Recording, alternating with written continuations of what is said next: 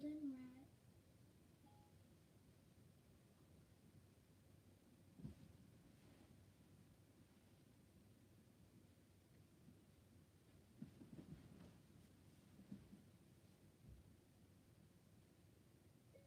Penguin. Are you alive?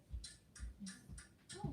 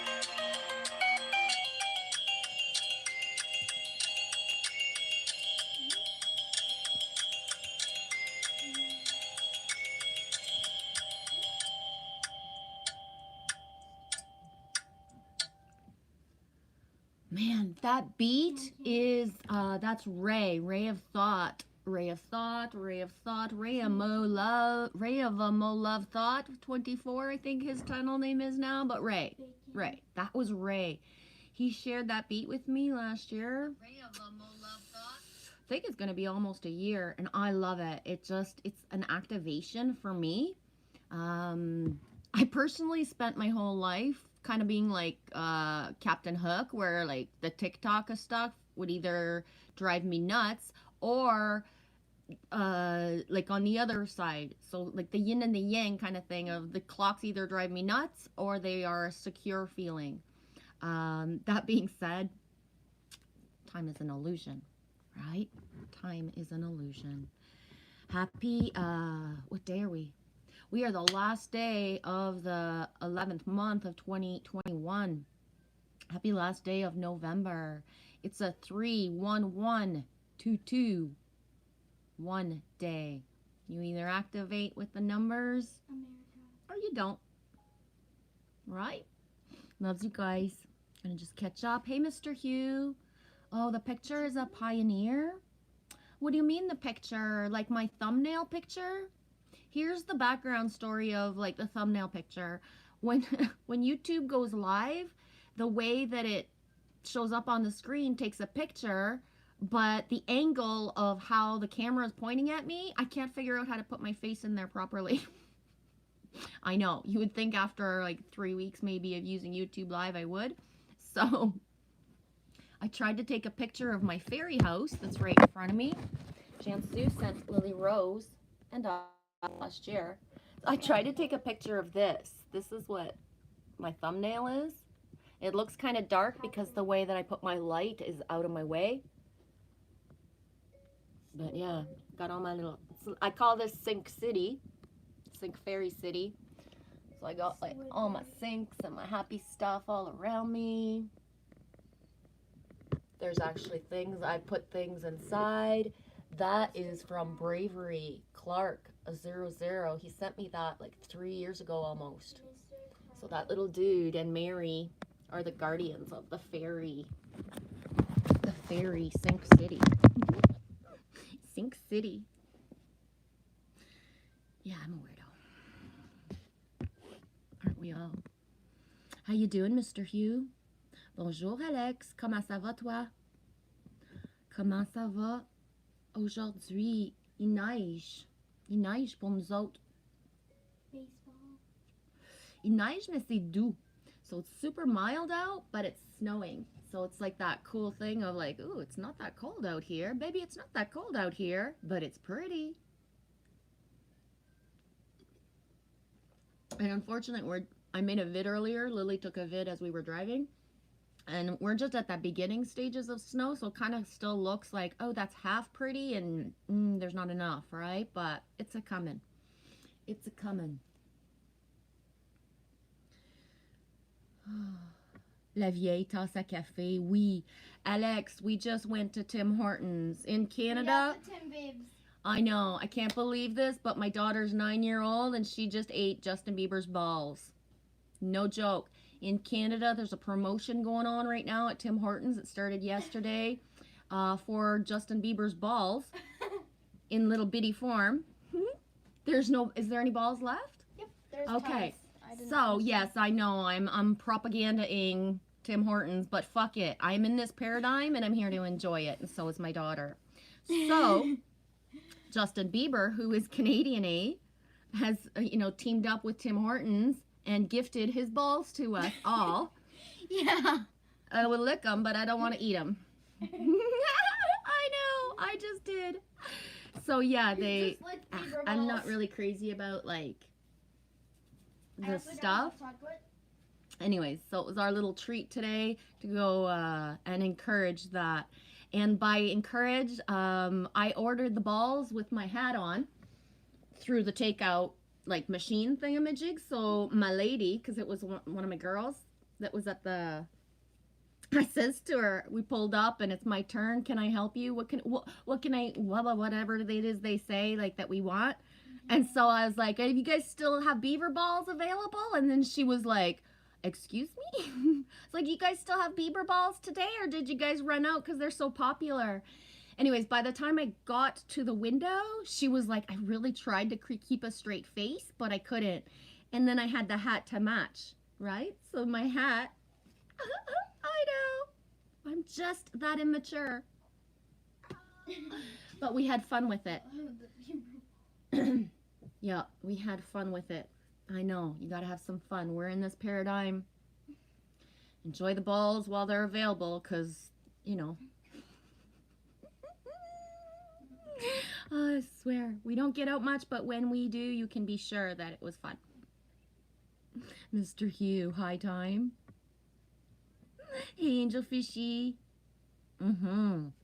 Ray and his family are actually close to you, eh, Angel Fish? They're Washington energy. Just like you, baby girl. Hi, Bebop. Your room looks gorgeous. Thank you. It's so cluttery. I feel almost bad because I am not feng shui. I am not feng shui at all. Let me do a show and tell. I'm going to do it from afar, like as if I was doing a presentation. So, Angel Fishy, are you still here, dude? Okay. So this is from Angel Fish. She sent me this last year. This is from Amber Trixie. You might not know her, but she's still a tribe. She pops in once in a while as Trixie, and she sent me that. This is from Rex Owens. He's from Blood Over Intent Dudes and People. He did me a True Keys painting. Let's say it would be 6 to 8 months ago. In my saved playlists would be the video that goes with it. And this drawing is my name, Michelle, but it's the one I made for Michelle Lee, Canon Free, for her birthday. So it's on the wall behind me to make me remember and have her with me at all times. Because although my name's Michelle as well, spelled the same way as Michelle Lee, Canon Free, I'm Michelle Genevieve Marie. So yeah, I don't know if you could hear me when I was doing that show and tell back there, but so it's like all cluttery and there's stuff all over the place, but every single thing is like a, like, right? Not so good at, like, you know, distancing where images and stuff should be properly. I just kind of throw a nail in and I hang that stuff up. So yeah, we have zero shelving. We have zero shelving in this place that we live. So everything's kind of just like hanging around on the ground way down below, way down below. Oh well, right?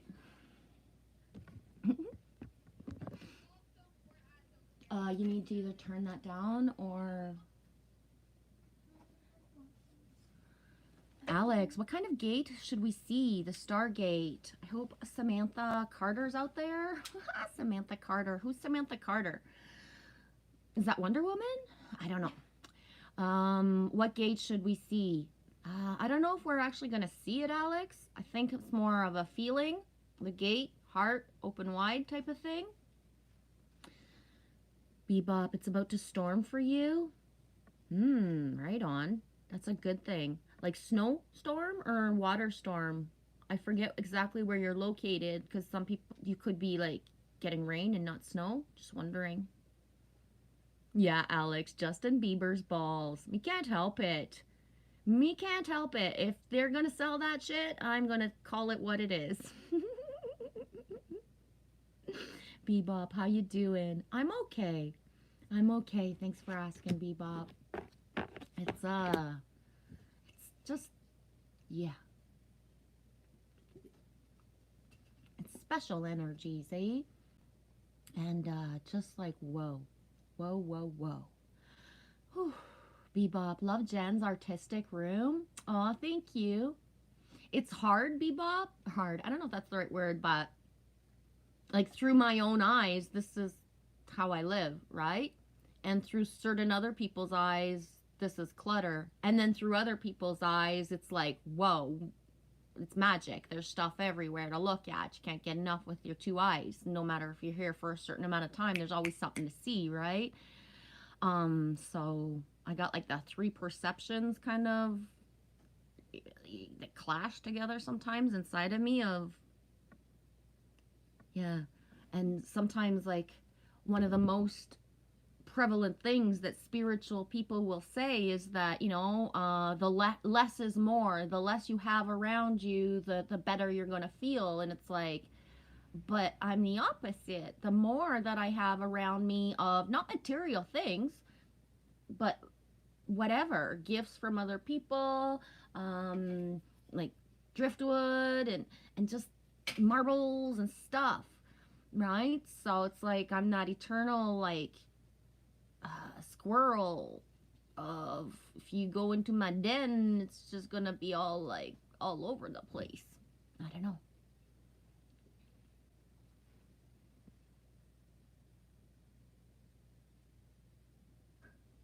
Right on. Angelfish says, I think that Ray is on the other side of the mountain, but we talk every day almost.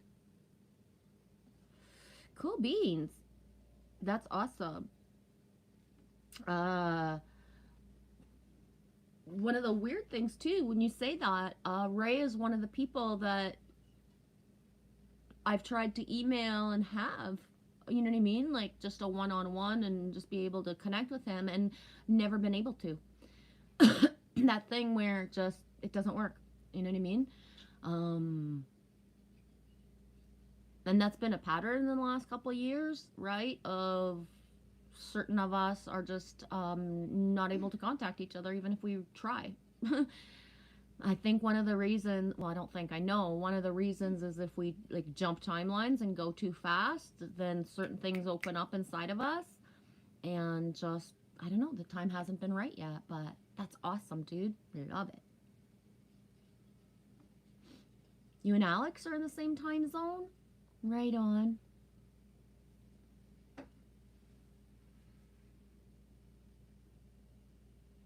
I have a bit of a, I don't want to call it a headache, but I'm gonna describe it for what it is. I feel like I got a vice, like a fucking vice, like as if, you know, like on my head right now. And it's like an ascension type of thing. It's not whatever else. But if anybody else has that passing through, let me know. I think that Samantha said it in her live stream the other day. As soon as there's a trend, when you know that like there's at least 2 or 3 other people feeling the exact same thing at the exact same timeline, it's so much easier to just kind of like breathe through it, knowing, because some of the pains and the things that we go through as above, so below, inside and out, is such rewiring and so intense that it's beyond words, and it can make us feel like, you know, things are not kosher inside our body, but they are. It's just part of the process. So yeah, I mentioned the vice type of feeling because it's not, it's just yeah.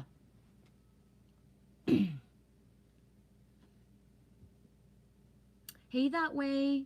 Speaking of West Coast energy, how's everything going that way? You got that feeling too? The crown needs to resize here too, Angelfish says. My head's getting too big. Ah, wow. You write that out, and I've never, of all the things that I've never really thought about, is to what point, like, that my, you know what I mean, size-wise, have I gained, like, if I would measure, you know what I mean, would have measured before. I never thought to do that. I've visually, you know, been knowing of the impact of certain things in my body for like a lot of years now, right? Because I'm 50, right?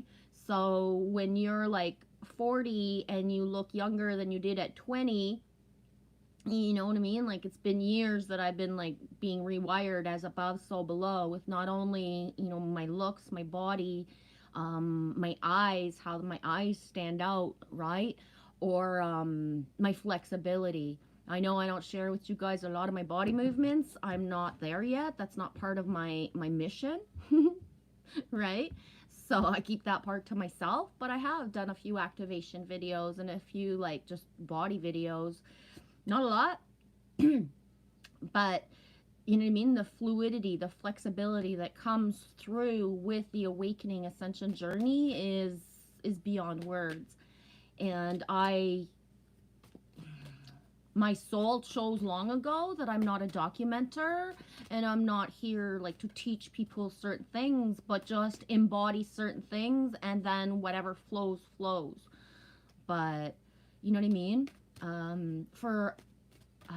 To guide you guys to somebody who is an amazing documenter, but did most of the work a couple years ago, and she doesn't update a lot right now, would be to go to T. Taylor's channel. Angelfish, I think you know T. Taylor. I'm not sure. If you do, is there any chance you could find her channel? I'll find it. T. Taylor, her old vids a couple years back, did all the documenting of what was going to happen and go through her body. And she was spot on the mark, how our eyes upgrade to, you know, different sight, how every time we think that colors can't be brighter, they get brighter. The crystalline are sparkles. Sometimes people who are on this awakening journey, it's like they believe they know so much, and then I ask them, have you seen your sparkles on your own skin yet? And they're like, what? yeah, if you look at your skin with or without a lot of light, it's better in the sun. But the crystals and the sparkles are so bright right now that we don't need that. It used to be that you needed something like really epic to magnify, but some cameras will just capture it without magnification now. It depends. I'm gonna share T Taylor's vid on autism in the stream, just so you guys can find her channel.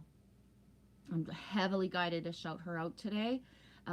Again, she's not really prevalent right now because the research she did years ago was for now. And as I say that, it's like she's going to pop up with something new. It's coming. It's coming. I can feel it. Right? But, whew.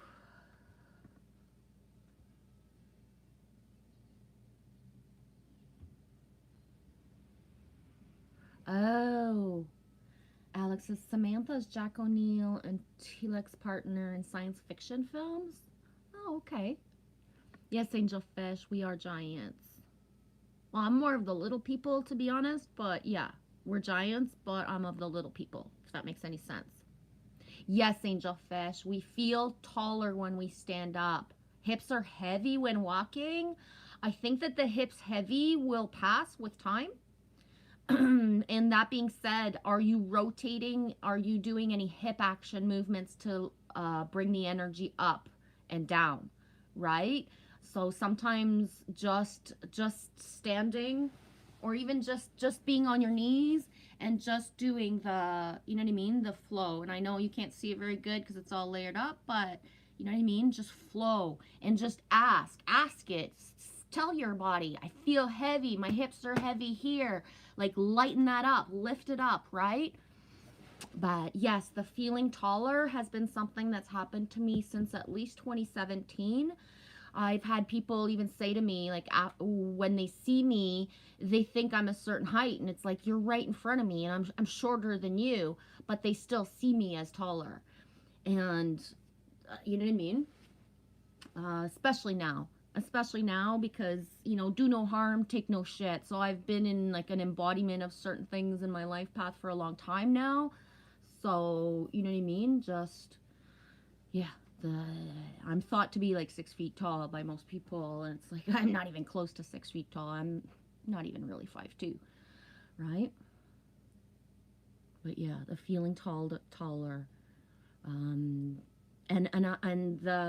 There's like this thing, remember I was just talking about fluidity and flexibility, but within our upgrades, sometimes, not sometimes, but we'll have those wobbly where we're so clumsy that it's like, but yesterday I was like a graceful ballerina, I could do no wrong, and today I'm banging into everything, and everything, it feels like it's in my way, and I feel so clumsy.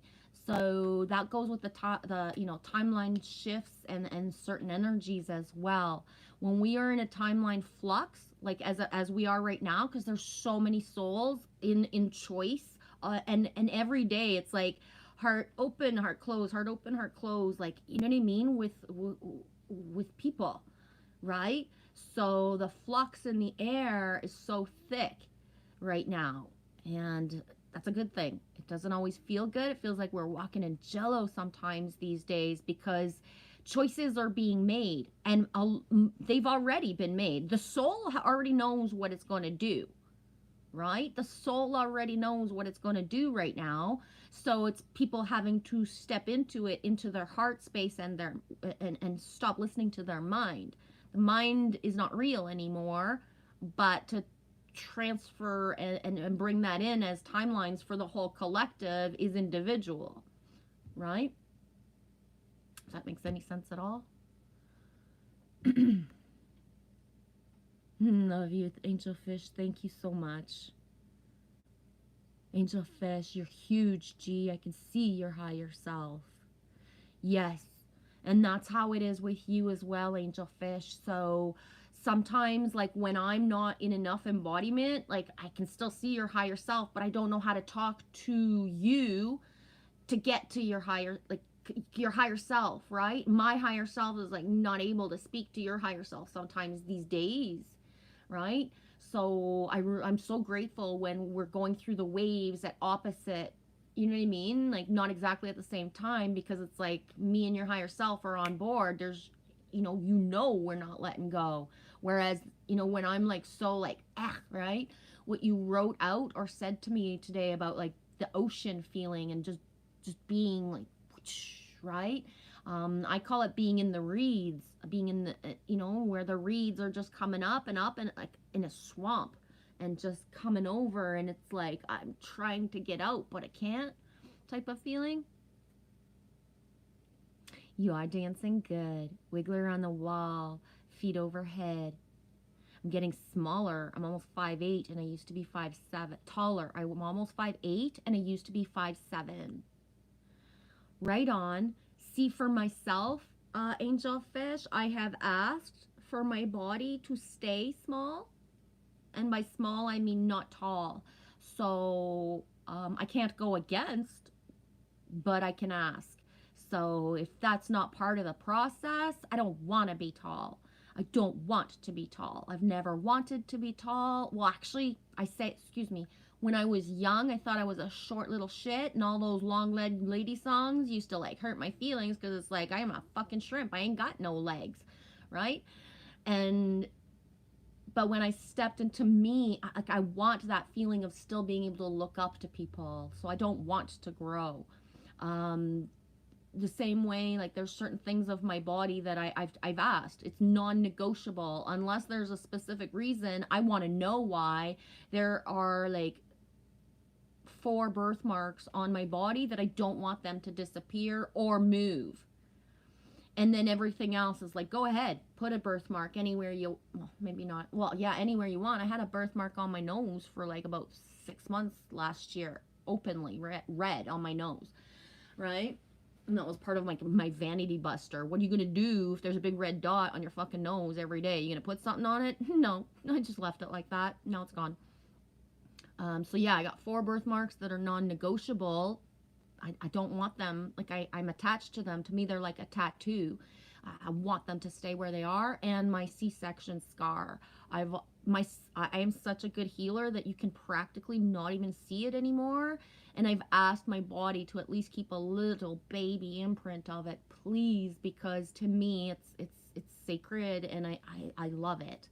Right? I love it because of all the trauma that I went through getting that motherfucking scar 3 times in a row. Well, not in a row, but 3 times, right? For my 3 children. So I want that.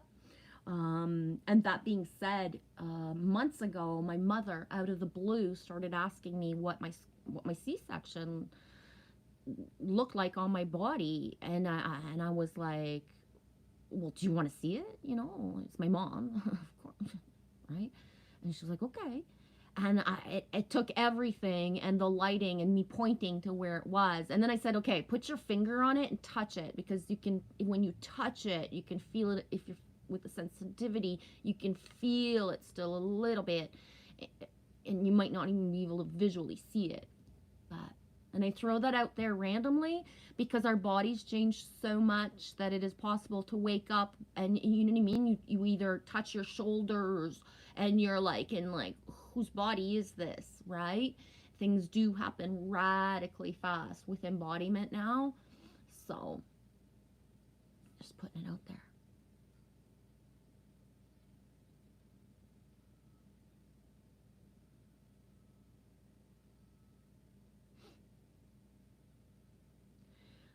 Angelfish, I have rope burn on my throat. They hung me or strangled me, and they didn't want to hear my mouth when they burnt me witchy. Are you having flashbacks of that? That would make a lot of sense, Angelfish.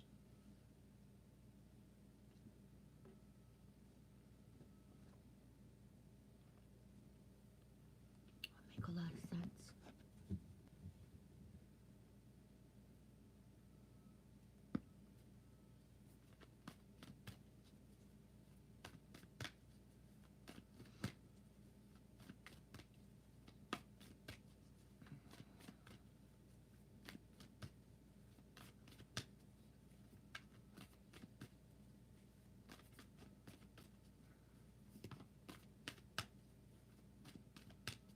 Gotta shed that memory and purify it, Angel Fishy. Purify that.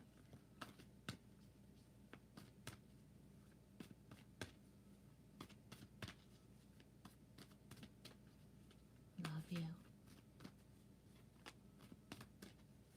I get shivers everywhere. And the words that I'm thinking is, I wonder if we were ever burned in the same location. And as I say that, my whole body is of shivers right now, Angel Fish. Boom. So we're going to start the stream off with the card that actually usually triggers me the most. And we're going to turn that around today to the blessing of the Wasp card being the first one out. 64, 6 and 4 is 10. Wasp. Sometimes life stings.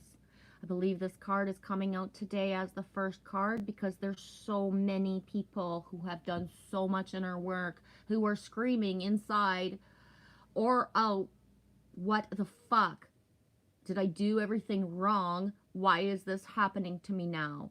I thought I did everything that I had to do to clear, but there's more, and this hurts more than it did before, right? Because it hurts more than it did before, because when you think you're there, and then there's more fucking pain and more fucking trauma coming up, it's just never ending, right? And that's why I named the stream, right? Wake up, girl. And I put boy because the original lyric of the Doors song was wake up, girl, we're almost home. We should see the gates by morning. I changed the way that morning is spelled because we will see the gates by morning. The only way to break through your own heart space to the other side is through the pain, through the mourning of all this lifetime of stuff we've been through and every other lifetime since. So there's some of us that have been caught in the reeds and just like practically unable to breathe on and off for the last little while, right? And the gate is strong, deep and wide. Break on through to the other side. We will see the gate by morning. It doesn't mean that it's going to be tomorrow morning, but it means that by morning, by allowing all the pain through, live it all, we are safe right now, right? We are safe.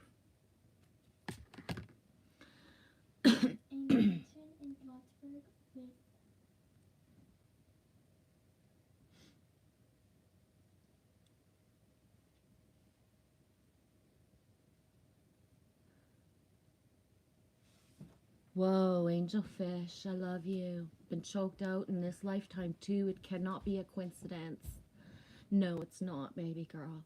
I'm blessed to have not brought that through in this lifetime. I wouldn't, you know what I mean?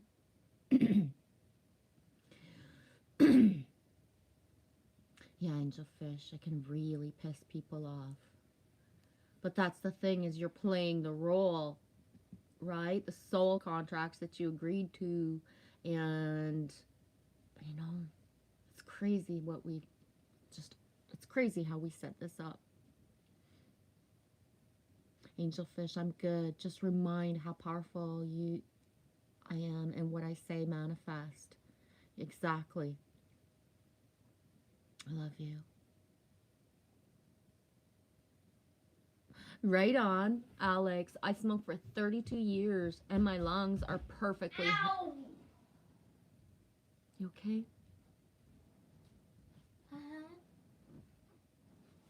My hand doesn't hurt at all. No. No way. Alex, I smoked for 32 years and my lungs are perfectly healthy. My doctor told me I could go as a pilot in an airplane. Right on. Yeah. Angel fish, I smoked 3 decades. My lungs are better than an athlete's. The doctor's face was priceless. You say that, and when I had Lily Rose, I was half stoned out of my gourd, laying down on the table, and after they took her out of me and they were stitching me up, I says to the doctor, I was like, what do my lungs look like in there? And he just gave me a look. Right? He just gave me a look.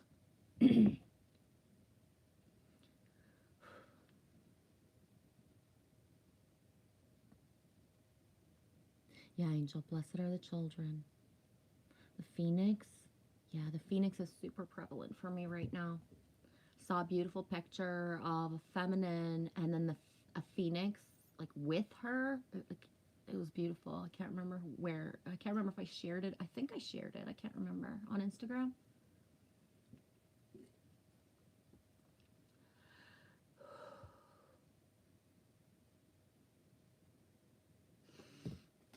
I feel like I need to pop my whole head. Pop goes the weasel.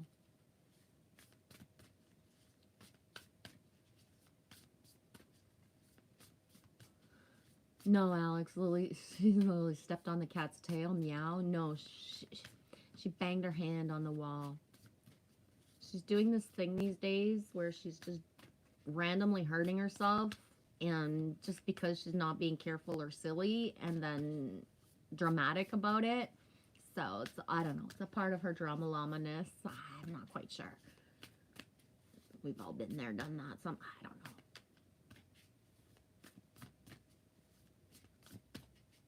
I don't know if she can hear me. I'm just kind of looking at her. I knew she could. I didn't hear what you said before, but I was just wondering. What did you say I before? can't remember. That was like 5 minutes ago.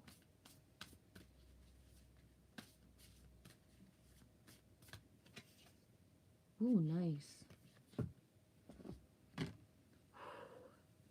Super hot. Super hot. I'm blessed. I'm loving it.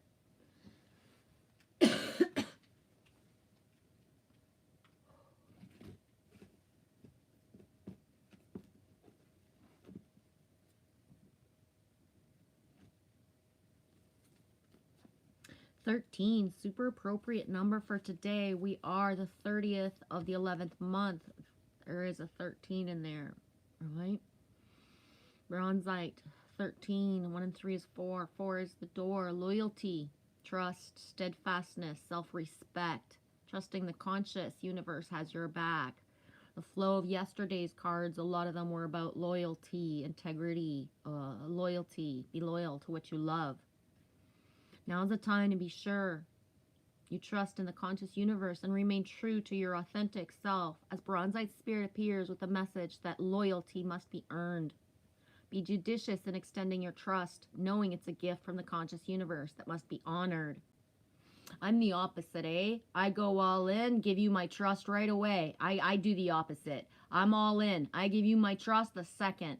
You know what? I chose a long time ago that here, I'm going to gift you my trust. What you do with it might not always feel good, and it sometimes still will throw me into like a tizzy of what it feels like. But hey, guess what? You got a chance. You didn't have to earn it. You just got it, right? So that being said, I tend to follow the red flags a little differently these days. You know what I'm saying? At some point, enough is enough, right? Respect others by being trustworthy yourself, speaking of them in ways that are honorable. Heal the past by owning your role so that you can trust yourself again, having learned the lessons that will strengthen you. Owning your role. That's really important. One of the things I was thinking about yesterday is as long as I've been doing this, these live streams, and I've been witnessing a lot of people's pain, people come in and they speak about sexual abuse. They speak about all sorts of trauma that they've lived in their life. Not gonna lie, I've never had the version of the person come in who is the abuser coming in to shed and need witness live. I've done it in the background a lot. Why do I say this? Because we're all in this together. Everybody played a part, and we're not here to hang and crucify certain people because of the parts they played. So there's a lot of masculine and feminine out there who also need to take ownership of how they've treated others in this life path. It's not about other life paths. It's about this one, right? We got a lot of people who speak openly about having been, you know, abused in narcissist relationships and all of this stuff. But I'm steadfast, and I said this a long time. I'm going to be 50 soon, and there's always a part in our journey where we've been a narcissist and acted in such ways as well. For me, my most prevalent narcissistic period was when I was a teenager. Honestly, I was a fucking dick to my parents 3/4 of the time, right? My mom would reach out to me. She'd want to spend time with me. I would look her up and down as if she was scum. And I would go to my room and I would ignore her for a month if I could, right? So, you know what I mean? There is a period in my life when I was a teenager that I assume ownership, that I was like not cool all the time, right? I was not the best. There was a time frame in my family life when I was old enough to know better, and I still was a raging cunt to my children and to my stepchildren, because I was so in over my head of all of this blended family that I didn't know how to communicate anymore. I lost my shit every day. I woke up angry and I was angry all day, and I would go to bed angry, and I didn't speak the best ways. Was I screaming all day long? No. Was I triggered by everything? No. But honestly, I assume I take accountability and ownership for the fact that, I was, for a certain amount of time, the evil stepmother, the not the best mom who actually raged in ways that, whatever. Been there, done that, bought the t-shirt and moving on, right? So assuming ownership, one of the things that I've noticed that seems to be like a trend lately is people speaking up, but if you never ever assume responsibility for having been in a timeline where you did bad stuff, right? So a lot of people speak openly about, I was cheated on and that's why I'm wounded and that's why I can't trust people. But hey, when did you cheat in your life path? Right? And other people, sometimes people will say, I've never, ever, ever. Are you sure? Right? You didn't openly, but did you in your heart? Right? Some people never made the move to actually let their skin touch another person's skin, their mouth touch another person's mouth, but they spend years online talking to other people and ignoring their own partner. So, how faithful are you? How monogamous have you been? Just assuming like the assuming that ownership of that, because there's no blame and there's no shame to having gotten to where we are with the life path that we did, no matter what. No pain was in vain. Everything was for a reason. Angelfish, I trust people to be themselves as well. And it's very rare that somebody will actually choose to be themselves, right? It's very rare. That's why those of you that are, it's a gift. It's precious. And that's why, cherish those people and elevate those people. Keep them so that they trust you with their open heart. So when they're turning around, getting smacked by somebody else, not trusting, they can come back to you and know that they're a source. You're a source and you're stronger together, right? Hey, Anita. Hi, G and everyone here. Welcome in, sweetie. It's 2:15 Eastern Time. Are you just getting up, sweetie? Oh, my gosh. 44 minutes I've been on. Nice timing, Anita. I was saying earlier how I feel really good today. I feel very refreshed, but I feel like I've got a vice. Like, literally, I'm in a garage and there's like a vice just pressing me, and it's like, is it gonna stop? Expand, let me go. And it's not, I wouldn't say I'm in pain. It's more just like, yeah, so my head is in a vice right now. Yeah, my head is like, got like, right? It's not like, even my attitude, right? I'm not in pain. My eyes, I'm not in pain, but my head is in a vice. It's like, fucked. I slept super duper amazingly good. I went to bed, Lily Rose too. Whoa, that's awesome.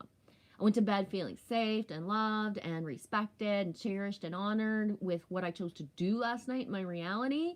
And so that feeling of focusing my energies somewhere where I felt good and safe and just yummy made it that after I drew for a while, and then it was like, boom, go to bed. And I slept straight through in a way that I don't know how long it's been. that I slept straight through. Even the cat only had a certain incident in the night, because now that little motherfucker, yes, I'm going to call the cat a motherfucker for an instant. The little motherfucker has imprinted himself a new routine from all the shenanigans all last, like, this week or whatever, you know, in the last 7 days, him waking up and being like tearing the house up and just being like everywhere. I started to give him wet food during the night, just a little spoon of wet food to calm his motherfucking ass. So now he knows. Now he knows if he comes scratching nearby that the first thing I'm going to do is try to stop him from, like, waking up Lily and go get him some food. So he did that around 6:30 a.m. And I was shocked that I had slept, like, so deep, so much, till 6:30. And when I lied back down, I was like, you know, am I going to fall asleep? And yeah, I did. So I was glad sleeping as much as I can to feel dream time. I'm not remembering the dreams with full recall at all. I need triggers. So sometimes, like, if I ask you guys what's your dream time like, or certain things, that you guys are the ones that trigger, like, my memory of certain things.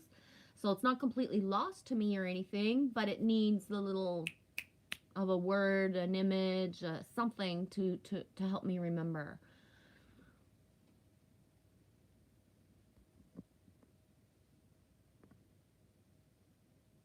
Alex, I think we're all black sheeps. Yeah. Ooh, man, you've been up for a while. It's 5:15 for you. You was doing a Reiki session on yourself? Right on. Yeah. It's a pressure. Yes, it's a pressure. I need to... Yeah. Exactly, Angelfish. We force them to be real by being real too. Exactly. Exactly. That's it. And the forgiveness. One of the reasons, you know, I've talked about how it can feel to, you know, feel bullied when we're up here, but one of the reasons I never blow somebody out of the water and direct everybody, like, I want you guys to not like this person because this person's mean to me, is because I've been through this for 3 years almost now here on YouTube in my journey, but before on Facebook and in my real life, and everything swings around. Somebody that got under our skin and hurt us in the most shitty ways can become our best friend tomorrow if they so choose to open their heart and we're at the same frequency, right? One of the classic examples that I've used before, and I say it again, is with Tom. When me and Tom, Juice from the Sky, found each other, it was like fucking everything blown open. We were downloading, we were syncing, we were, you know, bouncing off each other. You go back into 2019, I have all my vids, some of his, I don't know if they're there or not, but the activations, the stuff. But that one day when we got pissed at each other, we was done. I was a cunt and he was a raging dick. Me did not like him anymore, right? Me could not fucking stand him. And he could not fucking stand me. And guess what? Would you believe that now? Right? If there's anybody that I shout out as much as I can, that I'm close to, that I trust, that's like solid for me, like don't mess with one of my dudes, is Tom, Juice from the Sky. But we went through that thing, right? And what I learned from that the most is one person, and when we disagree and how it feels, it doesn't mean that later on is not going to be the best person in our timelines for what makes us feel amazing. We had to get through that thing of when our egos clashed so hard that, you know, sparks flew. They really did.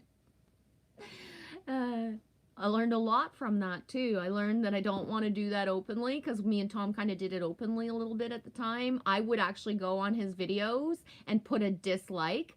I openly say it. Tom's one of the only people I've ever fucked with the dislike button. I used to go on his vids and press on the dislike button, and then the next day he'd make a vid saying, I know exactly who you are pressing on the dislike button. And I would be like, I know you know it's me, motherfucker, in my background here. You know what I mean? So I've been to this puppet show. I played the ride, and although it can feel personal, it's not. We're just getting into the groove of what it's like when, like, high-powered angels meet each other, right? Woo! Safe circle. We work intention, not actions. Goddess knows I never meant to be that guy. still happened. I don't know what that means. Sometimes by the time, because I'm always late in my comments, Angelfish, sometimes by the time I read the comment, I have no idea what it means because I can't remember what I said before. Right? Yeah, and we work with intent. Hi, Joe Awesome One, 1919 UK time. Yes, me loves that 19. How's everything going, Joe Awesome One? Yeah, Angelfish, we put ourselves in dream time, doing the work, quite busy, wake up feeling rested. One of the things that I was reading, I forget who, but I've seen it at least 2 or 3 times in the last few days, is that dream time is very active, so a lot of people are waking up and feeling unrested. And a lot of people are not sleeping or sleeping very sporadically. So if you're sleeping, you know, a certain amount of hours, but waking up not feeling rested, you know, we're allowed to ask for a break too. I do that. Like if I go to sleep and if I know I have nothing during the day, like I feel empty, I ask, could tonight in dream time feel more safe for me? Could I get a little bit of what I don't get in real life in my dream time, instead of like, I don't want to do more work in my dreams right now, right? I worked hard enough all day on all this I don't want it in dream time right now. Enough, right? Give me a break. Unless our souls right now know what we signed up for. We know inside us. But it's like, you know, full total recall is not there. So it's like, could my soul send a little like something to my heart so, you know, me can feel good? Right? Feel safe. Feel like I'm doing this for a reason.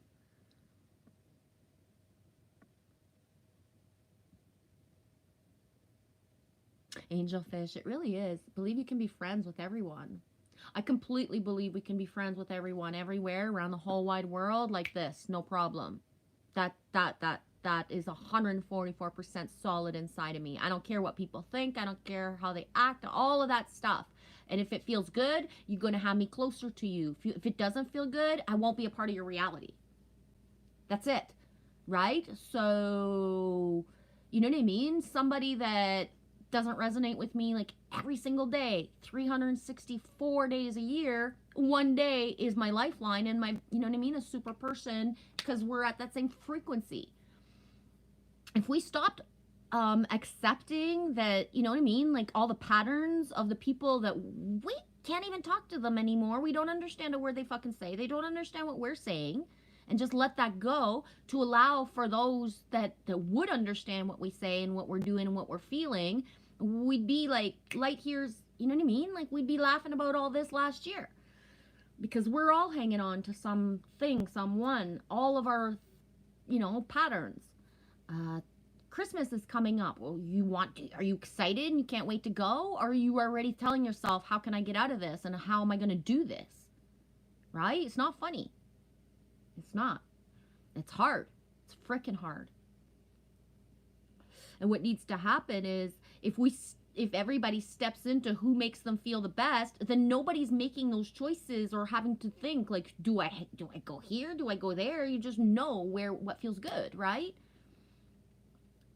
In an ultimate reality right now where everybody's actually doing the work, the members of tribe who consider themselves awake, no one would be planning or spending Christmas with anybody that it wasn't 144. I know these people are my soul people. Because your family's not your soul family, right? Your family is not your soul family. And I say that, and some people are like, what are you talking about? Of course my family's my soul family, because it is. Some people were born with their soul family. Some people, you know what I mean? But some of us, our children came through us. They are not our own. We did not have them in our life path the whole time that they were growing up, right? We already know. We've already lived certain things, certain ways of knowing. There is not the soul contract, right? Letting go. Allowing for other people to come into other people's reality. Be a good steward. Like that word. Not sure who Sherilyn is that way. Gotta be real. Is that a song?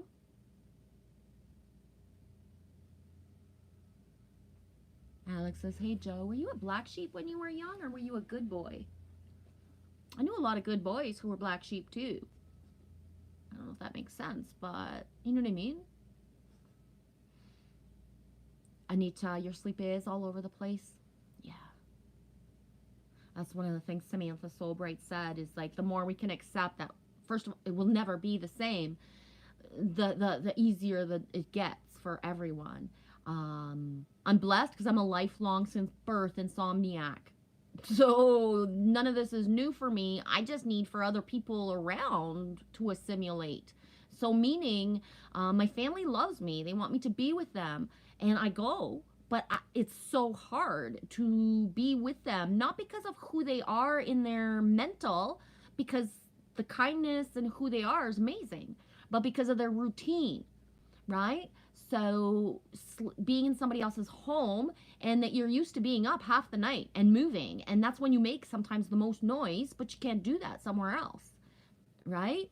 So when other people come, like, allow for their sleep patterns to be the same, imagine going to somebody's house and you're sitting in the middle of the night actually talking, because you know you're both not sleeping, instead of, oh, I'm gonna go, you know, and my family doesn't do this, but other people will go pop a sleeping pill to make sure they're sleeping. Right? We're not supposed to make sure we're sleeping at night anymore. We're supposed to be like so wide open to where we're meant to be at all times, that those of us who have shifted into, I call it wolf mode, where you live like a wolf, have been an embodiment of meeting people through the internet on live streams in the middle of the night, that if we hadn't have let ourselves participate without judging on what am I doing in the middle of the night on a live stream, I would have never met these people if we hadn't allowed ourselves that. And one of the common things I've talked about in the last couple of years as well is the fact that sometimes when you're awake during the night is because, one, you're being protected from your dream time. You are not meant to be asleep at the same time as other people doing the same thing, whatever things are going on. You're not meant to be a part of it, so you're awake. 2, you're awake in the middle of the night so that you will reach out. If you wake up in the middle of the night and you're thinking so much of someone, did you reach out? If every single night you wake up and you're thinking of one specific person, do you reach out? Right? Because the taboos of who's meant to be your friend and how it's meant to happen is part of what we're busting as programs right now. Some of my best friends and most like precious soul tribes are like only like in, you know what I mean? They're only in their mid-20s. You know what I mean? And the only reason I don't have like younger ones is because I'm not in a reality right now where I meet people, because otherwise the most light-filled beings that I have amazing conversations with, you know, they're under 20. They're little kids that are fully open wide. Right? That's why the last year of COVID and the real big restrictions where I am, and the full lockdowns, and nobody getting back to a routine where they want to see each other, meet each other, and not being allowed to go into restaurants and all of that, has taken away me being able to see all the golden children being born and all the crystal children around me. But just because I can't see them or interact with them doesn't mean they're not there, right?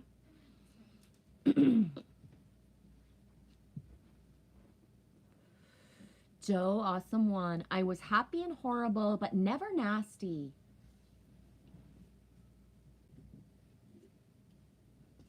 I would say that's how I was as well, to a certain point. Maybe horrible before happy. And you know what? Anybody who's ever seen Uncle Buck and remembers the teenager girl with the curly hair, I forget her name, but that's what I was when I was a teenager. Her. Exactly. Maybe not what she did to hang out and all that stuff, like the storyline of Uncle Buck, but her face in that movie, Uncle Buck, that girl's face in that movie was me as a teenager. Until I got with my friends, then I was like a whole other face, right? But that face, the teenage girl in Uncle Buck, I forget her character's name and I forget who the actress was, but and she's got the curly hair, right? And so it was, even when we watched Uncle Buck, everybody just looked at me and said, and I was like, right? Yeah. Speaking of Uncle Buck, shout out John Candy. He loves that dude. I can feel John Candy energy everywhere. I don't know if that makes sense, but I'm throwing it out there.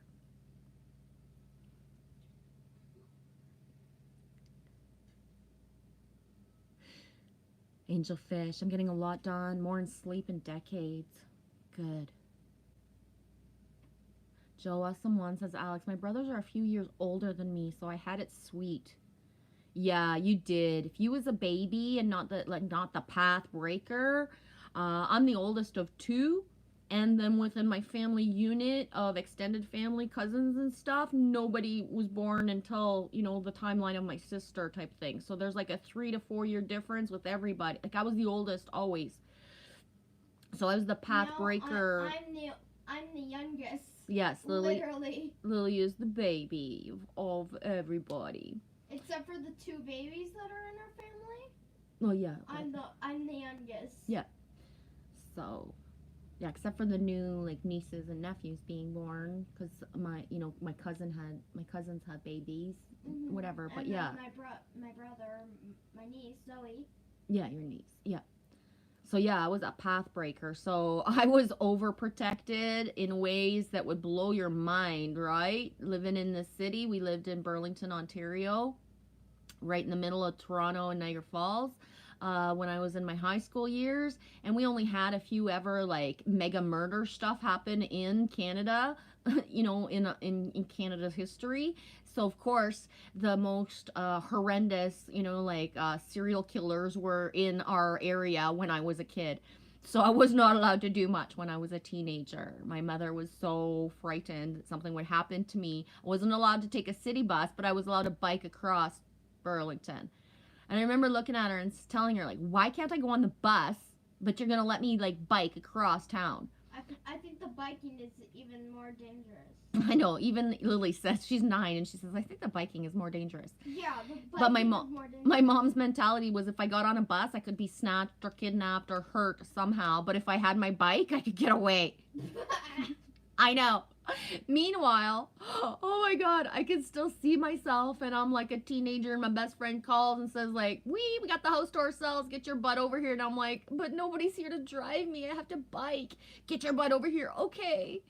And then being halfway there and being like, because of the heat, right? The fucking humidity in like Burlington in the summer would make me almost pass out. But where there's a well, where there's a freaking way. If I wanted to go somewhere, I have my bike. Oh my God.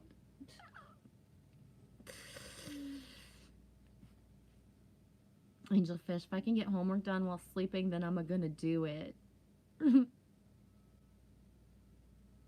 Joe Awesome1, I never needed my older brother's help, but it was nice to know they would have had my back. Exactly, and that's what shows that you were happy and horrible, but not nasty, because you never actually needed the help. You never got yourself into a pickle that your older brothers had to come save your butt, right? So you could have pushed people's buttons, but not enough for anybody to want like that. Rawr, I'm gonna get that little Joe. That's awesome. Yeah. Right on. Whoa, Angelfish. First time since a kid that I uttered the words, I'm looking forward to the holiday this year. Wow, well, I love you to kibbles and bits and back, Angelfish, but I am not saying the same thing. I am saying, like, what the fuck? I'm gonna be 50 years old and Christmas is still the fucking same? I'm pissed. I'm fucking pissed. I worked for fucking years to be where I am, and it's like, this is not where I want to be.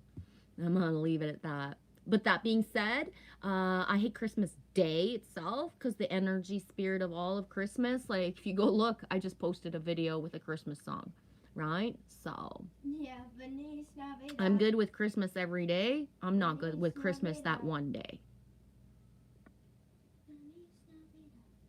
And, ooh, Anita, I've always been an oversleeper. It's so hard all of a sudden having barely any sleep. Yeah. Try and ask, though, Anita, for are you able to allow yourself, like, little naps? And the one thing, Anita, sometimes I forget, but amplify. Amplify. Even if you only get 15 minutes of sleep, your imagination can amplify it to 8 hours for your body, right? Like, amplify the little baby amounts that you get to what you need. Not sure. We're in such a flux right now that some of the tricks, even my tricks, aren't working for me, right? Of my imagination right now. So, angelfish, yeah. Almost a decade of zero sleep.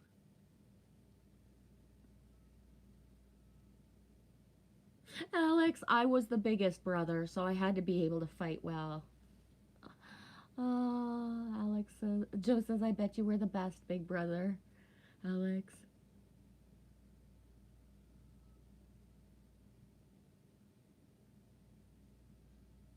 Angelfish, as I talk that way, years off all night. Me and the kids up all night. We slept between 3 and 8 a.m. Joe, awesome one. Uncle Buck is brilliant. Yes. Yes. Yeah.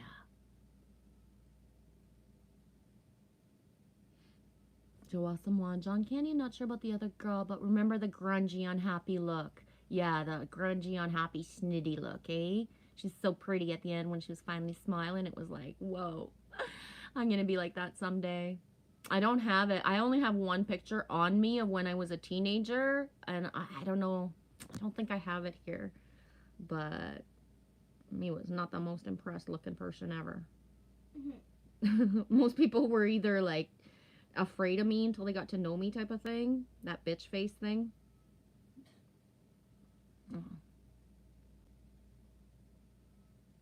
I was way rougher too, like way rougher, and just you know what I mean? I didn't do certain things and speak certain ways. And if you think I do no harm and take no shit now, well, I took no shit, but I did some harm when I was young. You know what I mean? It didn't bother me to take somebody down with my words and make them cry in a heartbeat, or I punched a few people in my day too for like in self-defense or stuff. Yeah. Anyways. I'm gonna see. Where are you? Just scroll.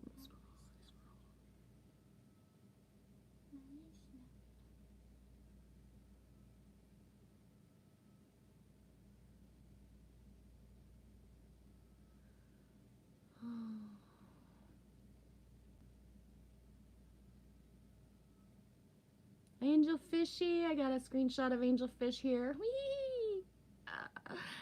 Kiki's Elks. Bravery.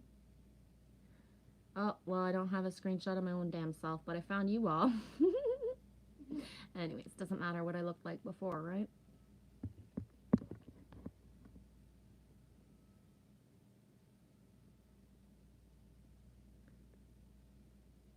Angel Fish. I was the oldest, and then I was the only. Now I'm the youngest, still raising myself and my mama. Yeah. Really? All right on. I don't know what she became, Joe Awesome One. I can't find the girl's name from the film, but she looks great now. Right on.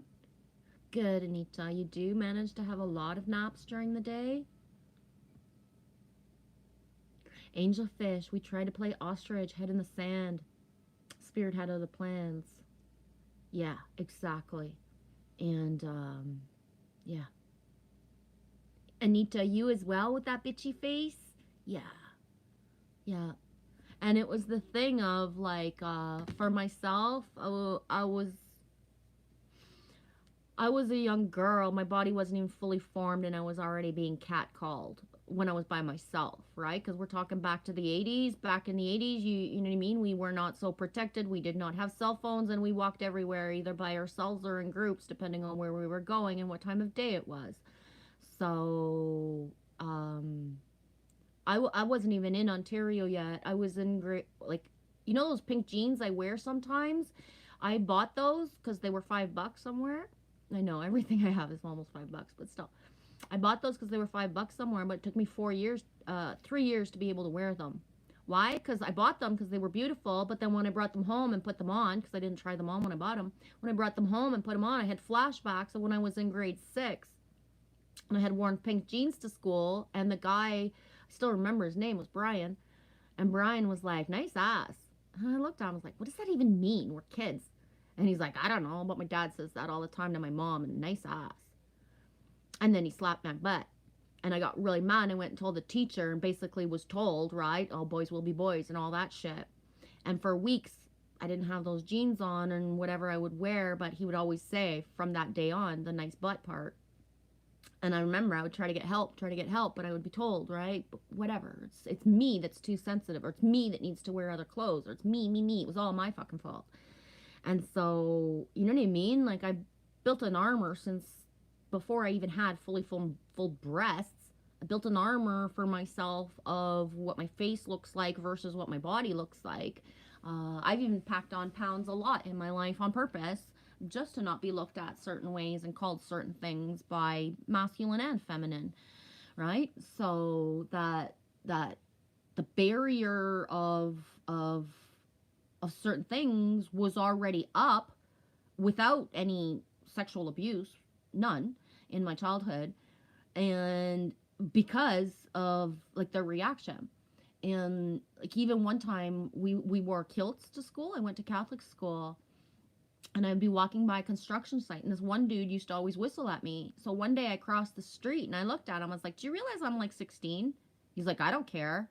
And I was like, "Well, my daddy does, and so would his crew.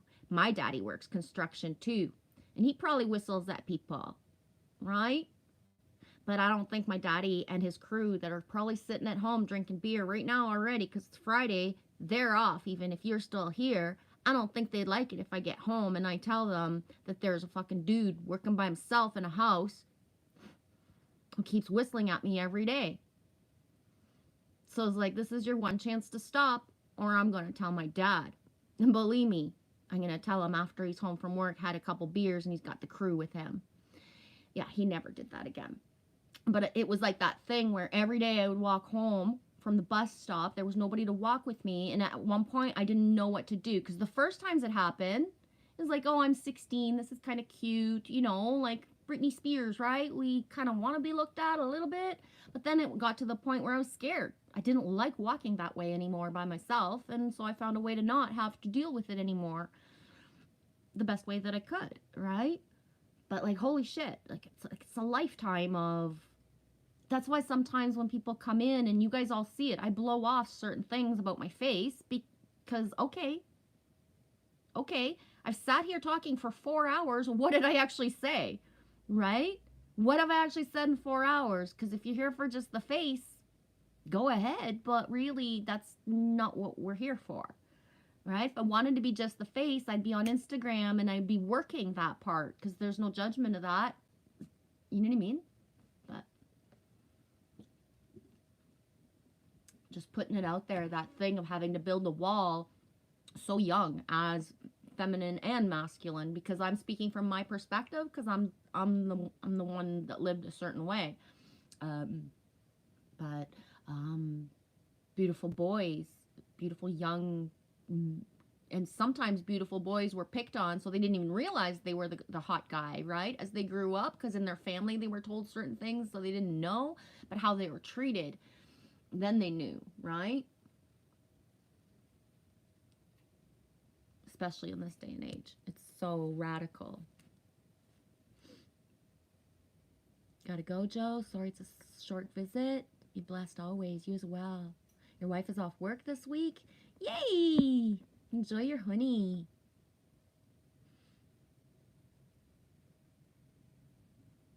Angelfish. I flipped the bird. So many car honk cat calls. Got my ass beat because of it? Really?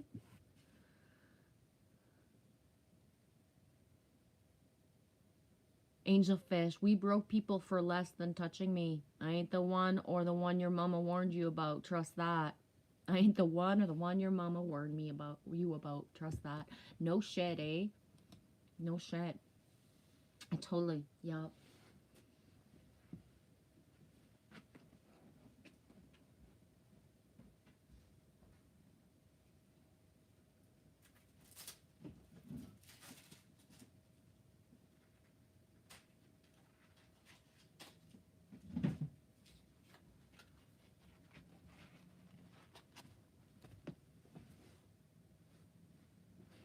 Yeah, I'm that person who was blessed. I had amazing masculine in my life as a child, like so my father, my grandfather, any extended cousins, uncles, any man that my dad ever brought home from work as a friend, as a buddy, you know, I always felt safe. Um, and although I had stuff happen in my life path and stuff, it wasn't until I was 38, after 2008, that I lived all the like piece of shit horror stories with the masculine.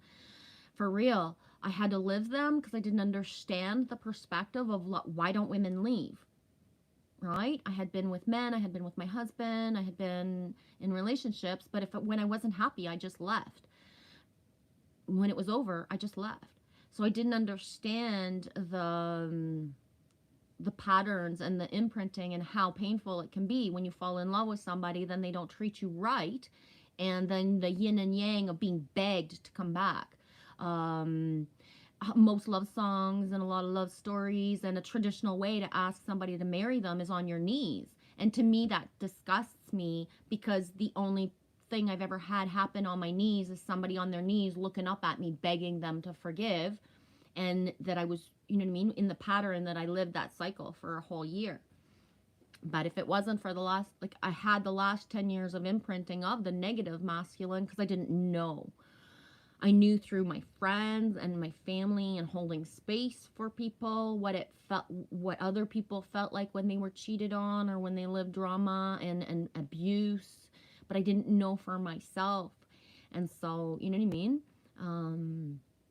I didn't know what it was like to be threatened or bullied by masculine. I had only known safety until a certain, like, you know, I had certain little baby things happen, but not enough to have a trauma or PTSD or a fear of men, per se, right? So, and that's why I've worked so hard in the last years to, you know, bring forth the masculine and the feminine, gather us together and find ways that we can build solid friendships and trust each other, because in our life path, we don't necessarily have the reflections coming into our life helping us do that. So we put ourselves out here to be able to build that through the internet, through our tribe vibe, through our community, if that makes any sense at all.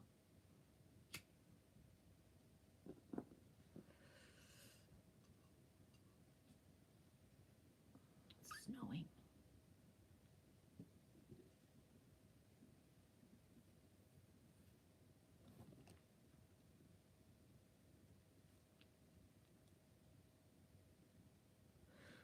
Angelfish, I'm trying to be Buddha, but I'm still human.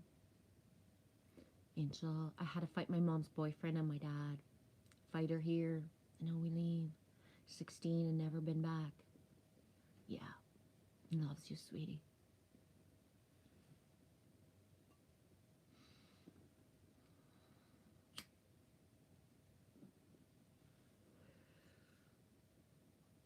I've had to fight my way to safety a few times in my life.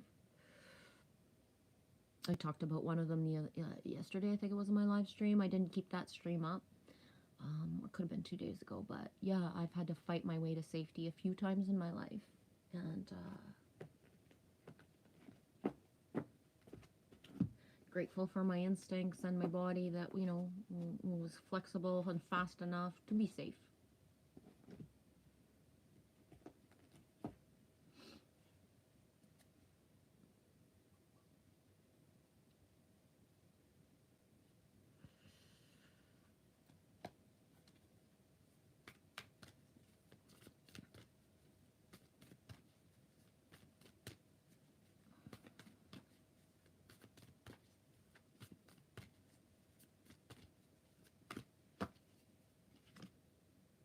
Boom. This is the second time Hecate comes out in the last 6 days. Can't remember exactly when I pulled her last.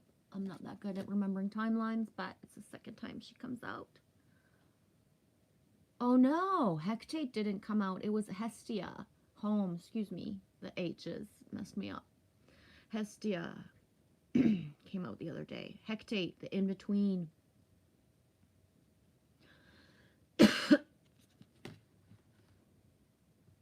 Number 19. Joe had come in saying it was 1919 UK time. Love it. Double sync. Triple, actually.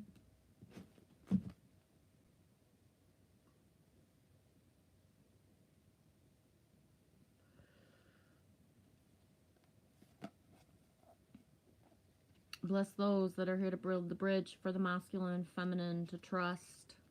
You know who you are if you're participating. Thank you. 19, théGates, the in-between. This is where we're at as a collective right now. You're standing in the liminal spaces between what was and what will be. You have who you have been and who you are becoming. The Greek goddess of crossroads and the in-between, théGates, welcomes you to her domain and reminds you that neither place is your home. You're being tasked to carefully choose the direction of your thoughts, feelings, beliefs, and actions. Now is not the time for hasty action or stubbornness, but a fierce self-inventory. Bless the past for what it provided and release all attachments to the stories of what was.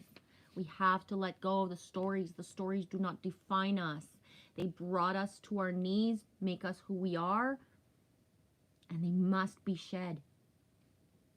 Now is a time for understanding the responsibilities required of you as you move forward into a new version of yourself that is still yet unformed. Say yes. Step into the unknown and discover what is not yet manifest. As soon as you do, the goddess théGates will bring you her eternal torch to light the way.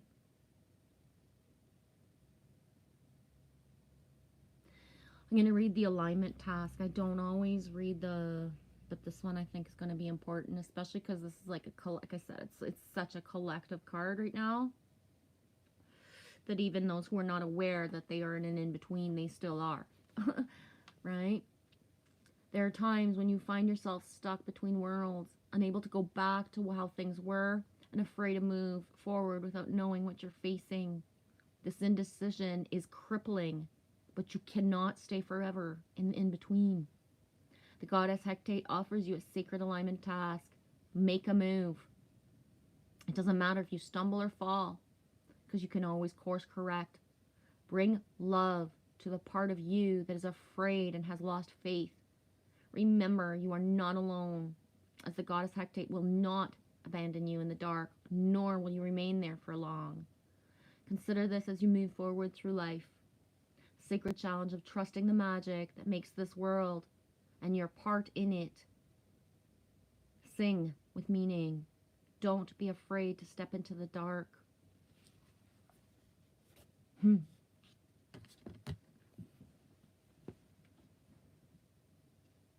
théGates came to me, angelfish.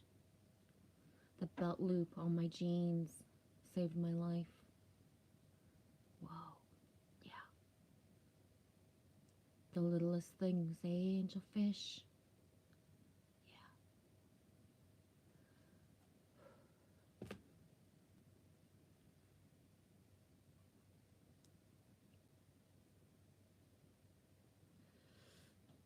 The belt loop on my belt.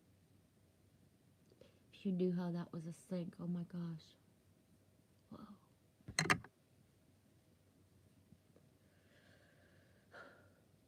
I need to move.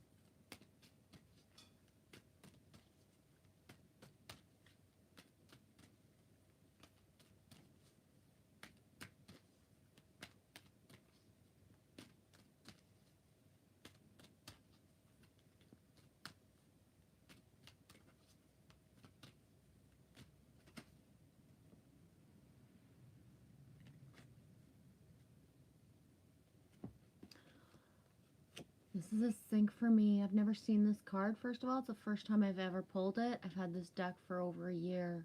Walking in Beauty. What's the poem? She walks in beauty in the night or like the night. Is that a Robert Frost? I can't remember. I have half the poem coming through me.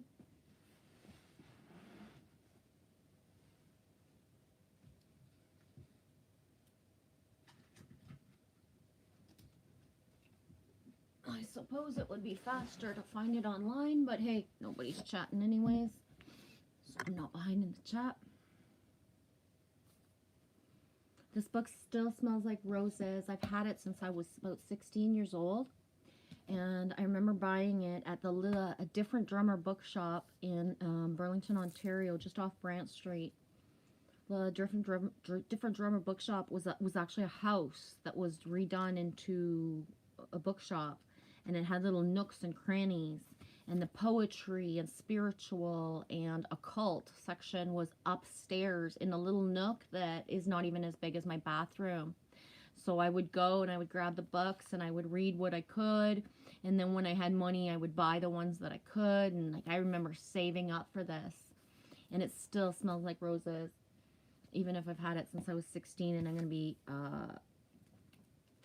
50 this year. It's so cool.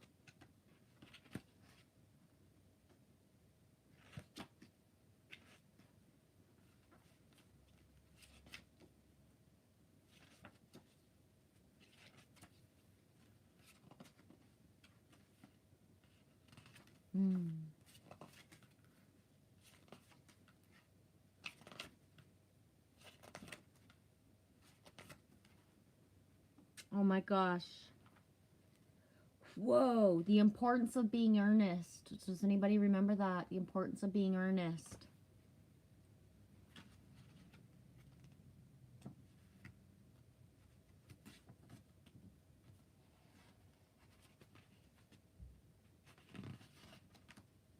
I'm sure it was in here.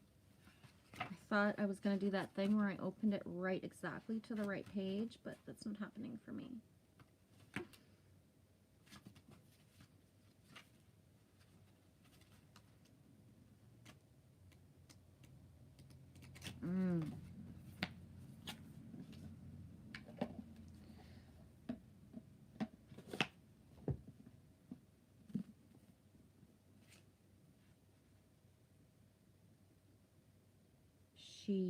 Robert Wilbur, is that the one? 283.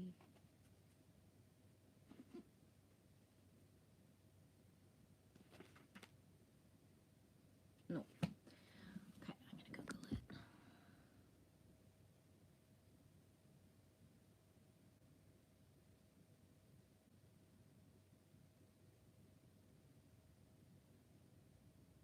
Lord Byron. Duh, Michelle. Of course. She walks in beauty like the night, not in the night. I thought so. She walks in beauty like the night.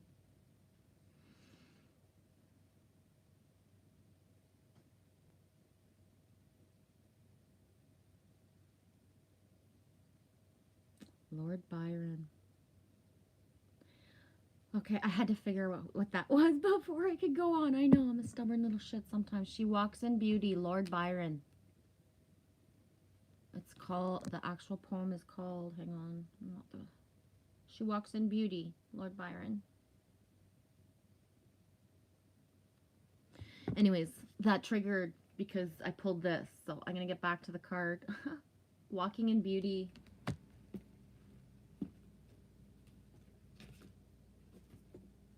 Again, first time I've ever, if I ever grabbed that card before, I can't remember. Walking in Beauty. Radiant beauty surrounds you. You are beautiful inside and out. No matter what your age, your grace is growing. Boom! I said that at the beginning of the stream. Remember? Within the first half an hour, I said it. Doesn't matter what age we think we are growing more graceful with time. Whoa. No matter what age, your grace is growing, being in balance. You walk in beauty and you feel gratitude for it. Your life will fill with immense splendor. Whenever you can, spend time in natural, wild spaces. As you see and hear and feel beauty around you, your own beauty will grow. Never say anything about yourself that's negative. Never put your own body down. Don't put down yourself for others. Instead, affirm beauty. Take time to adorn your body in personal spaces. Walk in nature. Inhale the beauty. Cherish yourself and the luminescence within you, and you will glow. Cherish yourself and your luminescence, and you will glow. Sometimes people wonder why are certain people glowing, you know what I mean? Why? Because no matter how hard it is and how sometimes I don't even feel it, I do ultimately cherish myself, and that radiates out, right? Or that thing of like, how can we be crying and be so beautiful? Someone specifically sent me something last week, and she was crying, and it was just like she was in her most angelic form, even in the moment where she feels she's most destroyed. The glow, the glow, the glow, the glow. It's so right.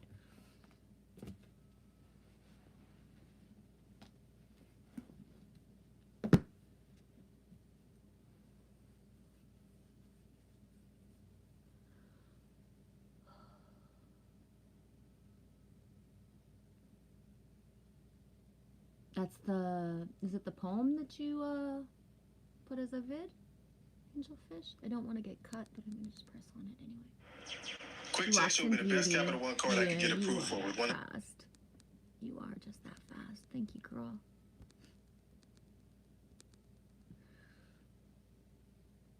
This frizz ball is driving me nuts.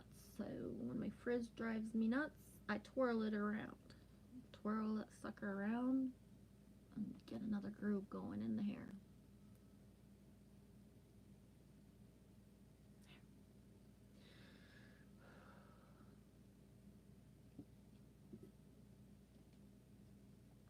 Oh man. Boom. This card is just sitting, looking at me like this. I am putting it up. Why? My last stream yesterday and the one before, the last cards I pulled was a buffalo. And then I just looked down, and this one was like looking at me from the bottom of the deck.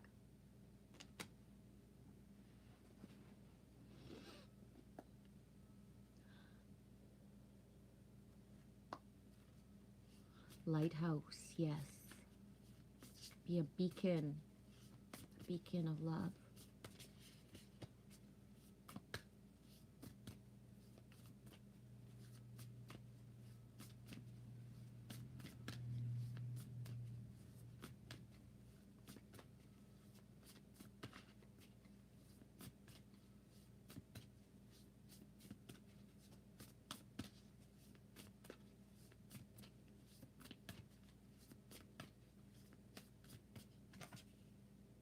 Amethyst, nice.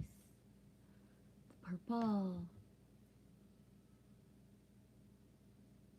Number 4. 4 is the door. Amethyst, nice. I have amethyst, but it's so few and far between. I'm not sure where it is in the house right now.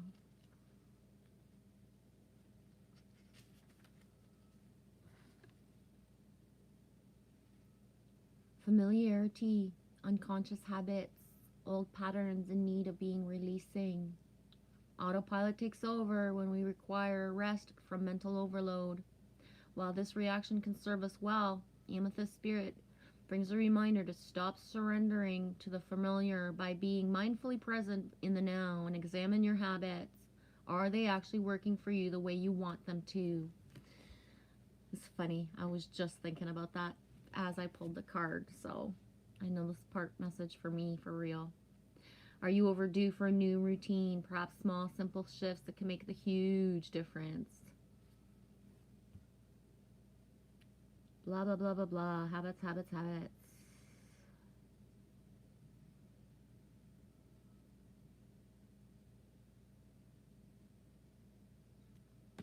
Right on. I get it. I get it. Angelfish, I'm a life path 7. Research is one of my superpowers. Yeah. And that thing of you've been doing angelfish. Like, think about how much, like, how long you've been doing this. Like, I consider you at my side, even, you know what I mean? And you are all around me, right? You are. Yeah, not only a good researcher, but just like to really grasp the sync and the knowing right away of like what I'm talking about, and then, you know, find it and the source of you, like how much you've been assisting me since I started. Like, I pull a card, but you've always brought up certain information more, you know, those things, like, you know what I mean? It's intense, baby girl, what we have together. Why you, I'm going to say, why there's a part of you that completes me, angelfish, is because I don't have certain things inside of me and you do. And then I don't have certain things inside of me and blah, blah, blah. But then we have the certain ilk of us in the middle that keeps us like this, angelfish of, right? It's incredible. Hi, David Berry 75. Hi, Angel V. Hey, Genevieve, why did I don't even know what I was saying. I can't even try to pronounce that. Angel Vive is what I was going to say. David Berry, 75. Hi, Genevieve. Love to you and Lily. Thank you. I always when you guys send love to Lily, too. So quiet on the couch over there.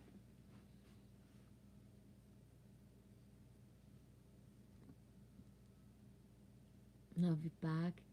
David Berry 75. How's your day gone today? Joe just left. Joe Awesome One was here for a little bit earlier.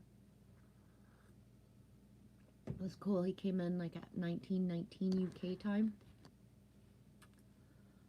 I was like, oh, this is what I was getting.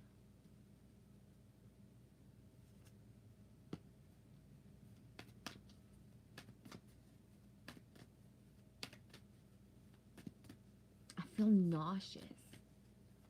I don't know if it's that vice on my head pressure that's making me feel this way. I'm trying to think if I'm hungry, but nothing.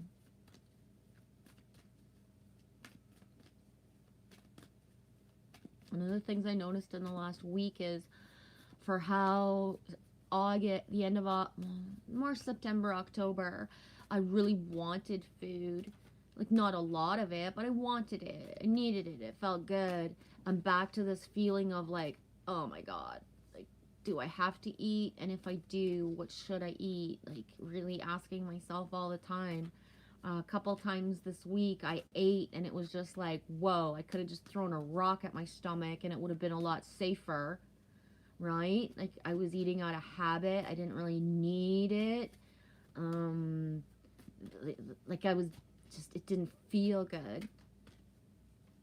That being said, I'm in a rewiring of what my like the amethyst card, the habit of what I used to eat and what versus what I crave versus what I can afford versus what I can find versus like just that thing of like the new ideas. That's why I will like always sporadically talk about food in my live streams so that we push out ideas for each other, right? Sometimes just like last year, I remember I said something about tomato sandwiches and it brought like on like this summertime vibe of people like just manifesting and making themselves these amazing tomato sandwiches. You can go back in 2020 summer and look at some of my vids, or you know what I mean? Like at least 5 or 6 people have vids about tomato sandwiches in that timeline because we just, you know, some people were like, wow, I haven't thought to make that in years, or I ate so many as a kid, I haven't had one since forever, I'm gonna try it, maybe I'll like it, kind of feeling, right? If anybody has any food stuff ideas or just flow that feels good right now, brings our whole hair. Second animal up today, snake, heal. Time to heal. Double 5s. That 555 energy was so prevalent yesterday, and it seems to be like still hanging out. Time to heal. One of the things that I'm noticing about the cards is the flow of them. These are all very bronzy type of, you know what I mean? Like there's a lot more red in this one. But these ones just, I'm going to put it like this. These three, but then these two flow into this. The purple, the red, right? The Wasp was the first card out today. Why? Because sometimes life stings, and it is time to heal. The bypassing. Here's the thing. Our souls have been pushing for this for a long time, right? Some people know that's going on, some people don't. But whether you know it or not, you can keep on lying to yourself, but the body symptoms, the divine intervention that's happening, just certain things, right? So the ultimate push for those that, you know, are in the in-between, as théGates, you know, came and said, the in-between of shedding those stories, those layers of stories from this lifetime and other lifetimes, and just enough. It's, you know, we're there, time to shed it for real. You know, the snake could be like, oh, I'm going to keep this skin, but what happens to what would happen if the snake just didn't naturally shed it? Well, it would just shed itself. It would just start to decay and deteriorate as he slithered around, right? And if the snake wanted to grab his shed skin, what would he do with it, right? You gonna grab that shed skin and bring it everywhere with him, right? So the time to heal. Double David's in the house. Rawr, me loves it, guys. Thank you. Hey, David Castle. I'm just going to scroll up and catch up, but I see you, David Castle. I sent you the email earlier, too. I don't know. I hope if you want to validate when you can, if you received the drawing that I sent you, David Castle. I found the email this morning.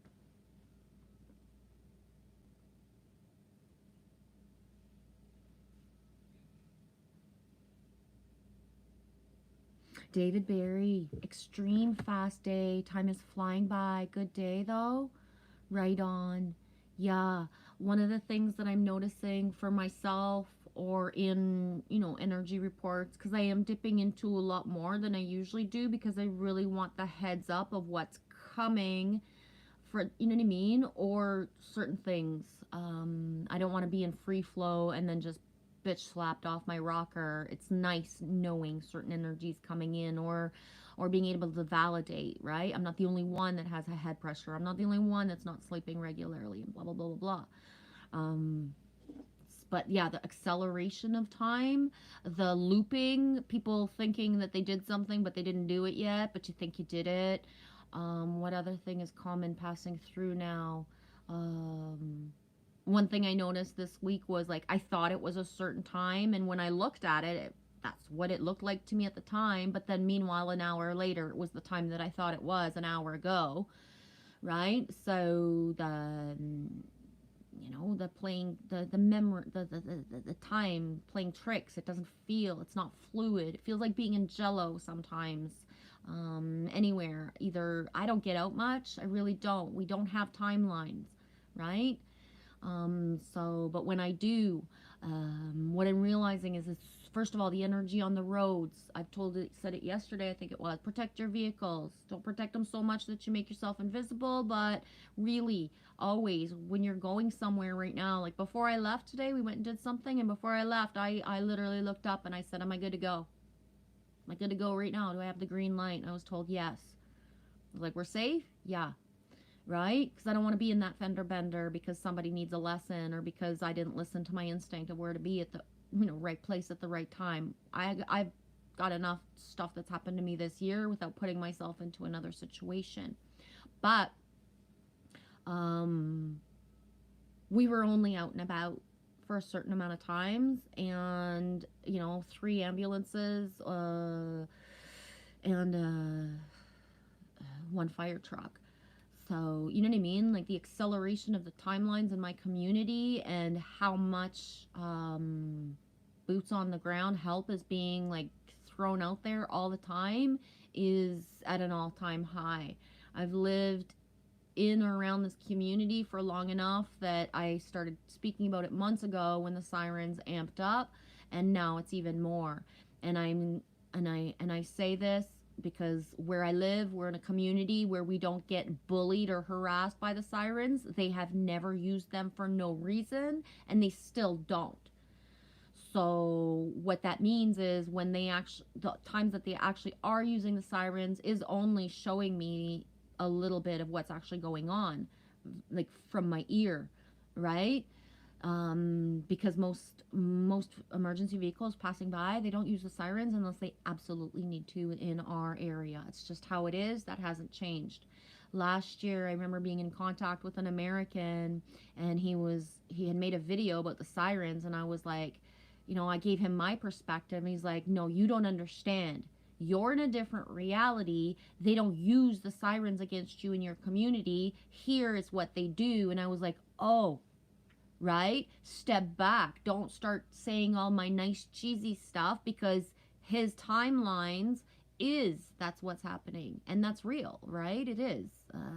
It is. Can't be bypassed. That's happening. But that's not what's happening here. So just the kindness matters. One of the things I noticed again, and I've been calling for it, because I always manifest like amazing stuff, whether it's the silliest conversation or the best sync or some sort of flow when I go out, no matter what. And it's harder now. It's not the same. And today I had asked, and I manifested what I had planned to manifest, because here in Canada they're having a special promotion for Bieber balls. They call them Tim Biebs. Justin Bieber's Canadian, and Tim Hortons has a promotion on. And I'm not one to like promote stuff, but Lily's a child. She likes Justin Bieber, and we went and got some Bieber balls. So my 9-year-old child has eaten Bieber's balls today. But when I went to get them, I know I'm repeating myself. When I went to get them, I specifically wore this hat so I would match. So I would match Justin Bieber's balls. I know. They're called Tim Biebs. Tim Biebs, but I call them Bieber balls instead. So I knew I wanted to manifest that when I went out. My intent was, first of all, I stopped going for my regular coffee every day to get my smile from my lady and my dudes. Right? So I wanted to like show my presence today to say like, I miss you guys. I can't come every day, but here we are getting some Bieber balls. And my girl was just like, oh my gosh, I was trying to keep a straight face while you were ordering, but I couldn't. And I was like, yes, that was my goal, baby. Like, I might not come around often, but when I do, I'm going to make it memorable.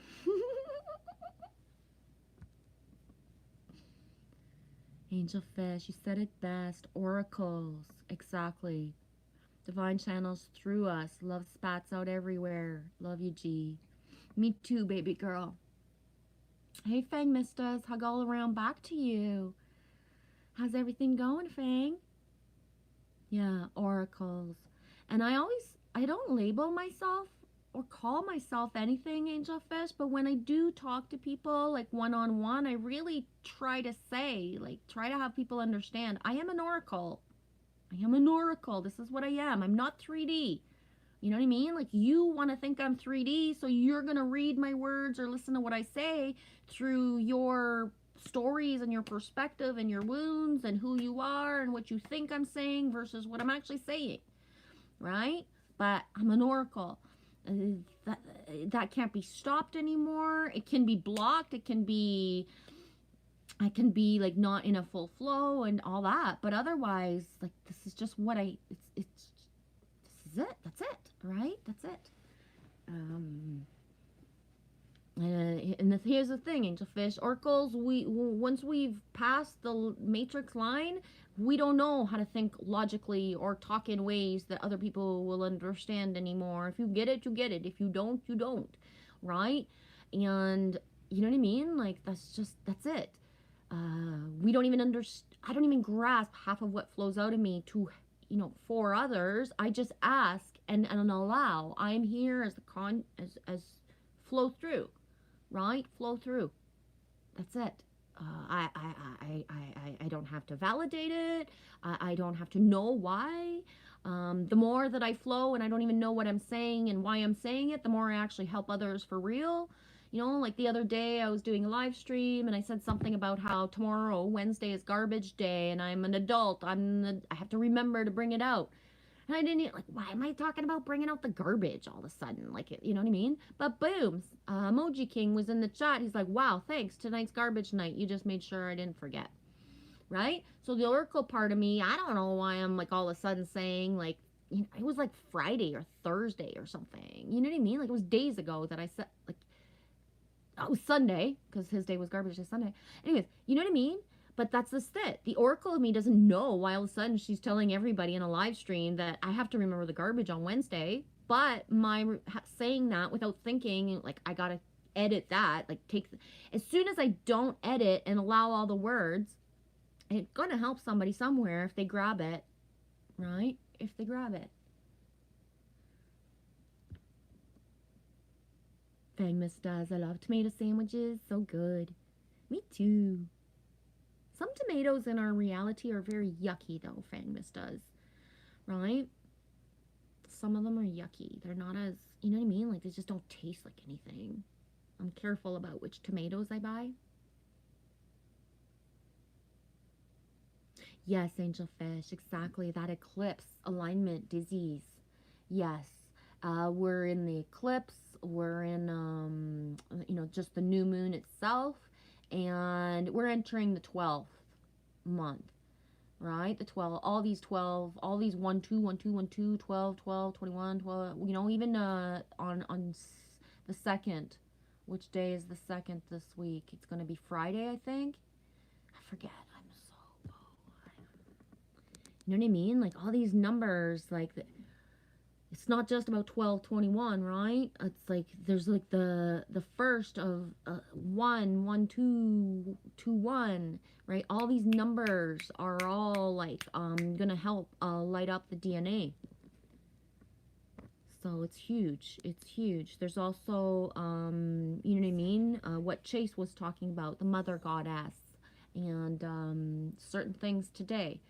I don't have the words. I'm not that kind of oracle, right? But it's just, it's all there. Fang Miss does cornbread and buttermilk. David Barry, you like the eggy bread? Right on. How's it going, David Castle? Readings of favor to you, Genevieve. Love the video this morning. Love my picture. You did get it? Thank you. Why, Alex? Ne mange pas de l'ail ce soir. Don't eat garlic tonight. Why? Why not? Angel Fish, craving tea spices to relax nose and tummy.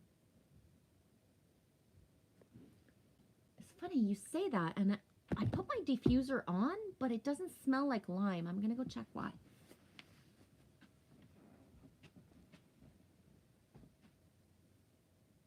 You okay, dude? Mm-hmm.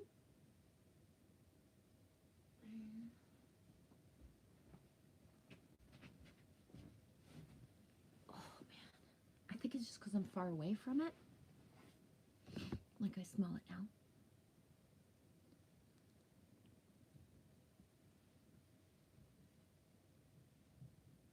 Yeah, I love the Rufus for sure.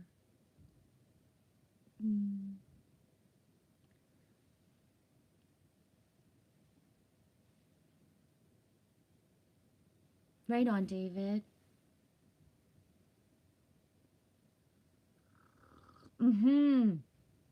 David Barry 75. Yes, you nailed it. It's the time dilation, similar to when tripping. Exactly. This is what we're experiencing right now. And that's why, first of all, like, kindness matters. Imagine if you don't know this is going on and your time is tripping, right? Like, we're blessed. We have inner knowing before it started to happen. And it still trips us out. So imagine, you know what I mean? Like, somebody who got in their car, it was a certain time, and then they get to the store, it's a different time, and they still walk into the store, and like in that moment, they're like, they don't know, right? They don't. So it's tripping for everybody. It's not just us. So we're the ones that are blessed to have some inner knowing. Be ready. I've got reports of people who say that there's people from their past coming up that they never would imagined. Never, right? Because we all had our own judgments about who's going to get through and who wasn't, and who is like so crusty there's no way they're ever going to open their heart, who has treated us like a piece of shit our whole fucking life, not believing in what we say, are all of a sudden coming to us, right? And this has been predicted and told to us, but we haven't lived it. So it's like, now it's like, whoa. And so if anybody's got examples of like, yeah, this is happening to me, please share them, because these are the things that are going to help people open their hearts and stop thinking other people are sheep or not being able to awaken, right? Is the people that start to tell like what is actually happening and how many people in communities and families are actually like way more advanced.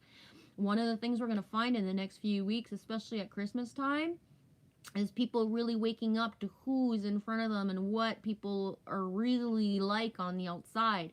Because the thing about people who have had a chance to, you know, get to a certain point with knowledge, they really have believed all along that, I'm gonna say, like, kind of superior. I know this and they don't. But that's the thing. Other people are gonna step into embodiments even faster, because some people have been for 5 years on YouTube saying, I know this and I know that, but they haven't embodied certain traits. They haven't actually stepped into a new timeline in their life. They're actually hanging on to their matrix job even more than someone who's gonna like start their new boom, just go and do it all, right?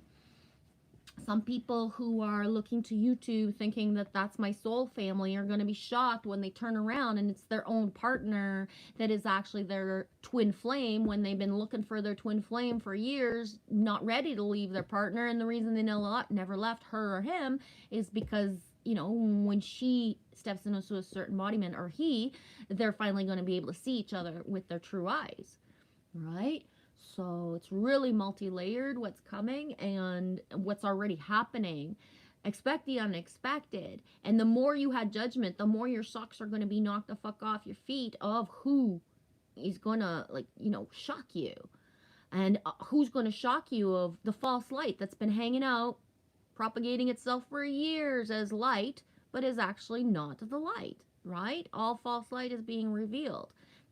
Some of us have seen for years who's full of shit and who's not, right? We just sit back and watch it all go. They build these businesses, they build these things, and you know, people are like, let's go to these people. They are the spiritual gurus of our time. And it's like, yeah, no, man. They're part of what kept you locked in yourself, because you've been listening to them as they've been telling you what to do. You've been doing it, but you didn't do what you were supposed to do, listening to your higher self. You was listening to a guru thinking they were the light. You're going to be bitch slapped realizing that they were actually false light.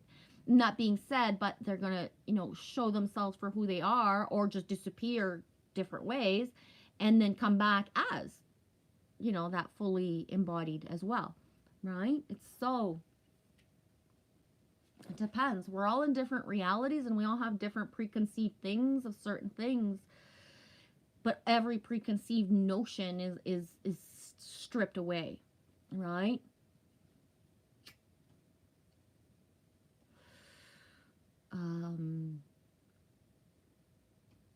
Why can't I think of Rick's last name? Rick Jewers said it years ago, and these are words to live by. Those who think they shall be first shall be last. As soon as I think I know shit, I just like, what?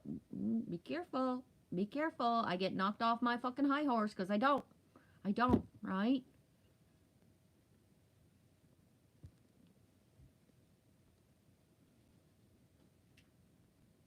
David Castle, I love the energy today. Let's manifest something spectacular. Right on. My spectacular manifestation today is coming in with like a little bit brighter eyes and a more open heart than in the last few days, and just kind of ready to roll whatever comes through the comments. And just going with the flow. Angelfish, we lost hours today, at least 2 during midday. Forgot to start the laundry and dinner, and made itself turn around, all done along with chores. Super strange. Whoa, cool beans. Thanks for sharing that, Angel Fish. Sometimes it's so strange. It sounds so weird, the things that we share that actually are the things that other people need to hear, right? David Berry 75. I'm on a main road. It's like a nightclub with the flashing lights going on some nights. And I like it. Usually not music on, so I dance. Right on. I'm having a lot of trouble flipping the script around, David, because I'm a lifelong, never really lived in cities. And when I did, we lived in like small little suburb parts, so we didn't have much action. So I'm a fish out of water in this city that feels like, to me, this city is like New York, even if it's like so fucking small that most people would laugh at me for the fact of how hard it is for me to surpass my fears, right? Because the empath of me also feels all the stuff that's going through when the emergency vehicles pass through. So it's not just about where they're headed, it's about how they're feeling as they're driving. So the mama bear of me, who actually had input from a local a couple months ago, being told that there's, you know, at the time, a couple months ago, there was 16 police officers on sick leave, you know, personal leave, because they couldn't go. They were in need of repair, you know, for their hearts and their minds.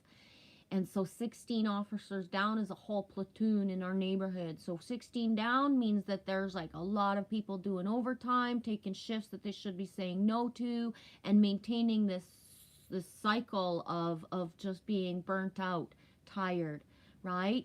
When I had spoken to a police officer a year and a half ago, excuse me, when COVID actually started, almost 2 years now, we were only 3 weeks into COVID.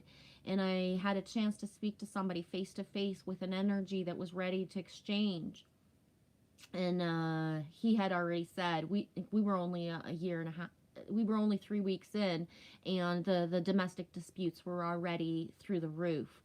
So at this point, fast forward years later, what people are holding in as the things that they've witnessed in the last year and a half is beyond words. We've had incidents here that just didn't, things like that don't happen here in Canada, but now that's it's just all the time, right? So everything, disclosure has never, people think disclosure is about like, oh, let's just disclose all the big stuff and everything's going to be fine without the world. And no, it's individual communities, and it's individually all the darkness and the shadows coming up. People who can't control themselves, and when they're angry, they start to like scream so loud that neighbors call the police, or that there's such abuse that people who never would have called the police before actually do, because you know, they heard the couple screaming for years, but now she's like not screaming the same way anymore, right? And one of the hardest things in our community is that they don't tell us what's actually happening. So it's even more covert. There's no openness. There's a false sense of security of people. And that being said, there's so many layers and so much stuff that's happened in the last years that my neighbor, who said, like, she looked at me a couple weeks ago in the eye and she said, I've lived here all my life and I'm past, 50, and I look outside before I step out of my house. I'm conscious now of what I do from the doorway to my car, right? So, it's big when you live somewhere for 50 years, all your life, and it's not the same anymore.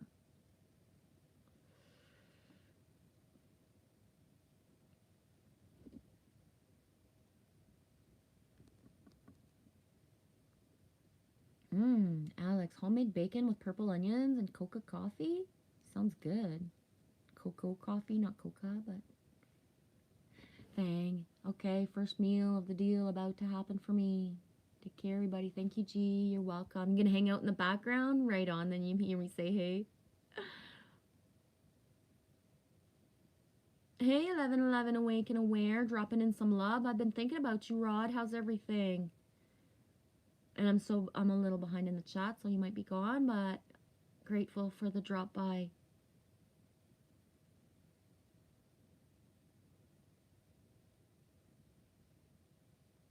Oh, Alex, about the garlic. It's not very pleasant to bring back the garlic. Doesn't bother. I don't know. Personally, I amped up our garlic intake as soon as the fall started, right? We don't take any supplements, we don't take any meds, we don't take any nothing, right? But through food, onions and garlic are my go-to, that I believe it, and that protects us, and I even bless it a little bit more and amplify, but that's my stuff. David Barry, 75. Some of those we may deem as sheeple may actually have already learned all you have, and they just have different lessons this time around. Exactly. And here's the thing, is that because people know about flat earth, for example, they think everybody should know about it, talk about it, and believe in the same thing, but that's not how it's ever going to be. Right? It's not about knowing what shape the earth is.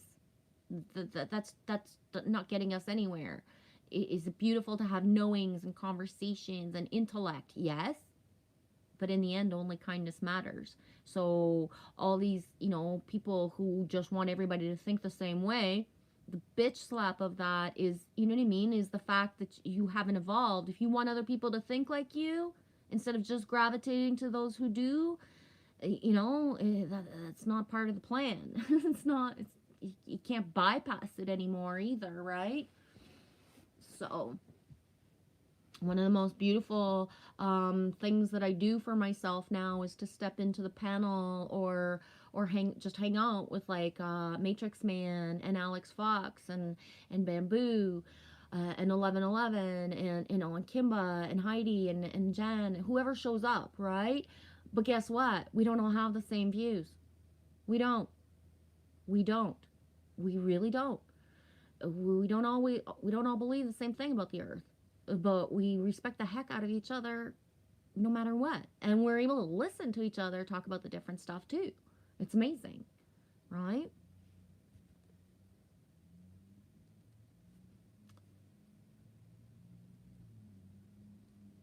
I know, Angel G, they're keeping Merlin. Okay, so could you confirm so that I can understand and I can't go to my Instagram? He's at the hospital. They're keeping him at the hospital, Angel Fish. And good. It's good, honey. It's good. Surrender for everybody is different, right?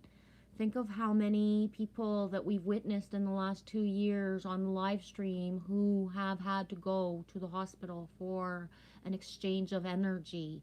It's okay. Trust, Angel. Yes, COVID in hospital. It's okay, Angel. Trust.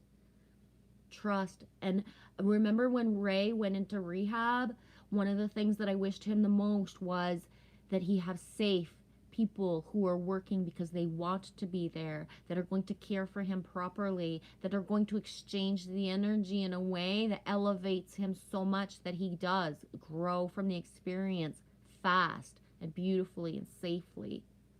I'm so proud of, I don't know if you made him go or if he finally did from the conversation we had earlier, but when we were talking, all I was saying as well was amplify. Whatever needs to fucking happen, may it happen today. Because if you're about to pop because you don't know how to, walk around in your own house, something's got to give.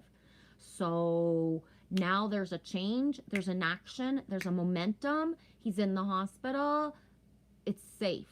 And I know that a lot of us want to think that that's the unsafest place to be, but if his timeline is meant to be there, we have to send the best vibration, right? Thanks for sharing, Angel Fish. The more that we know, the more that we can anchor in that safety. You made his kid come and get him and you demanded. Good, because that was a part of what I was sending you as well. Only you can know what you were meant to do, right? Only you can know. It's like with Lily. Lily's got a free will even if she's 9 years old. We don't do the stuff of mother and daughter the same way that Matrix does. But there's a line. There's a line of what her body needs. And there's a line of, guess what? I've been around and I trust my guts. Right? You don't get to decide this time. right? Or you pushed it to the limit of deciding something, and now it's now. That's it, right? Safety first, body awareness, body, enough. I'm proud of you, sweetie. The train sounds in the background, 12:42:16.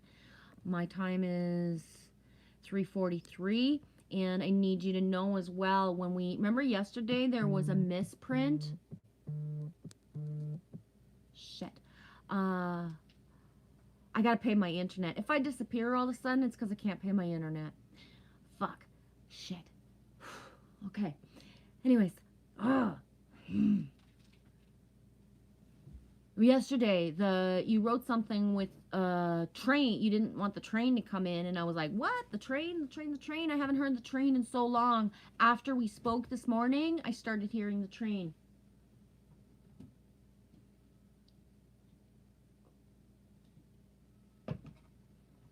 So that was like giving me a super sign that just on the right track. You okay, girl? Mm-hmm. Hi, Annie D. Nice. Annie D. I went to AA and I met a room full of unmasked people who are humble and good-hearted. Hi, everyone. Oh, it gives me shivers, sweetie. Isn't it the best feeling ever? Oh my gosh.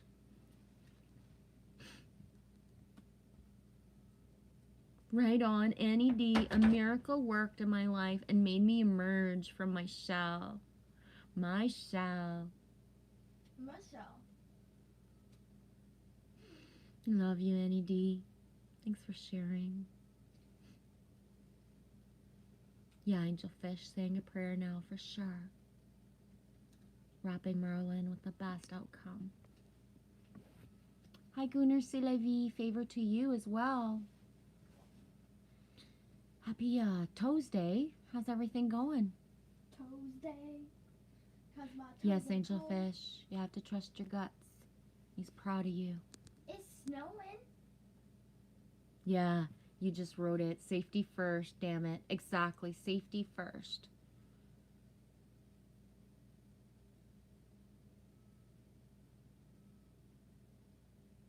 Gunnar says, yesterday when I said you're pretty amazing at it, I was talking about your artworks.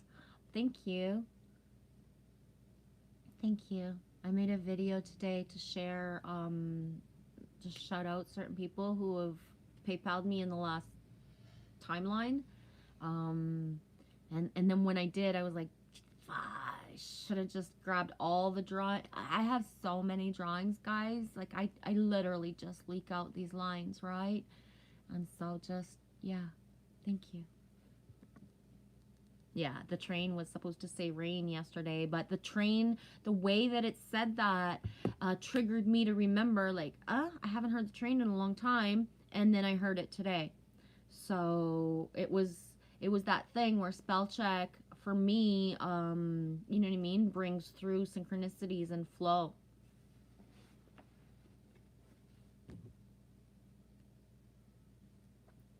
David Castle, I'm going to run out now and complete 3D tasks. Got the frequency raised and ready to take over the planet. Be right back, and if I don't see you again today, make it a great, wonderful experience. Right on. Have fun, David.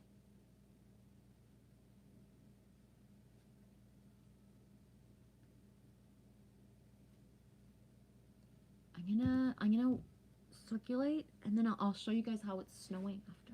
If you want to see it. If you don't, oh well.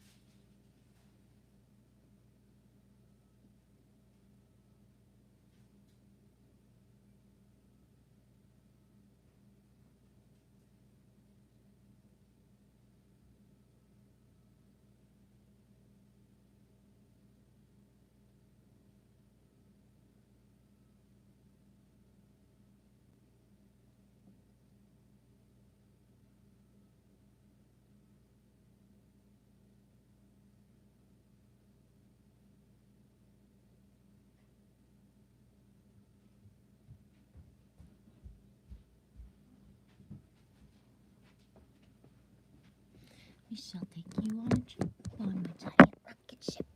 Are you ready? Go, boys. Girls. Hi. There's Bo.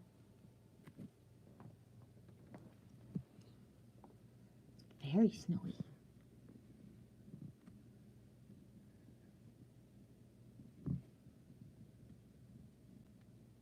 Nice butt. I don't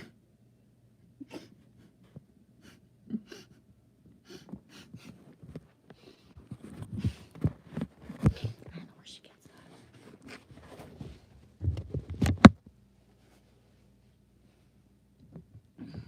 Gorgeous outie. Very mild.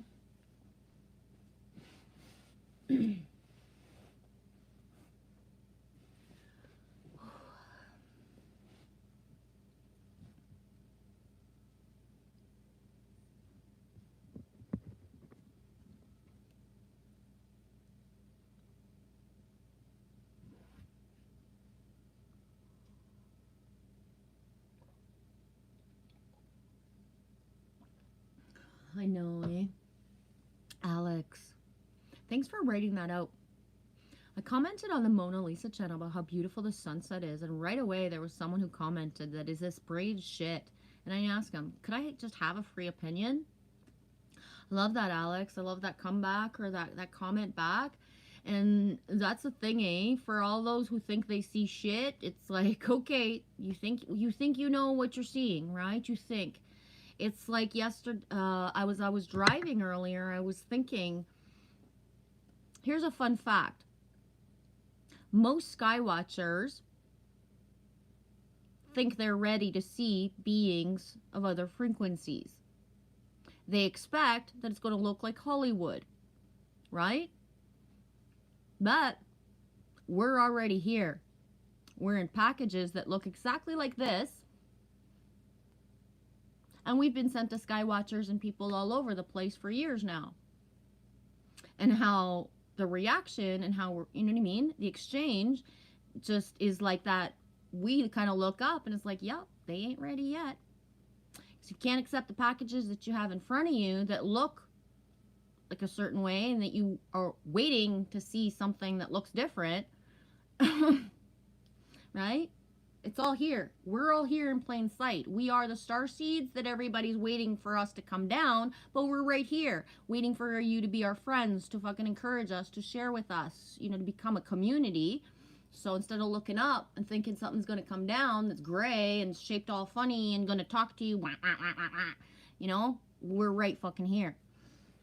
And whether we are veiled with a little bit of amnesia still, or we openly say what we are, we still don't get believed or treated certain ways. So it's like, if something came more to you, you wouldn't even believe it. And you definitely, you know what I mean? If we're talking English, you can't fucking grasp it, then how are you going to grasp a frequency exchange? Right? How are you going to grasp that you're already being, you know, gifted and downloaded and guided certain things, but you're pushing it all away because you're waiting for something to happen that comes from a movie scene, right? It's huge. Those that think they know.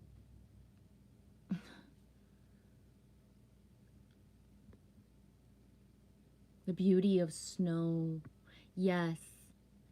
And the beauty of snow right now, especially now, is the purity coming down from above to just blanket us with that white. The glow of the snow right now, there's not even any sunlight on it. And it's, you know what I mean? Like what it does for my eyes. I don't have the words for it. The codes coming down, right? Water retains memory. The codes coming down.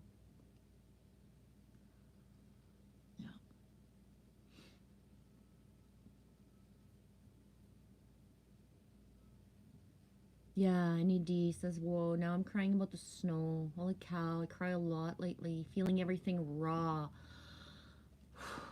It's so pretty. I didn't do it because I started doodling, just doodling. But yesterday, I don't know, around 10 o'clock. Raw was the word. Oh, my battery's almost dead. Raw was the word I was going to write out because that's what it feels like.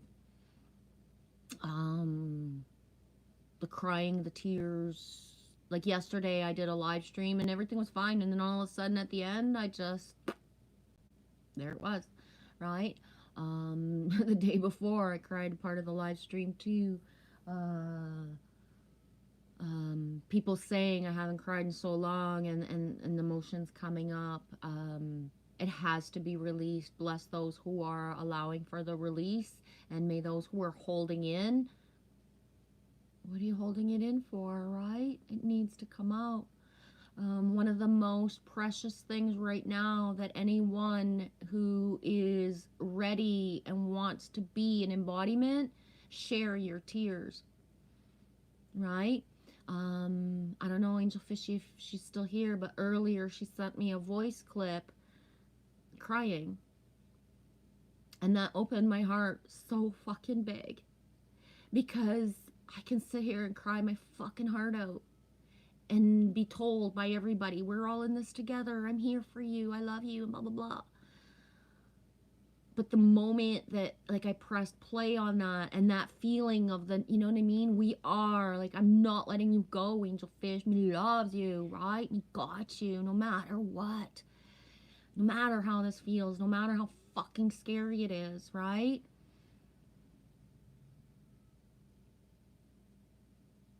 The amping up of what it feels like to share self and to feel honored when somebody is allows self is the pivot of our frequencies right now. I came into contact with someone earlier who I said, like, I've been looking for you for days. Like, I finally found you. Here's my channel. Come sub me. Come find me. Right? And what she said after that is a reflection of what a lot of us that have put ourselves out here on YouTube for a long time. We've been screwed, chewed, and barbecued. We've been so fucking abused in the background. I'm blessed because I never manifested a platform with comments, right? Nobody ever saw, nobody ever really knows. It's all in the background. And it's fine. It's part of the learning curve. It's part of the lessons. It's part of me being stronger. It's part of me knowing the red flag. Stop fucking giving attention to this person. Block, right? Whatever it is, the boundaries that I'm supposed to put up. But like I told her, the more somebody hurts me, the more I go hard. Because if I close myself up because one person is the exact thing that we're being tested with all the time. If something happens to you today that does not feel good, you're going to just close your heart up? Or are you going to go and be more full of joy, more full of hope with other people, right? Don't try to water somebody that doesn't want you, but turn around and, like, wee everybody else, right? I don't know if that makes sense the way that it came out of me, but it's really important to say. Just like, you know, it's like I said this in a stream not long ago. I can't remember which timeline, but if I go to make friends with a masculine or a feminine, and if the feminine, you know, feels like, oh, I can't be friends with Genevieve, she's gonna fuck me over because all the feminines in my life path have betrayed me, but I'm not them. Give me a chance, right? And don't start being mean to me to see how I'm gonna treat you, because, oh my gosh, I can only do so much, man, right? I'm still pretty much human, and although I try not to take anything personally, like, gosh darn, like, could I have a fucking week without being treated like a piece of shit too? Right? Type of thing. And same with masculine. Masculine have said, oh, I'm so wounded, I've had this happen and this. Well, we all had stuff happen, motherfuckers. We all did. This is what this YouTube journey has been about, of people sharing their most intimate, like, vulnerable stuff to let other people know you're not the only one. So how do we step into a new embodiment if we look at everybody who has an open heart and then we slam them in the face, right? Like, we got to keep going, even if we've been slammed. Does that make sense?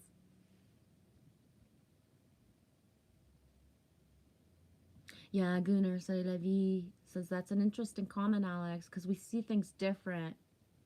Yeah, we see things different. That me and Lily Rose could spend an hour looking at the moon and fighting over what fucking color it is, right? I see it as peach and she sees it as yellow. I see it as white and she sees it yellow that day. I see purple haze outside. She doesn't see it in one given time. I see, you know what I mean? What I see versus what she sees is different all the time. And you know what I mean? It's like Skywatchers when they put up a vid and does it mean just because you saw certain things, does that mean everybody's going to see them? Maybe not. And if they're not seeing, does that mean they don't see? Well, actually, no. What they see could be more layered than what you see.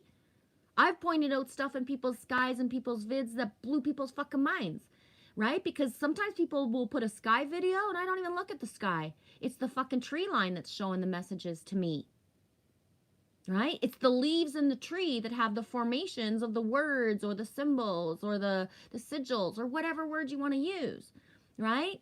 So wonderful. You look up in the sky and you see dragons. Well, guess what? I see dragons everywhere all the time. All the time. I see everybody's personal dragon's energy everywhere all the time. Right? Somebody said to me a couple of months ago, oh, I wish I could have my dragon energy. You do. You do. You just got to be ready because I see. Right? I see it. Does that make sense? Yes, Annie D. It's like I shed a layer and my soul is raw underneath. Yeah. I would change the words to my heart is raw because I don't think our soul can be broken. It can't be sold. It can't be. Our soul is always like just number one. You know what I mean? But our heart and our bodies and our minds are raw. Like, my skin even feels raw from so much crying. I was wondering what I was going to look like the next day, because it was like, you know, did I melt a part of me away that I'm going to look different? Months ago, or was it last year? Alex, you might remember at one point I was saying, I'm going to cry so much that I'm going to burn my birthmark off my face. I'm going to melt it off. Fuck's sakes, these dragon tears, this dragon snot all the time. Like, it's so hot. It's so hot, right? Is that you, Michelle? You dreamt it of me last night? Do you remember what it was? He was over my shoulder. Can you see yourself, Michelle? Right there. Whoops. There. You gotta tickle you. Can you see you? Michelle, you get free. I can't. I'm gonna catch up to the chat. Actually, I'm gonna scroll down. We were together and you were looking at my teeth, comparing them to yours. Oh my gosh, my teeth suck balls, guys. Me not gonna lie, my teeth are horrible. Horrible, fucking horrible. Really horrible. Horrible to the point where somebody's gonna fall in love with me someday and they're gonna fucking love me and then they're gonna see me close up and they're gonna be like, what the fuck? And they're gonna run, right? My teeth are horrible. Not surprised you had a tooth dream with me and you, honey. Not surprised.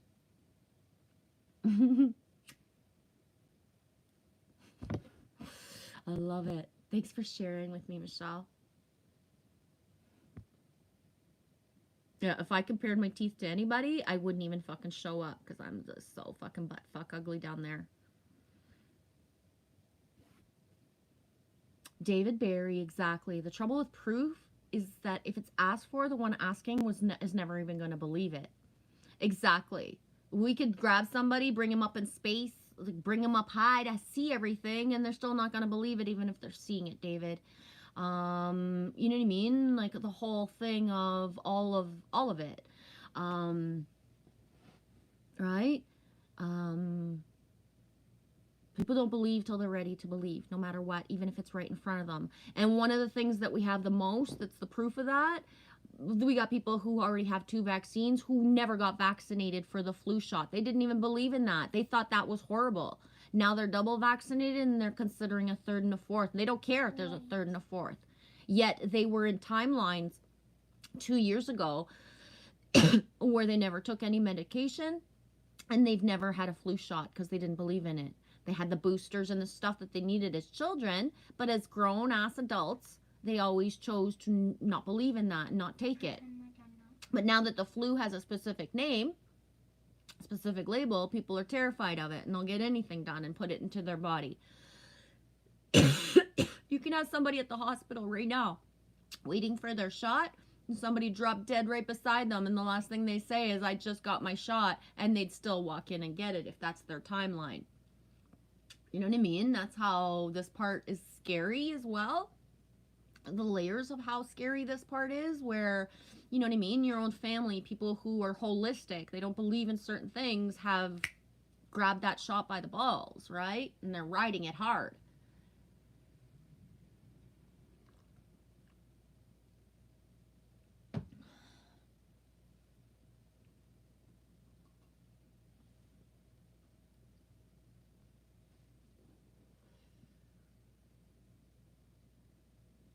Annie D, I don't want to be that weepy woman, but now here we are. It's so important. The wailing, the allowing the sounds as well, if you can, and when you can, Annie. It's ugly when I cry. Yesterday I was crying, and I cry silently as much as I can for respect for Lily Rose. And, you know, and it's like I tell her, at some point, her coming to hug me right away doesn't help, because then I stop my flow. I have to let out a certain amount before I can have any interaction, because if I don't let it all out, like, it's not coming out of me. And so at one point she came to me yesterday, and, you know, she doesn't even ask anymore what's wrong. Like, you know what I mean? Just, she allows. Right? Because being asked what's wrong while you're crying, can I answer? Do I look like I can fucking answer you right now? I'm fucking wailing and crying. There's snot everywhere. Can I just finish? If we need to talk, we can do it after I'm done, right? I think that's one of the hardest things of, like, allowing somebody to witness, or somebody coming in on somebody's tears. Why are you crying? It's like asking somebody while they're chewing exactly something you want to know in detail. Could you let me finish? You know what I mean? Or ask when you're screaming at somebody across the fucking your house, and they're in the bathroom doing their morning routine and the poop, and they need to brush their teeth and all that stuff after. Could you just wait the 5 minutes, right? But yeah, the wailing, the sounds, the liquid, the juices need to come out. And the more that they do, the more powerful we feel. Sometimes not right away. It takes like the 12 to 24 hours, or, you know, more. It depends what we're going through and, like, the shift of it all, right? But it's huge. It's huge, Annie. And like I said to somebody the other day, it's like, you guys assume that because we're girls, it's not hard for us to cry. But as much as you guys have been programmed not to cry, so have we. Or we have scared people with our tears since we were children, so we learned to not cry, right? Women don't know how to cry much more than men, guys, just because, you know, that's an imprint and a program, right? Most women I know were more masculine based, because we had to be tough and brave and the protector and the provider our whole fucking life. So do you really think I act on the feminine and I've been all girly and I did all that? Like, not so much, right? Not so much. I have more trouble coming into contact with my feminine side than my masculine inside of me. You know what I mean?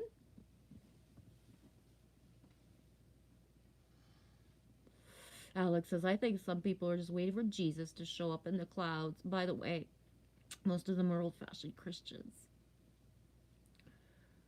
Rah, rah, sis boom ba. Ra ra rama rama da da.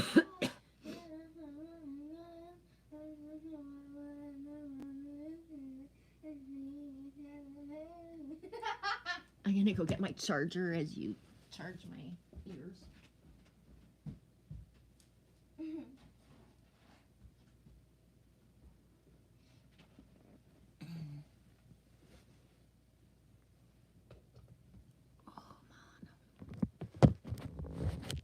I see you in there, Tracy.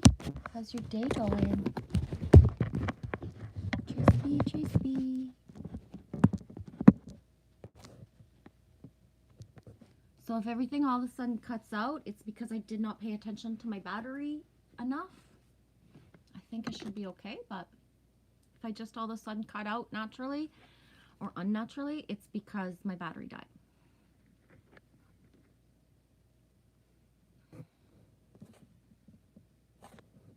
Should be okay. Love you too, Tracy. Angel Fishy, me's crying right now and I can't help it.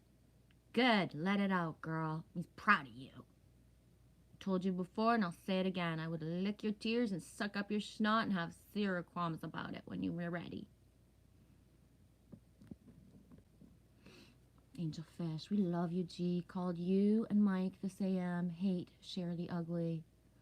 But your ugly is the most beautiful part of you to me, Angel Fish. Right? I don't know. This is how I'm built. What you consider ugly is the most beautiful part of you to me, because it's sacred that you trust me and choose me. It's sacred. And what our supposed ugly is it's a part of what makes us. Our shadow aspect is one of the most beautiful things about us. Like, for real. Like, for real. You get it, Patrice B? Thanks. Gunnar c'est la vie. Lots of things to release. Soul alignment. Soul's full of love, awakening, having to adjust to a lot of things. The adjusting and the shifting.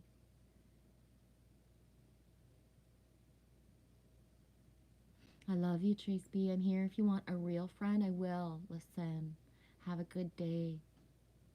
I love you, Trace B. I talk to you in my head a lot, and I feel you do listen and anchor me. You know what I mean? Always.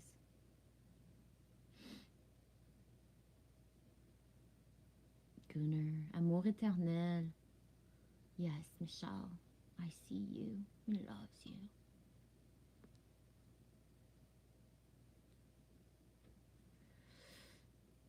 Angel Fish, we love your smile.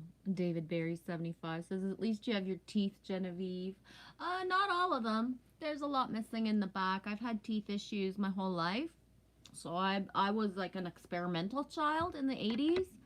They did stuff on me in the 80s before I was even 10 years old, that by the time I got to different dentists in other communities, if we would have been in the 90s or 2000s, my parents would have had access to have lawsuits.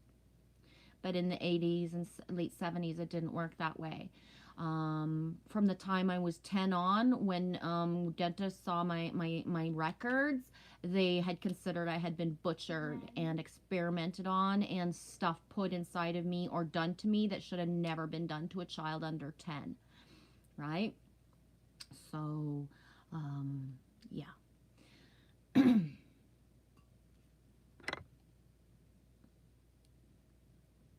The cognitive dissonance, the programming, yeah, Michelle. The brainwashed, yep. Angelfish, they say it's a whale cry for us, so try not to let, I don't know, I think that the wailing, whether we are able to manifest it as loud as we can or have to silence it a little bit, needs to come out.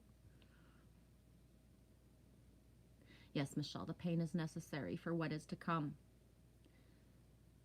Yes, it is. The shadow aspect is our most beautiful aspect. When someone chooses to share that, and you know what I mean? It's important and it's sacred. And just so you know, Michelle, the first card I pulled was the Wasp. Sometimes life stings. Because the flow is making it that as above, so below, everything that is not of love must be shed from our DNA. So the more that we cry, the more that we're actually shedding the stories, right? They can't come back with the same intensity because that DNA has been spilled out of us. And then the second animal I had pulled, Michelle, was the snake, time to heal. And one of the things that I talked about when I had pulled up the snake card is, imagine if a snake who had shed its skin tried to keep that skin on. Like, what would happen to the skin, right? Right? Like, snakes don't have arms, but imagine if a snake was so attached to that skin that it shed, that it grabbed it by the teeth and tried to carry it around the rest of its life cycle. What do you think's going to happen? Right? That skin can't stay. Or what if a snake could resist and keep it on, he would die, right?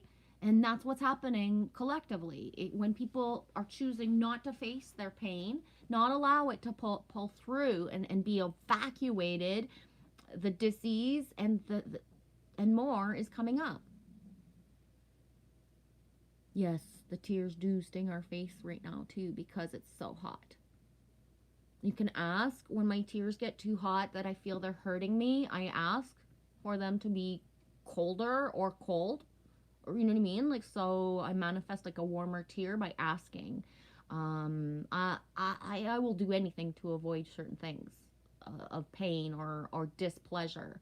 I can cry my head off, but does it have to hurt me? No, right? Or you know what I mean? Like all those things. Hi, Mary Wins. Mary, I was knocked off on Saturday while you were reading a card and I just couldn't get back in. It's weird how that happens, eh? And because my streams have been so long, Mary, and they're jumping from like state of frequency to state of frequency, I wonder if you weren't ejected to make sure you weren't there to live what we talked about next. And I can't remember Saturday which timeline that was of what we did, but we've had a couple of intense streams where, you know, certain things have happened within the streams, whether it be the subject or the subjects, the things coming up. And I truly believe that we're meant to be at the right place and the right time. So, you know, some of us have shed our stories of certain things. So when there's talk about certain abuses or certain things that other people need witnessing for, other people tend to not come into those streams because it's like they're not meant to get triggered again or to hold space in those moments, for example. Or it's like a complete protection because it's like you are not ready for this or you're not meant to be here for this, you know, or all of that. I've noticed that in the last couple years when I stream, when certain streams will go into an intensity of speaking of things, sometimes there's only 3 or 4 people left to live the experience. And no matter if I'm talking for hours after, nobody comes in. Or people come in, but they leave. I can see the numbers coming up and down, right? They're not meant to stay. Or like, let's say if I make a 6-hour stream, somebody will go to watch it, but it's still not going to load for you. Or you'll be able to watch half of it, but then all of a sudden it doesn't work. Or you get guided to do something else and you forget about it and you never go back to it because you're not meant to imprint yourself with that part, right? And especially now, like distracting for just pleasure is not working the same way. Validate if you feel that that's happening in your reality. But as far as what I'm seeing, you know, reflection on my life and others is that the things that worked before don't work anymore. So, you know what I mean? If your routine was to watch me for like a whole stream and it passed and it was awesome and it was meant to be, sometimes that timeline's just being ripped apart where it's like every day, like I'm streaming at a time that it's like, what the fuck's she doing streaming now? She never streams at this time. I couldn't watch. I missed it, or I can't watch this now. All of that. And we're being asked to detach from what doesn't feel good and at the highest resonance and being tested like so much, right? So if something felt good last week, but your body, your mind, and your soul is telling you, you can't, no, that's not, you know, and then it keeps bringing something else up that's like, I don't want to change. I want to go here and watch this at this time, but it's this that needs to happen instead. It's divinely like ripped out. And one of the biggest ripping out is the tech issues. So tech issues, I always believe, are in my favor. If all of a sudden my stuff's not working or, you know, bugs out, I say thank you. I don't really usually try to go back. And really, if I do, is because I know it's like, oh yeah, I'm meant to work to get back there, or know that yes, this resonated so much that I got to get back to it, right? So sometimes it's the opposite. You know that you're supposed to try with another device because you're being guided back. But our higher self is testing us with our discernment at all times right now in ways that is pissing us off. We're not happy about this. We want to awaken. We want to ascend. We want everything to feel like home, but we're being asked to embody different things, to step into different embodiments of ourself. But it's like we all just want to kind of sit here in our routine and it all just happened. But we're the ones that are going to make it happen, right? It's like Samantha when she did her live stream the other night. It's sharing that's going to save the world. You want to play your part, share what you have. share who you are, share everything that you can, right? Hoarding is not a part of a 5D mentality. Saving up for a rainy day is not a part of a 5D reality at all. So we have to erase everything we've ever been taught about what we share about ourselves and how, whether it be, our time, our money, our presence somewhere, our gifts, right? Some people are being pushed to the max to start doing other things. You're not allowed to just not show what you draw or what you paint. Every day there's something pushing you to share with someone or a lot of people.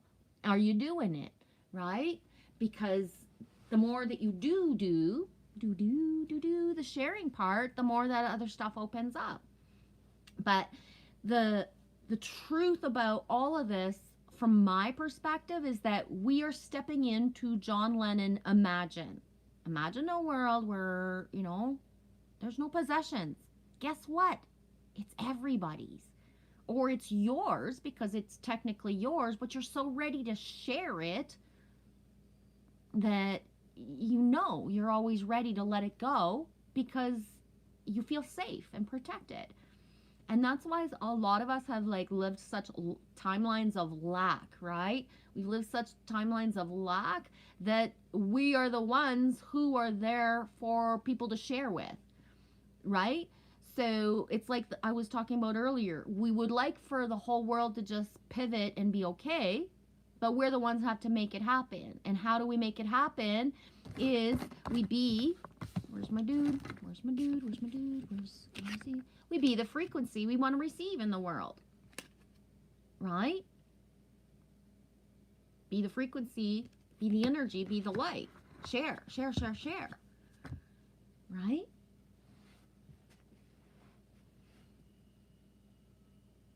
There is enough for everyone. It's the disbursement. It's the allowing of new ways inside of us of how do we make a better world, right? I can't change the whole financial system overnight, but we can all change how we share with each other to not have to be in a certain system.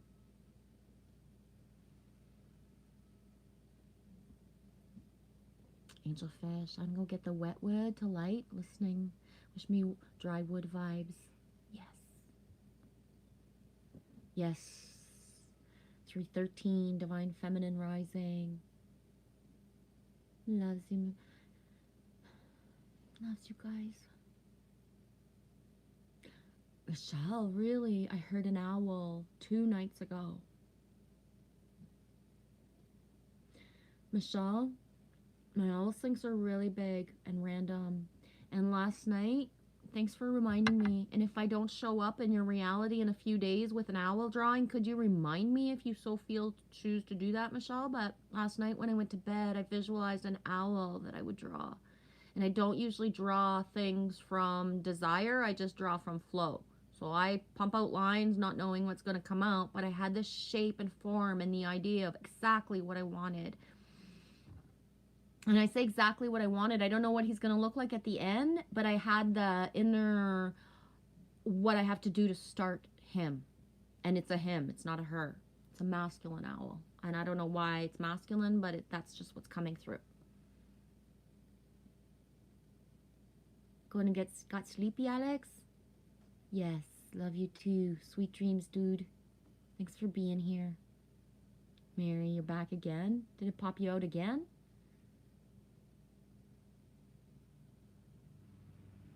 David Barry, I'm already living Leon's future. No hell below me, no possession above me, no possessions, living for today. Yeah. London's. Yeah. Yep. Yep. I think that a lot of us are to a certain point, you know what I mean? And then the full all in of it is like coming.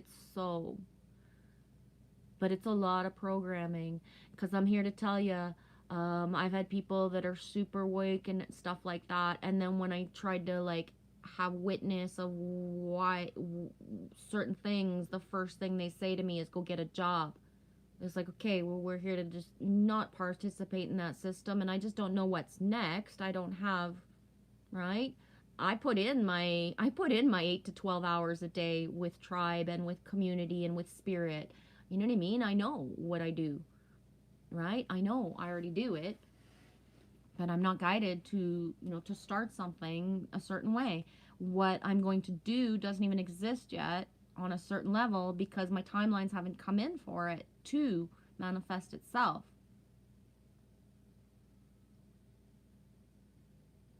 Yeah, be safe with that, Axe, and take your time with everything, angelfish. And I say angelfish, but everyone, take your time with everything. It's not time to be rushing out of the house because you need something. Even if you think you're in a rush, ask, is this the right time to go? Right? Yes, I will pull you a card, Mary.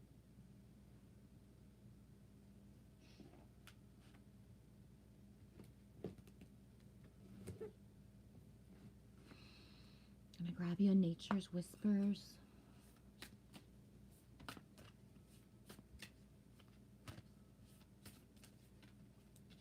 Oh, that one just fell on my lap. Oops, that's not where you go.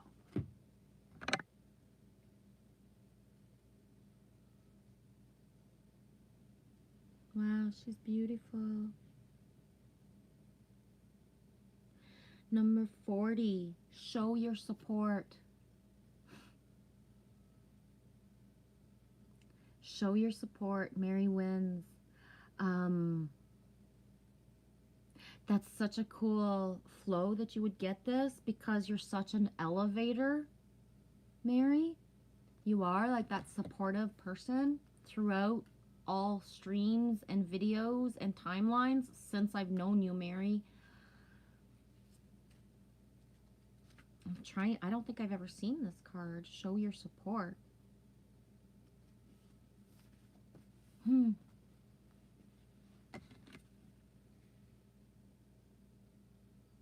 40, show your support. Take time to encourage a colleague, coworker, family member, or friend. Be the strong shoulder, willing volunteer. Provide a safe place for another's concerns and feelings to be discussed and a good listener. Jump in on providing the time. Sponsor someone else's work. Share in someone else's success. All of nature continually shows us the value in creating a strong network. And the trees provide shelter and support for many different inhabitants. We are a community, and when we support each other, everyone gains. And I say to Mary, what a sync of flow that I would pick this card, but this is exactly what I was saying about John Lennon and Imagine. Exactly. We're here to all support each other, co-create, manifest together in ways that once we let go of the programming of that, how fast we will thrive, right? And think of the lyrics in Hey Jude. Hey Jude, you have found her, now go and get her. Hey Jude, you are waiting for somebody to perform with, eh? Hey Jude, you are waiting for somebody to perform with. There's some of us that we already know in our timelines. We are so anchored solid that nothing's going to tempt us to go off track because we already know our partners and our duos, voices or drum beats or feeling, right? Me not going to go sing and do the stuff. I know what I'm waiting for. I know exactly what I'm waiting for, right? So the allowing of that, I can't even, you know what I mean?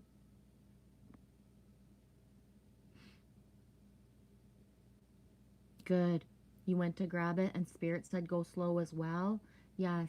And I'm amplifying. I thank you for writing that down so I could say it in the stream, Angelfish, because like everything that comes out of me is for someone at some point. And you know, as much as some people need to slow down, other people need to speed up. But whoever needs the message to slow down, be aware, right? Every card in the last couple days speaks of habits, of what we're doing in our everyday life. There are people right now who are on the brink of bringing in a divine intervention who still have the free will choice to make the move themselves, right? There's a difference between knowing exactly what you need to do and avoiding doing it. And when divine intervention comes, you don't get the choice anymore. Your free will was just like, okay, you've had months, years, weeks, days. Because as soon as you have the epiphany of what you know, the timelines are so in flux and merging right now that you know, especially somebody who's watching me for a while, or that we've been on this road kind of together, you know you're lying. You know, you're not going to like that I say this, but you know you've been lying to yourself for a long time, and you know exactly the things, right? So it's the most terrifying thing ever to quit a job and not know what's next. It's the most terrifying thing ever to, like, lose your fucking home or have it taken or have to choose to leave it, right? Me knows, because one of the reasons I can speak this way is because I've had to do all of these things more than once in my life path. In 2019, when in December I started to be told within, it doesn't matter, Genevieve, if you're working with children, you are not where you're meant to be anymore. You need to pad your reality to quit this job now. And I was like, no. I'm a single mom. Nobody's fucking helping me and Lily at all. I'm going to keep going. It's the first time in so many years that I've had money to share, and I'm just going to make more money and I'm going to share it. And the universe and source will recognize that I'm being told inside that I got to quit this job, but I'm keeping it because it's for the greater good of us all. And I started sharing more. So guess what happened to me? I was brought a divine intervention where violence happened, and we were blessed that nobody was hurt. And as that divine intervention said, I was told, you got this one chance. You were saved this one time. Nobody here was hurt. You either get the fuck out of Dodge, or what's coming next. If you think you were scared and nobody got hurt, imagine what's going to happen next. And again, I boom, did it. But all that sharing that I had told myself was going to be for the greater good, guess what? I had been guided for months to quit my job. If I hadn't have fucking started sharing everything that I had the way that I did by saying, like, I gotta share, this is going to keep me where I am, I would have had enough of a nest egg for at least a little bit more time. But what happened is I quit my job, and then I had shared so much that I had nothing left 2 weeks later to pay my fucking own rent. And I've been in a fucking pickle ever since, right? And that was 2 years ago. But, you know what I mean? The knowing was there. My body was telling me. I had sat down with my boss 2 hours before the violent thing happened, and I had looked her in the eye and I had told her, bad things are starting to happen to me. My tummy hurts. My body hurts. We need to rewire the way that I work. I won't drop you, but we need to get me out of here fast. Everything's telling me. And you know what I mean? Like, she's 3D, but she knew me enough after whatever amount of months to understand I don't talk the same way as everybody, and I don't do everything the same way everybody else does. Right? But yeah. And just so when I speak of these things, it's not because it's like I'm all knowing. I have no idea who needs these messages and who's holding back, right? It's just the warnings coming through. And warning. Every timeline is divine, right? So, you know, it will happen the way that it's meant to happen, no matter what.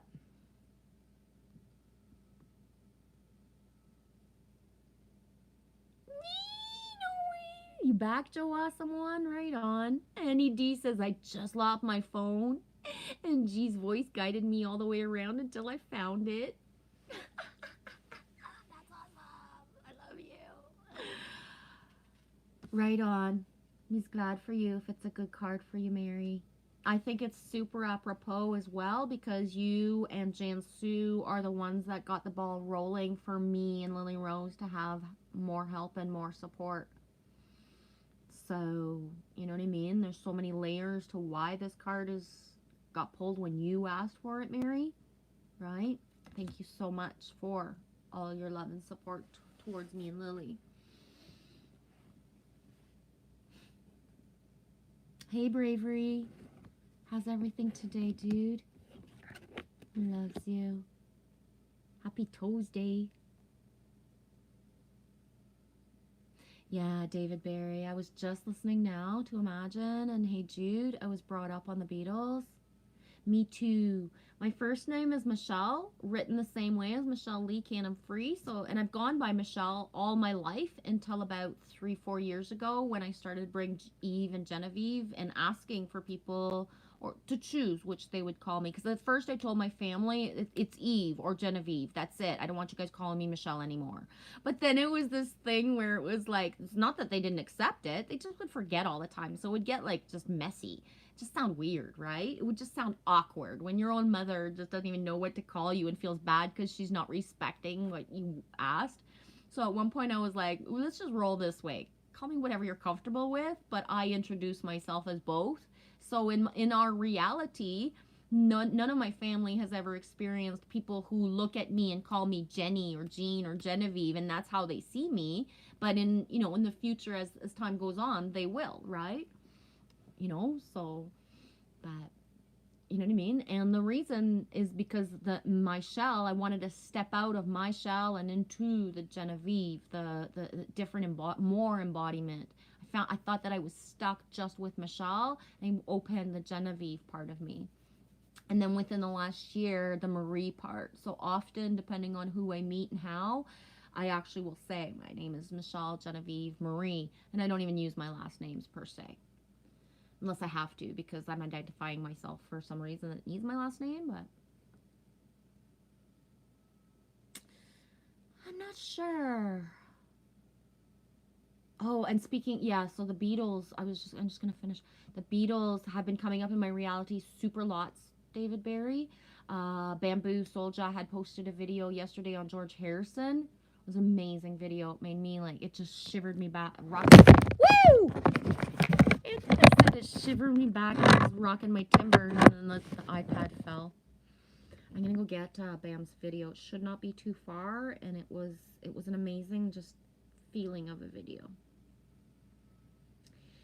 Yeah, so the Beatles coming up super a lot, and it's one of the things I'm not able to listen to many words sometimes right now. Songs are triggering me, pissing me off. They're not making me feel good, all that stuff.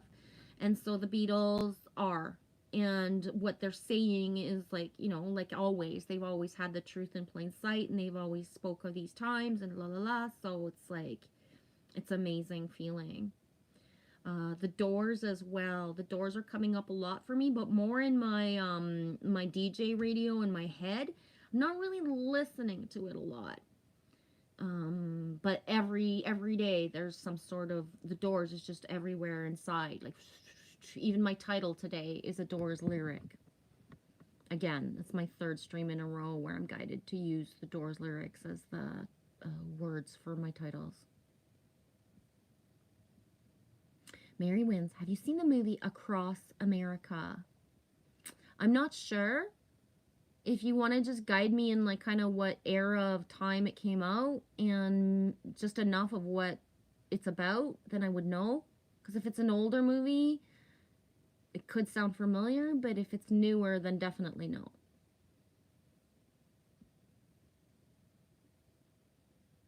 Yeah, David Barry, you may say I'm a dreamer, but I'm not the only one. Yeah, and because you wrote that out that way, David Barry 75, I'm going to tell you something that was like one of my rudest awakenings of my YouTube journey, right? Is when you finally find people who, right, feel or think the same things, but then realize how it just, you know what I mean? It's been a build-up. I thought just because we found each other, we'd be building communities, and there we go, right?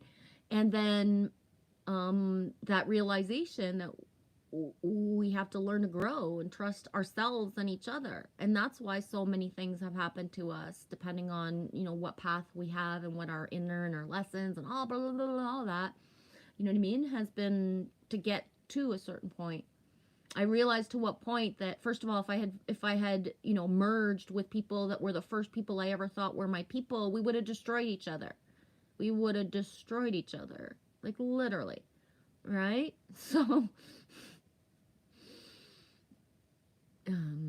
yeah. There's a reason why everything's taking the time it takes. Yeah, Angelfish. Hey Jude is a big sync all week. Sang to Elf. Yeah, Hey Jude is coming up like inside me or outside, like somewhere at some point all the time. And one of the reasons is because like that pushing energy, it's like, hey dude, you know, hey dude, you know what you want, go get it, right? And throwing it out there in the universe. Not to be said, there's those who are in action to be of action because it's their role to play, and there are those who are like knowing that other things are going to happen in their reality, but they have no clue where and how it's going to finally fucking come to be because we're not the actors, right? Yeah, Mary, it's a great music. Musical, all the Beatles music. Oh, the musical with the Beatles, you mean? No, I never watched that. Huh. No, I never did.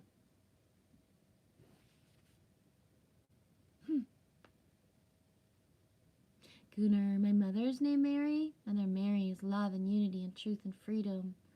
All Holy Spirit codes, gratitude, compassion, kindness, etc. Infinite wisdom. Yeah.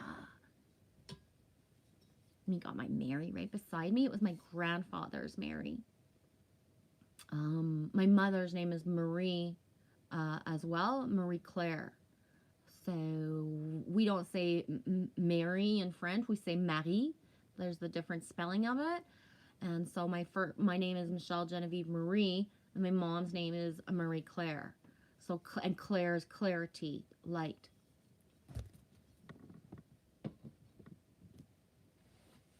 My dad is Charles Yvon Edouard Joseph. So I was born of a Mary and a Joseph. My dad's fourth name is Joseph, but still, it's in there. I was born of a Mary and Joseph. I was supposed to be born on Christmas, but I was born January 7th instead. You saw the flip? I know.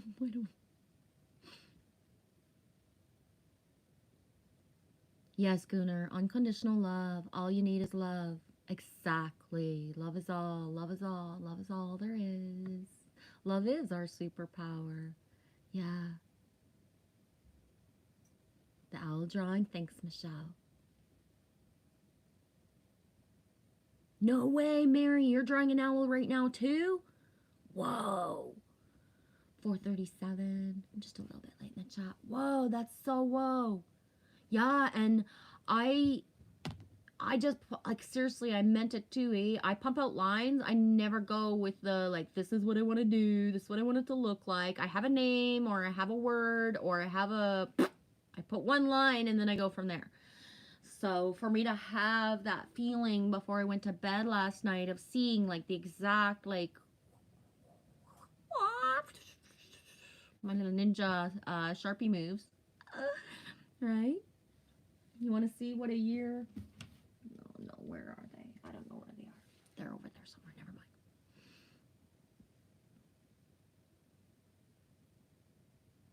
mind. Really? Mary says Bono sings I Am the Walrus? Huh. Yes, bravery. The owl sings Be Strong. Yeah. And that's the thing too, bravery, is that because you came into my timeline so long ago, like, it doesn't matter who, what, when, and where, no matter what. If there's an owl sync, I think about you. Or, right? No matter what. So the owl syncs are amped up this week, big time. And a while.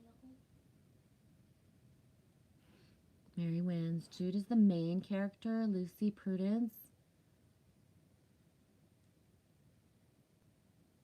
Okay, see if you can share an email to me. Okay, thanks, Mary.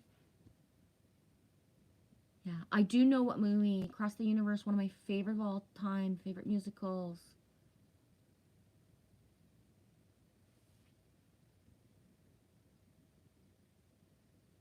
David Barry, 75, at 4:40 wrote, take a sad song and make it better. Yeah, I got shivers everywhere. Transmute that energy or disperse it with the opposite frequency. Yeah. Oh, I got shivers everywhere, David. Yeah, take a sad song and make it better. Transmute the energy or disperse it with the opposite frequency. Mary, your dad's middle name is Joseph too? Yes. That's so cool. Joseph was a carpenter. That's important. Joseph was a carpenter. Just saying. I don't know why my butt's wiggling when I say that, but Joseph was a carpenter. Take a sad song and make it better. I'm one of those funny people too, is that I don't really, especially if I'm sad, I won't listen to sad songs. I'll rock out on a sad song driving on the highway when I'm in a good mood, but I have a lot of trouble listening to, I actually don't. I avoid sad songs like the plague when I'm sad, because they're not going to help me at all, right? So how other people transmute their energy when they are sad is when they go get a sad song. Me is the opposite. So when I had my my tenant, Tristan, the last person, when I had a bigger home that I rented out, I rented out the whole bottom. I shared my home, right? When I talk about sharing and stuff, it's because I've also done it all, eh? I've shared my home with people who nobody else, who had gotten out of jail, who, had been using drugs. So I've done the layers of this. You know what I mean? To trust, even if there's no reason to trust somebody, to give them an opportunity, you know what I mean? To live 125 steps away from the beach. I've done all this, you know what I mean? And I will always continue to do it.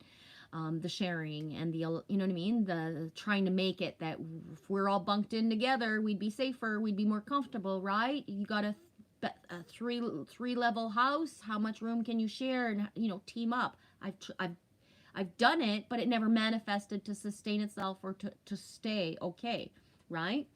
But yeah. So I remember when Tristan was living downstairs, before he moved in and we looked eye to eye and made our, like, this is the arrangements kind of thing and da-da-da. One of the things I said is, like, I sing, like, all the time. And I don't really necessarily sing very good, but I sing all the time. And he's like, that's fine. And I was like, okay. And sometimes what I sing is on repeat for hours at a time. Like, I will go with one song for, like, a whole day sometimes. So it's going to piss you off. But you need to know I'm not going to change that before you move in. Are you good with that? He was like, yeah. It's like, okay. And you also need to know that if I'm playing sad songs, means I'm in a good mood. If I'm playing really fucking cheesy songs that you probably can't stand because they're so cheesy and lovey-dovey and so full of love, is when I'm actually not doing good. You know what I mean? So I'm like the opposite. So if you think that if you need to do something at this part of the house and you're going to go through and you're going to see, like, joy and pleasure because the song is happy, it might be the opposite. I'd be a fucking basket case in a fucking corner type of thing, right? And it was weird to say that, but it's like, if you're going to live in a house with somebody, we had our, like, house ground of this, and this, right? And we always honored them of what we were going to do, how it was going to be. And it was an amazing experience for the month or two that it actually lasted. But he was my last when I had secured a really big house, thinking this is going to be the gathering place. Me going to manifest community and me's going to have it here. And so I tried for 3.5 years to share my house with people. And I always came out in a way that it didn't help, and it never sustained or got more, right? But when I say I've been doing this for a long time and all in, I really do mean it. You know what I mean? I've lived things and been, had the experiences of, if you build it, they will come. And I've had land or places where, you know what I mean? If certain timelines would have come into fruition, we'd already have the gathering spot. But it was never meant to be, right? And that's why I'm always, like, questing for what's my true north. Like, activate that DNA, that true north. Like, when I know what I want it, and it's going to be built, it's going to be made, it's going to be there, like, boom, faster than we can even imagine, right?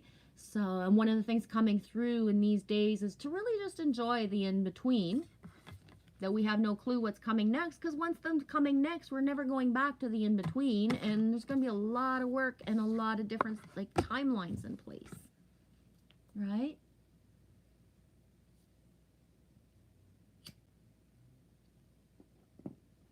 Like, if you knew this was your last week at work for real, and you hate your job, how would you spend your week? Who would you be? You know, all the things. Everything's amped up, guys. Gunnar, Marie is in French. Yes, number 4 and 6.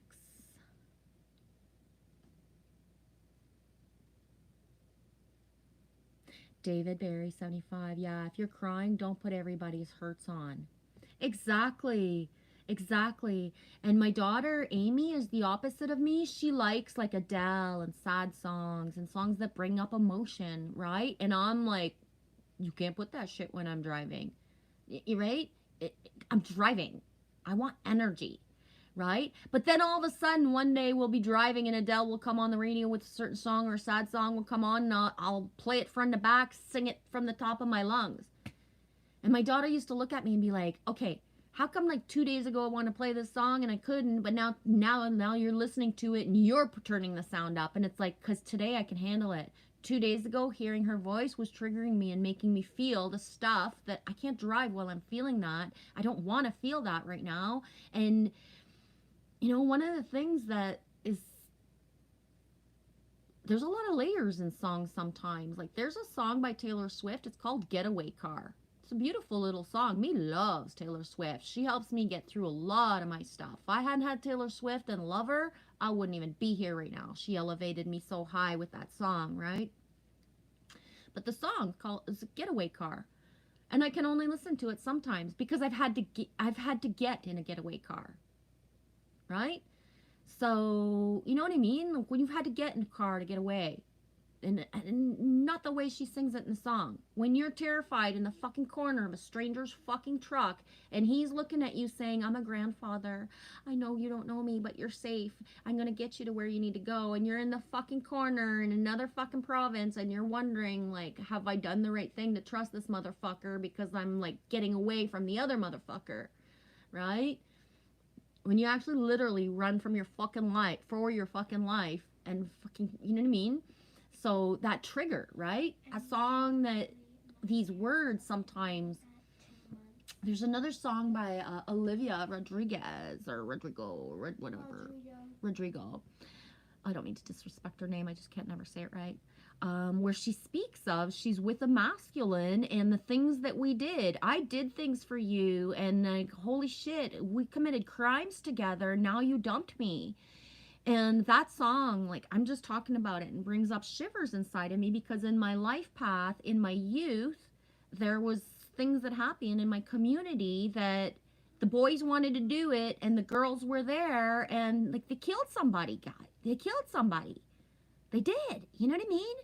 So listening to that song of, you know, the girls not really saying exactly what happened, but me is brought back to that, right? So how songs make us feel and why.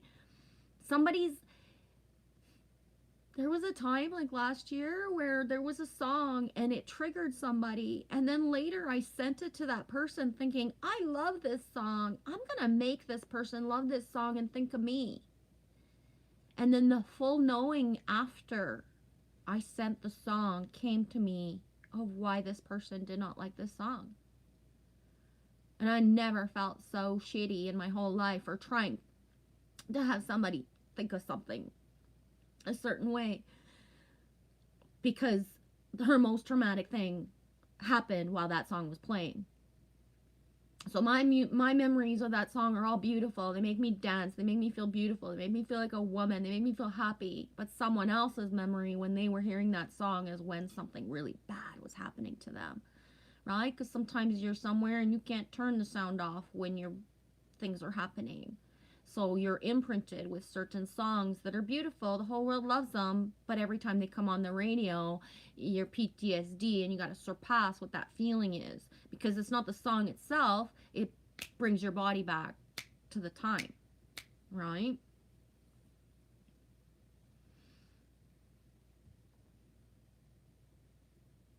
Angel Fish. You said Ninja, and Ninja Kitty popped out of the cat house, and I haven't seen her for over a week. Yeah. She's gonna give you some loving. Gunnar see la vie. Shift things back to positive. 30 below. Shifting things to positive. Any value. Taking back God's given rights. Love, positive, quantum, creation shifts. I love what you imprint, what you write down and have me say out loud, Gunnar. I gotta say, kudos, Gunnar, c'est la vie. You always, a little bit of last drink of sip of water, a little shot of water. You always imprint the streams with things that my eyes are able to look at and my heart and mouth are proud and happy to say out loud. Thank you. Merci.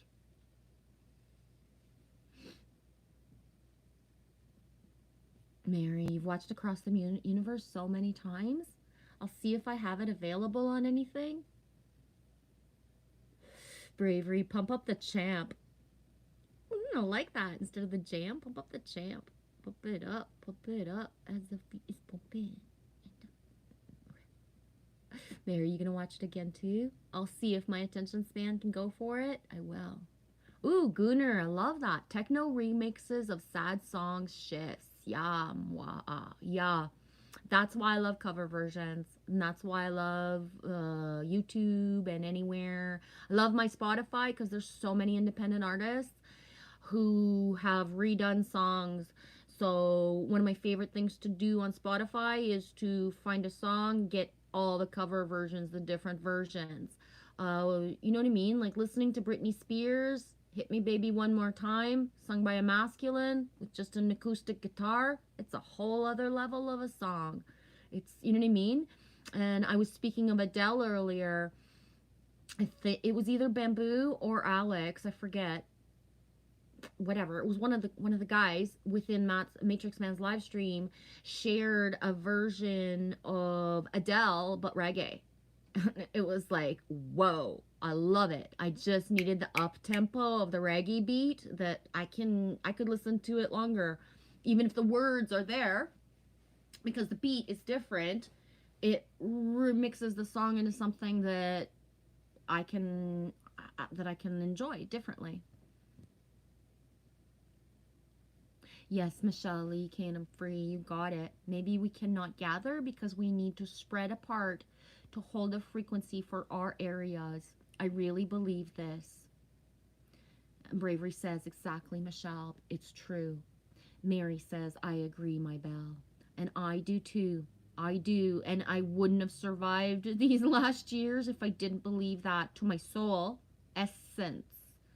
These ley lines are where my body is meant to be. Right? And that's the thing. We are like salmon. We are like the birds migrating. When we know we're meant to be somewhere else, we know. Yeah. And that's why this flux of timelines, when I spoke earlier of, when you still have the choice, when you know, instead of waiting for divine intervention, because here's the thing, we have been strategically placed around the world to be the beacons of light and the anchors of energy and all the things that we are, but the timelines are coming when the merges, the gatherings must happen because there's strength in numbers. And at some point, it doesn't matter if my soul knows, my heart and my mind and my body can't keep up with certain things. Like I need more. I'm stagnant at a certain level because I don't know what it's like to feel certain things or to live certain things certain ways. And I can't, you know what I mean? But it's not just that. It's that depending on what timelines collectively, the more the collective chooses to amp up, well, the more we need to amp up our love and our energy.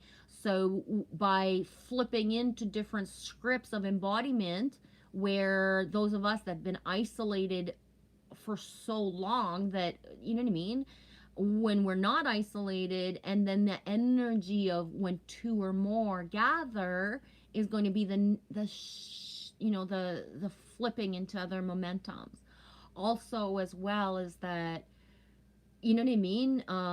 It's beautiful that the truth is in plain sight and there's things available to look at to distract. But the common consensus with everyone is that whether you choose to watch a movie on Netflix or anywhere else right now, there's still a part of you that's protecting yourself. It's not pure 144% as if the content was made by that tribe vibe feeling. So there's a lot of movies and a lot of songs, a lot of things that are, you know, needing to be manifested. And as well, and I stand by this, I believe in the divine unions that they need to come into fruition in order for people to feel and understand and see and know what love is. People will open their hearts by example. So if, like me, I'm 50 years old and I don't have, you know what I mean? I have a few handfuls of love in my life, but not enough to, you know what I mean? It's, there's, you know what I mean? There's nowhere I could say to Lily Rose today, I'm going to bring you here so you can see what a couple that respects each other is like. I don't have that in my life right now. But she needs that imprint, right? How many more years can me and her be alone and we're just the two of us bouncing off each other without her having imprint of a positive masculine in her life or in other people, right? And not from the matrix perspective of, hey, let's just dip in here and in here and there, and you know what I mean? That nothing fits anymore. David says, yes, Michelle. Most likely we're spread all over to bring the light into the whole world, not just one specific area. Yeah. Yeah, double D confirmation. I love that. David and David confirmation. Ah. Yes, Michelle. It's like a grid.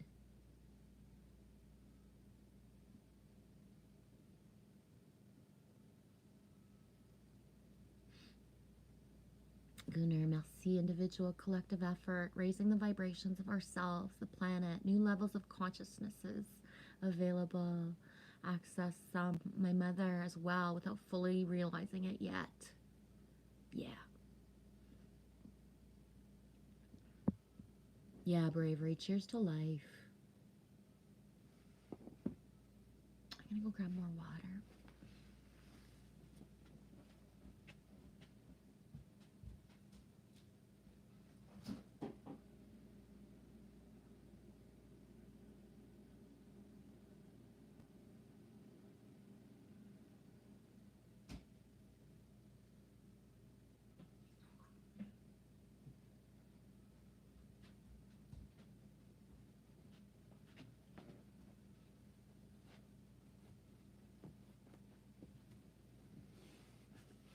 You okay, girl?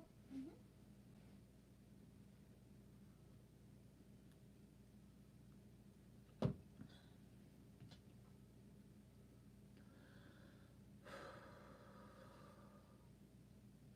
Right on, bravery. Love y'all. Gotta go get P-Funk from school. Right on. Have a super ride. Thanks for coming in, bravery.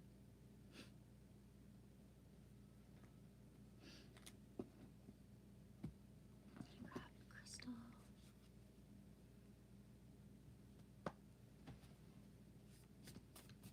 The snow is so pretty. I know.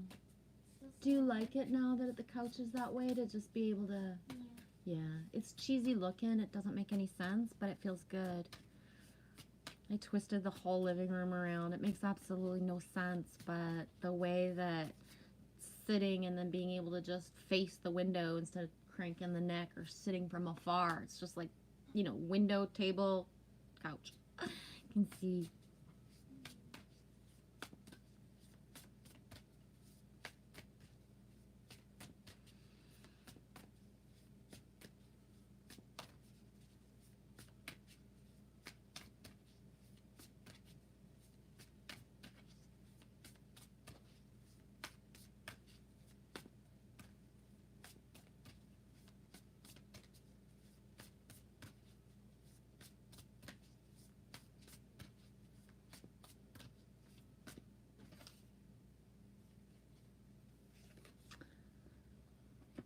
More to write.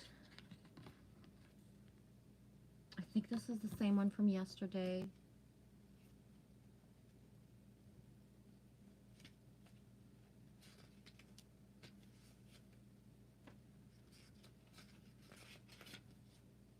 Yep.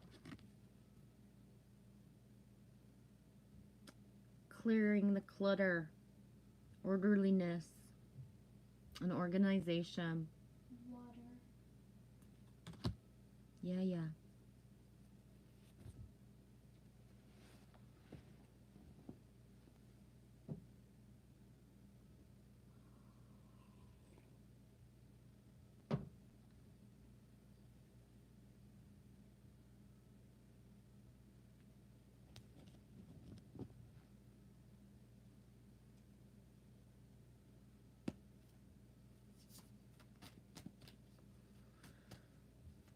I do believe that unless we get a certain flow going, I'm gonna have to get going. Part of me is getting hungry. Me too. Yeah, and I don't have anything prepped. I've tried lately to have something prepped before I stream because I'm like kind of really hungry after. And obviously Lily too. But I didn't do that today.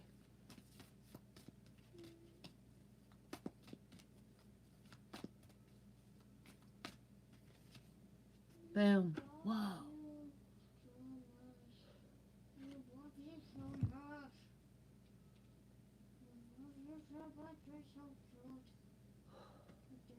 You got cute butt, you got cute paws, cute ears. It's like, whoa, because the only reason I pull cards, guys, is to really show the fluidity of what the flow is of the cards. So, like, yeah, somebody coming in for the first time, it's the first time they see something. But anybody who's been in and out of my streams for the last whatever amount of times, like, you see the regularity of certain cards, or, you know, whoa, I've never seen this, or, oh, yeah, this one's coming up every week or every day or whatever. But it's just like, it still floors me, right? Because it's like, it's the tool that I use, but it's like, okay, like, I didn't expect the dog to come out 2 days in a row, right? A lot of cards coming up amplified, like every day, twice. The buffalo, you know, like 2 days ago was the last card, yesterday as well. When I looked beside me earlier, happens to be the buffalo flipped on the right, like upside down. So the dog, God, right? Inversion, dog, God. Be loyal to what you love. Be loyal to your heart space of what you love. I'm not going to read the book. I think that's, you know what I mean? Be loyal to what you love. What flows up, right? When you know what I mean? You know. Be loyal to what you love. A lot of people, gifts coming up that they either never knew they had, or they always wish they had, and they just don't think you're good enough. Guess what? You are good enough. It's not about being perfect. It's about sharing your gifts, where you're guided to. It's so huge, right, guys? You're gonna go dig in the garden, Mary? Right on. I can't even imagine. It's so freaking cold right now. It's snowing.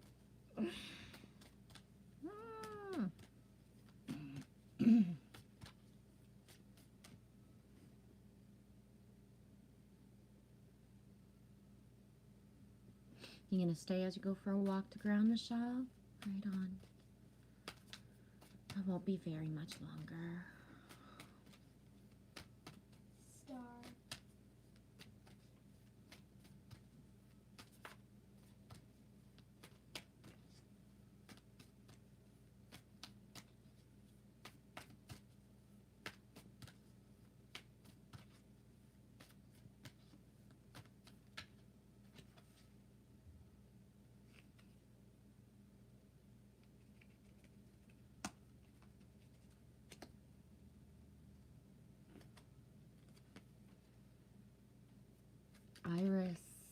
Iris wakes to his nightmares. Don't fear the world, it isn't there. Iris, hold me close, you too.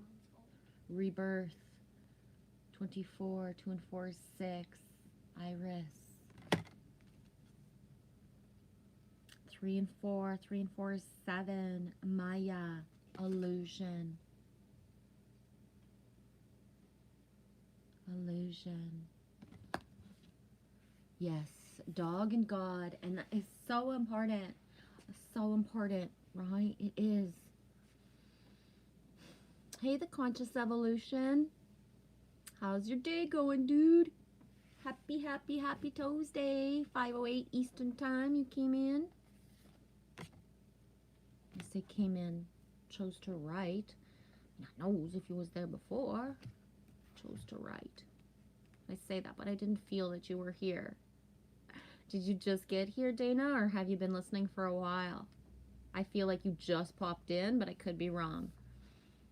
Sometimes I ask just to test my feeling of it. You know what I mean? Am I right or am I wrong? Me not knows. Iris, rebirth. The process of soul retrieval, resurrection, and rebirth is the theme recurrent through the stories of the Egyptian goddess Isis, and one that she invites you to address now. This is a powerful moment to see some of what you thought you'd lost go through a process of regeneration. Genevieve, regeneration, generators. You did just pop in, I'm right. Thank you for validating, Dana. It's refreshing, the validation. I appreciate it. Right? And I say refreshing because those that do validate in real time certain things are those that actually help us to be strong, right? Because we're often like looked straight in the eye and told everything's fine, or this is this and this is that, and it's like we already know it's not. But when we're actually gifted the validation, that's what amps up the knowing. This is a powerful moment to see some of what you thought you'd lost go through a process of regeneration to live again. Like magic, the pieces of you that you considered lost in old wounds and stories are ready to be claimed in a healthier, more mature version. Where you were hopeless, now there was hope. Where you are lost, now there is faith. Where you have the capacity for even more faith. Where there was insecurity and injustice, now you see a better way. Where you felt you were abandoned, now you can choose you. You are ready to face these parts of yourself and to gather them together as you step into a newer, bolder, more powerful version of yourself, your work, relationships, and creativity. Have courage. Let go of the blame and claim your accountability and co-create something better. Loves that. It's so true. Conscious evolution, good feeling capabilities, the star. Yeah, I'm pretty good to the point of, you know what I mean? A lot of stuff. But it's nice to have the confirmation, right? I could specifically at certain timelines, and I have. Sometimes I'll be saying somebody's name out loud, whether it's their actual name or just because it's their name and I'm pulling a card that says Morgan, but Morgan has just walked into the live stream as well. So sometimes I've done the thing where I've said I haven't seen so-and-so in a long time, but blah, blah, blah. And then that person chooses to say, I was here. I'm not really writing because I'm getting ready to go to work and getting dressed. But validated that, you know, the reason I was having that feeling of that person passing through in me is because they were there. They just, not everybody can chat, right? I totally get it. But there's, you know what I mean? Sometimes when I get like the feelings of certain things, especially these days, it's getting really hard not to call out certain things of energy of saying, you know what I mean? Like, right? But depends. Hey, Matrix Man. Hey, ladies, how's it going today? We's doing good. Oh my gosh. I was thinking about you. I have not eaten one of these. I am not going to put any Bieber balls in my mouth. But I am licking them, and Lily doesn't know that. I know that. Oh, shit, she knows. Okay, hang on. I sucked on a balls. Yeah, so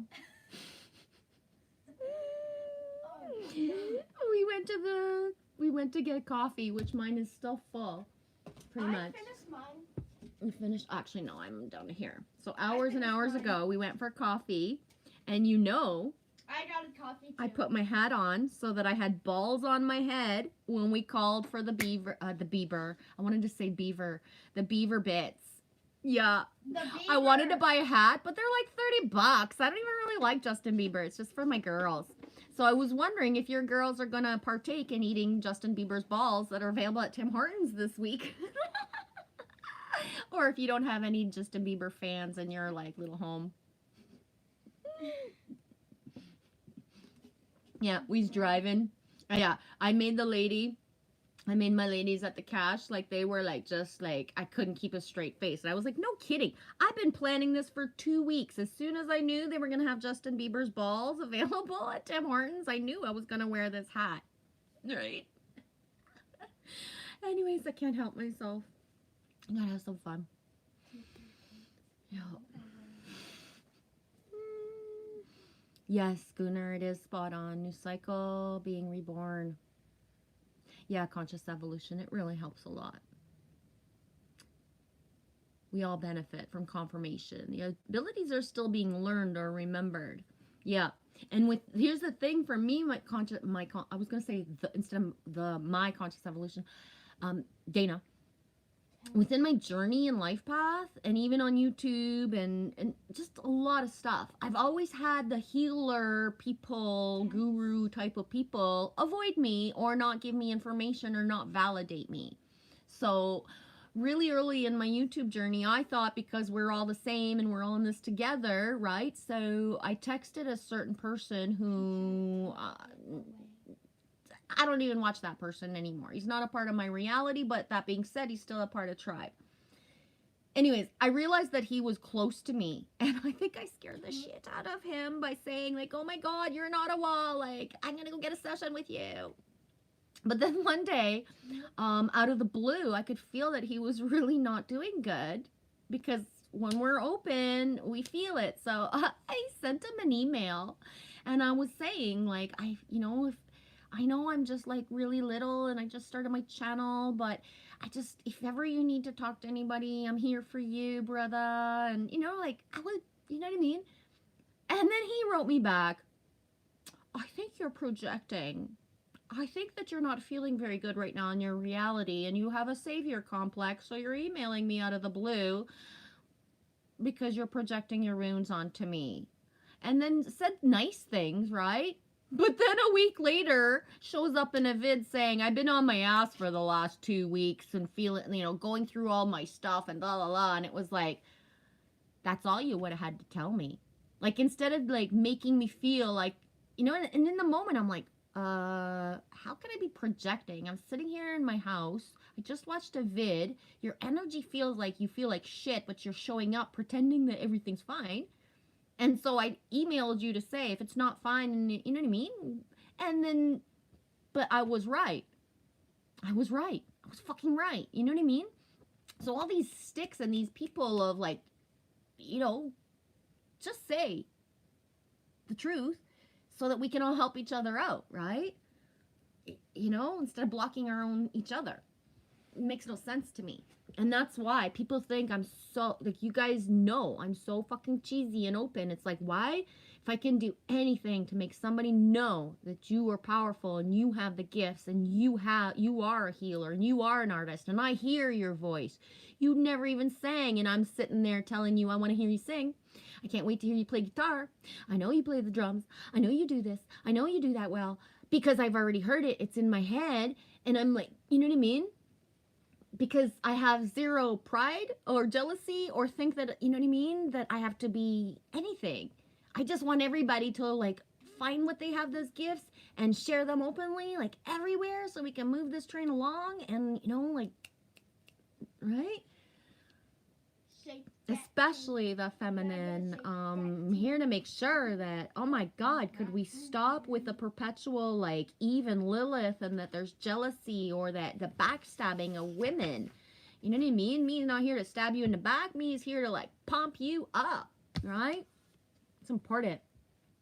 34, Maya illusion. When you look at the world, everything you see appears to be real. So it's easy to imagine that your current conditions are influenced only by obvious actions and calculated movements.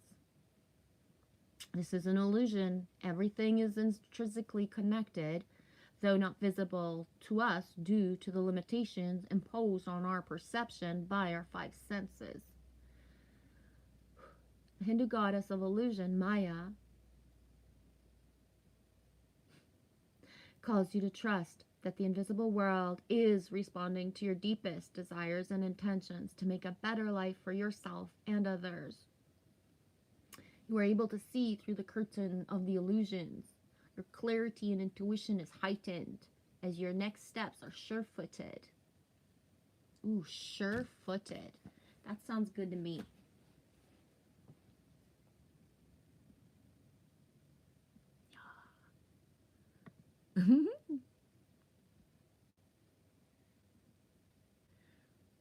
You gonna go walk Rufus, David Castle? Have a good evening. The conscious evolution. That's why we are here, to inspire and spread the light. Some so-called gurus are still an ego. Yeah. I walk side by side with it all. None of it in front and none of it behind. None of it. None of it. None of it. None of it. Yeah, exactly. But that's the thing, is because this is what I expected, and I know we're not supposed to expect anything. But excuse me. Here's what I expected.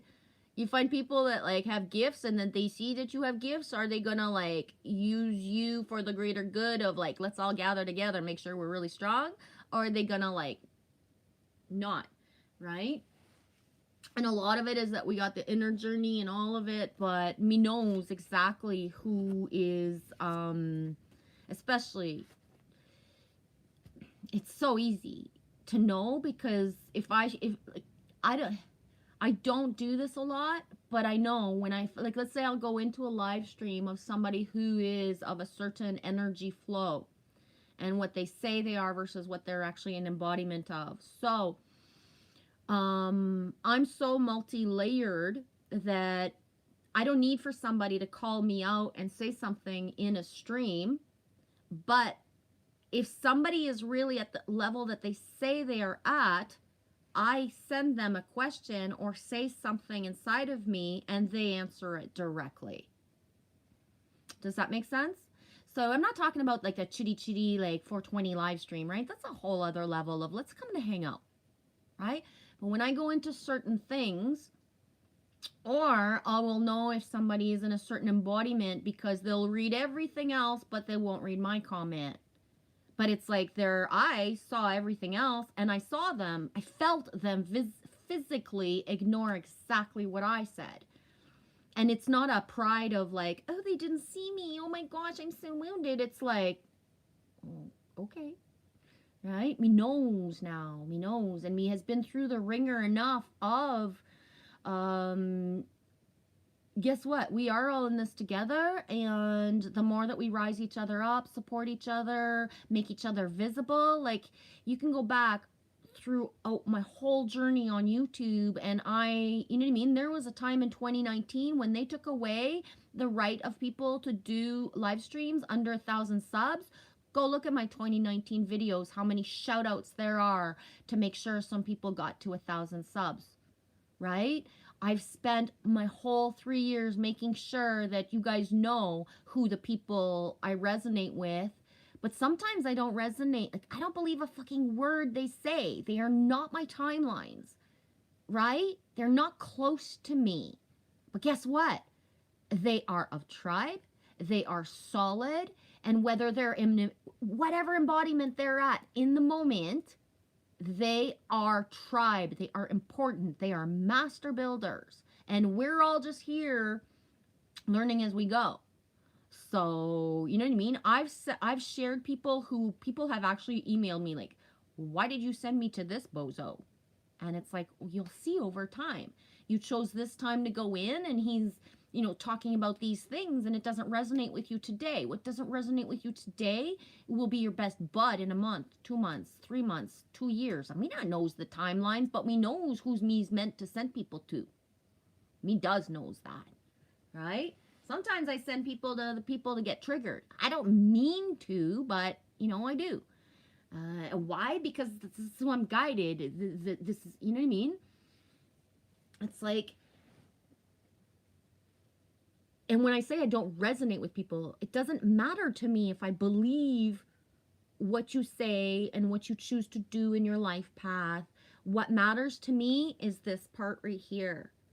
There's a heart of gold underneath, and whether what it feels like, looks like, or whatever, it's for the greater good, ultimately, right? Because even those that are the dark acting as light will have their false light exposed. It's already been, or it's happening now, in order for them to flip again into the best version of themselves. Because some people have been profiting off other people for years through the spiritual new age stuff, promising, telling people, you know, I can do this, we can do this, how much money they've made. And you know what I mean? That's not what they gave to people. Like, sometimes if people really like talk to each other before they stepped into certain things, they would be like, you know, there's not a success. There's just somebody gathering as a business type of thing. But even that's forgivable, because in the moment, their intent was half business and half still of their heart. Does that make sense? Ultimately, there is no such thing as the dark. There is no such thing as evil, and there's no such thing as bad.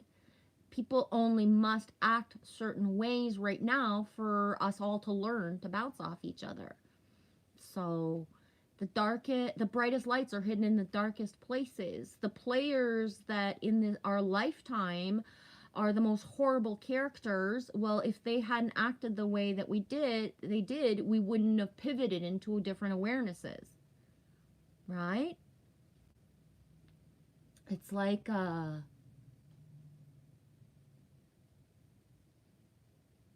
people are really good to make videos and be angry about certain things, but within everybody's like personal journey, they, you know what I mean, they're not always saying the true things that they have done or are going through.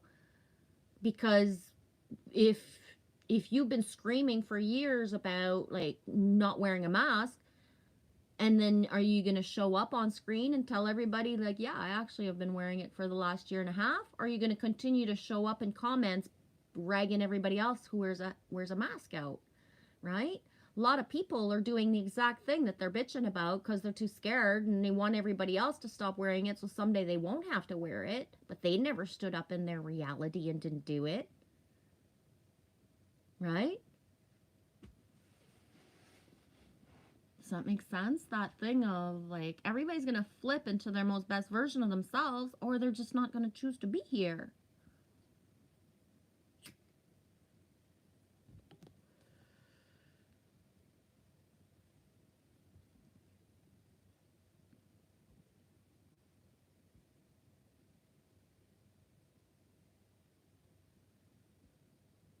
And where you say the conscious evolution, that's why we're here, to inspire and spread the light. Some so-called gurus are still an ego. I've never met or known anybody who's in full embodiment and never has an ego pop up, right? But that's the thing, is that the ego is a part of us. So, you know what I mean? Some people, if they hadn't have been still driven by their ego, they wouldn't have been able to put together what they did. That helped people certain ways. Does that make sense? Yes, conscious evolution. We're all equal, just at different points. You've had that stuff happen too, eh, Dana? You know what I'm saying, eh? Yeah. Yeah.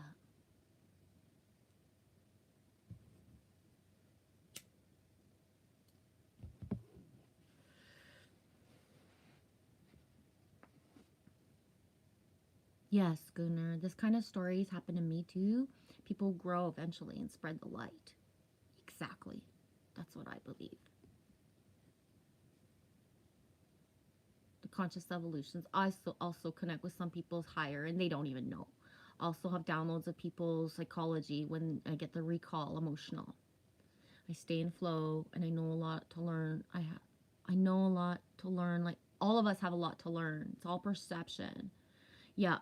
And yeah, so that's the thing as well, is if, you know, I'm going to give the example. If a feminine is like looking at the screen and saying that she's fully healed and she's like, you know, at a certain embodiment, then there's things that's like, I don't understand. Then how come women who don't think they're healed are able to accept me and love me and treat me a certain way, but you can't even, you know, you can't put an attention towards me. I can feel it when I comment that I'm disgusting you.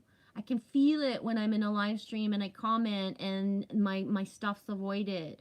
I can feel it if somebody calls me sister and don't mean it, and that really pisses me off, because those words are sacred to me. I don't use them as a, you know what I mean? Even the people that I consider my most closest sisters, I don't even use that term every day and all the time. That's how sacred it is. We don't just throw it around, right? Maybe it's because in real life I only had one sister. One real. Me not just tell everybody that was ever my friend that you're my sister, because they weren't, you know? So, beautiful terms, calling everybody brother, sister, and fam, but you got to treat people that way. They have to feel that when you walk into the, you know, when your presence is close. Otherwise, there's other work to do. Because whether you, and here's one thing that I think that I'm known for, is that I'm an elevator for those women that are of every vibration. So I support, encourage, and empower women who do things I would never do, right? Ever. Or I will, and I'm just so not able to see that I would do that someday, that's why I'm able to encourage them. I don't know, right? But it's important to me.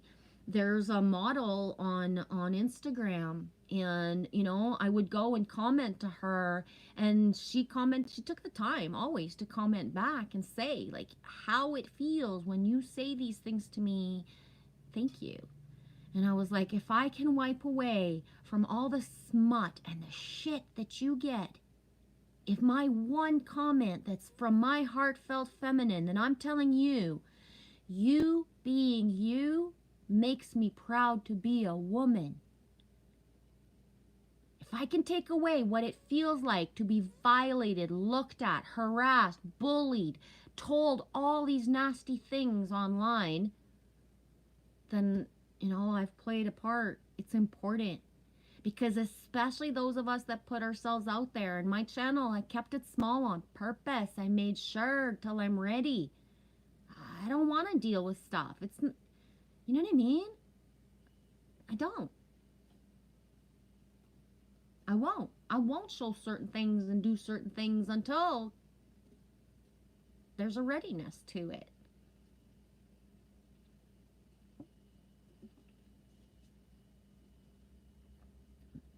But yeah, that thing is really important.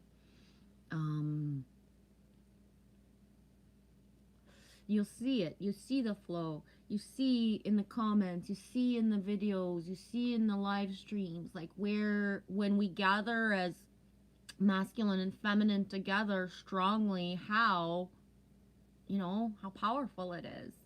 It really is.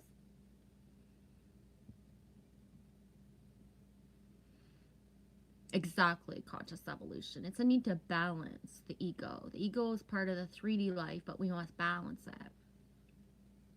The ego is a beautiful part of us. If we hadn't had it, we wouldn't have survived the way that we did, right? And everybody's ego is at a different placement of certain things, but it's so, right? And there's a healthy ego to be had, right? I struggle to have a certain pride because I don't care, right? How other people would want to be seen and have this like, look at me, is like, I don't care. I never signed up for this part. I never thought this part would be like this. I never thought it would last this long, right? So it's not my ego driving me to do this. It's my heart and my soul. Because if it was, this is not, you know. Thank you, Michelle. You elevate me as well.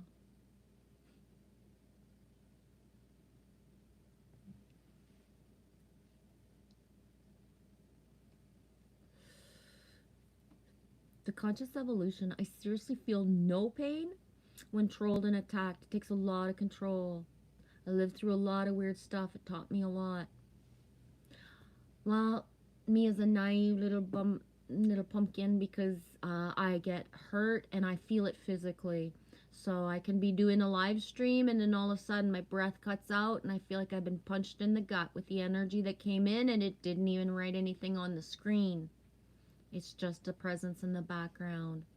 I can be doing something in the middle of the day and I can feel certain things. Does it mean it's going to knock me on my butt all day? No. But I can still feel it. One of the things, I haven't said it out loud. I have not said this to anybody, but I'm going to say it once out loud right now. A lot of people have gathered to share that Lily Rose and I need financial help and abundance. That we need help. So a lot of people have shared us out. And the beauty of that is amazing. But what I've been going through in my background in the last week is how it feels to have lost certain people that aren't showing up in our reality anymore because they're jealous of that, or because they think that it's not fair, or because they think, like, why the fuck is everybody helping Genevieve? Why aren't they helping me? But meanwhile, you know what I mean? Like, all of that. I feel it all. I've sent people drawings before, not in this necessarily timeline, but I've sent people drawings I've been sending people drawings across the world in my reality for over a year now, a year and a half actually, if you know what I mean. Why? To break the ego. When I do my drawings, it's not about, you know what I mean? It's about sharing them and having zero pride or wondering, why am I guided to make a drawing for a stranger that it has nothing to do with tribe or community? You know what I mean? Like, the job that they do or their position in this world is like, who would actually send somebody like that just a random drawing, right? But I felt, you know, that feeling, and I've actually been told, I've sent drawings to people and been told, like, you make me feel like shit because I can't do anything. It's like, what? I sent you this because I love you and I wanted to give you something that I made for you and make you feel good because I'm thinking about you. Yeah, but you make me feel like shit because I can't do anything. But I couldn't do this before either. I just started. So if I'm 49 and I just started drawing, then you have gifts inside too. Why don't you unlock them instead of being jealous of me? Right? That kind of thing. So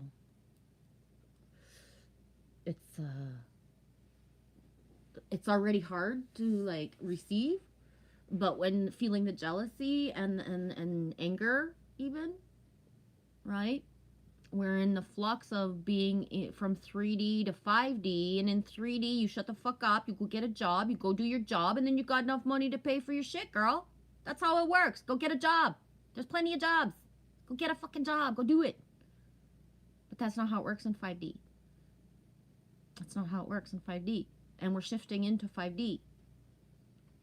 You can't go jump into a timeline that doesn't exist for me anymore. Right? 3/4 of people in 3D don't even see me when I walk by. They can't see me. They can't see me because I vibrate at a different frequency than they do. So we're, you know what I mean? There's so many different factors and layers of where we're at, where we're heading, the in-between place, and how we treat people as we get there, and what we are actually thinking. Our thoughts are things, so we can scream to everybody, I love you, I love you, I love you, but do you feel it to your core that I love you, right? When me says to you guys, me loves you, how many people in the last year have started saying back to me, me loves you, or even in your own reality using that term? Why I brought that into our reality? Because it's so intense. It's everything we've been told. We're not allowed to talk that way. We're supposed to say, I love you, not me loves you. Bringing in that infant, child, toddler vibe of a child that says me loves you is my ultimate, right? It's so like, it's bigger than I, it's me. And you know what I mean? But even people, when I go into live streams and I will speak openly and say things, instead of using I will use me, and then they have to read it and it's like sounds weird to them. But after the when I come back and go back, then they just say it because then they know.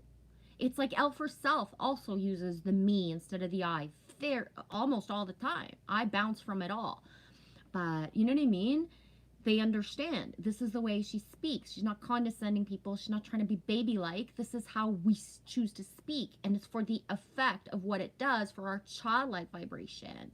It's like when I shout out Toes Day. It's not to get the foot fetish people around me. It's because Toes Day implicates like that just toe energy of children to me, right? Happy toes. Has nothing to do with foot fetishes, right? Know what I'm saying? Know what I'm saying? Chili beans? Chili beans? Yeah, Gunnar, perception is reality. There's a lot to learn, a lot to upgrade, abilities to be rediscovered. Exactly. Michelle, you light up my life and you give me hope to carry on. Debbie Boone loves you. Excuse me. The conscious evolution. I have to step out of my emotional body, or the zodiac sign Scorpio comes back.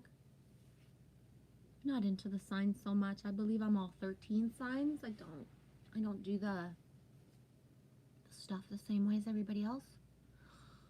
Yeah, Gunnar, letting go, surrendering to the flows.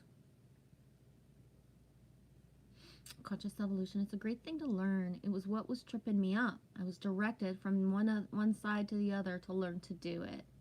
Yeah, me too. Same. Yep. Yeah, Fang, the inner child is key to all. And it's the inner child I struggle with the most, because as a feminine that's also playing the masculine role in my own life, where the fuck do I get to be the child or the goddess, right? So it's a struggle for me. It really is. It really is. Like big time.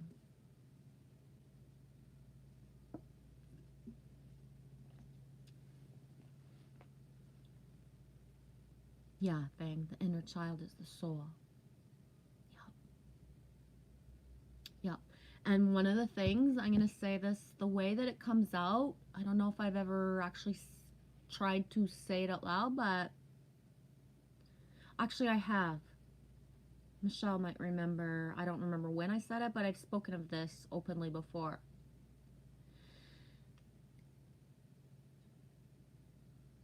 Dean as well. 1111 code. If you didn't have the opportunity to be a true child, you weren't protected, loved, or cherished in ways that you ever felt. So it doesn't matter what your family thinks. It doesn't matter whoever. But if you, inside of you, never felt you were able to be a child, where when you were a child, you knew that you just you needed to just grow up to be free, to be safe in different ways, you know, to revert back to the inner child when you didn't get a chance to be that child, right? Some children were protectors before they, you know what I mean, were even hit grade 1 of school. Or within the school, like when they hit their school years, they became even bigger protectors of other children or things that they saw in plain sight that nobody else saw and nobody else would deal with, right? So, you know, it's beautiful. Like, there's always snippets, but some of us don't have enough of those snippets to revert back to feel safe as a child, to be able to embody the inner child, right? So it's like that thing of, if within this reality that's happening right now, we're still being bombarded with shit and stuff all over the place, and we're supposed to master ourselves and go through all this and, you know, rise up our frequency and like, at some point, if you're going on like 50 years without really getting so many breaks in between, where does the flow come from, right?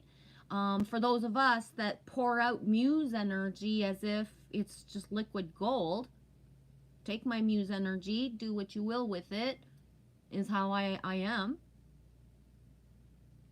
Who muses me back, right? What muses me back, right?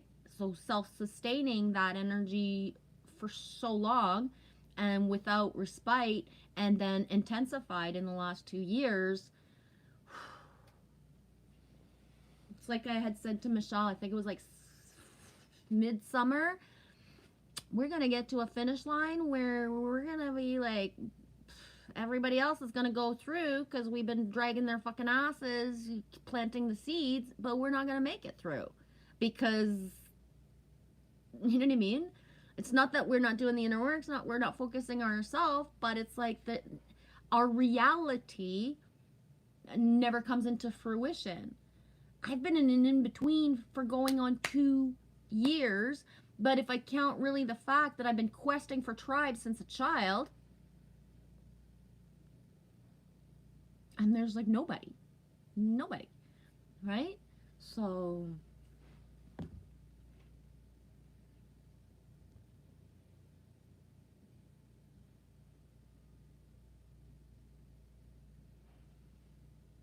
oh, it was a joke. I create reality. Some live zodiac stuff. Yeah, I don't I resonate. I take what resonates and I leave the rest. But I don't even know my natal chart. Right? I don't even know that. And I don't believe in it even if I did know it. It doesn't make sense to me to use that the same way as it's been used certain ways. But that's me. Because that being said, I have the utmost like respect, admiration, like trust for people who that's part of their journey and mission, and they use that as their main tool. So that's just how, you know, like middle road and open. I would not use that stuff for me, but I still follow guidance, respect, have brothers, sisters all over the place that's what they do, right? But it's not a part of my journey. David, we got me some adulting to do. You gonna go and be an adult? Right on, David.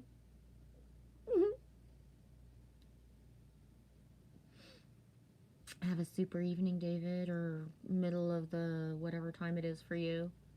Thanks for being here. Double D's. Michelle. Yeah.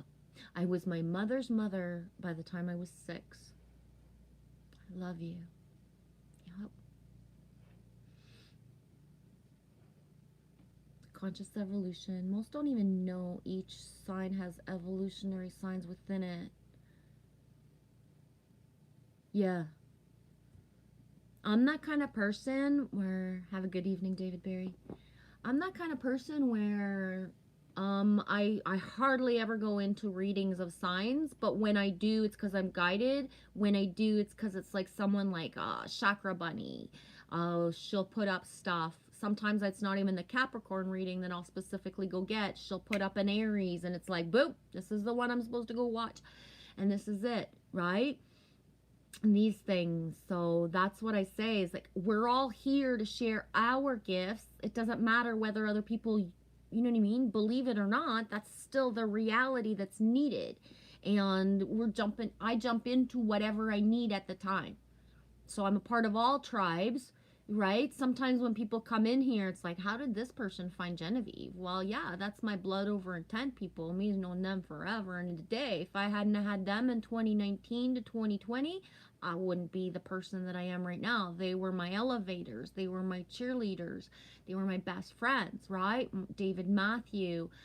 You know what I mean? If I hadn't had David Matthew in my timelines for the 4 months that he helped anchor me through certain things,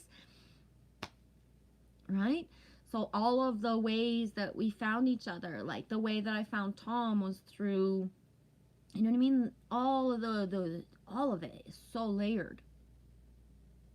But I never rabbit holed and just watched certain vids or just, you know what I mean? I'm all over the place of everything, of so many things. Like, I encourage people that, you know what I mean, they'll never probably look at my stuff, and maybe they do, and they're, and you know, I can almost feel somebody being like, yeah, I watch you all the time, Genevieve, I'm just not going to talk on your channel, right? But yeah, where it's like, just, it's important.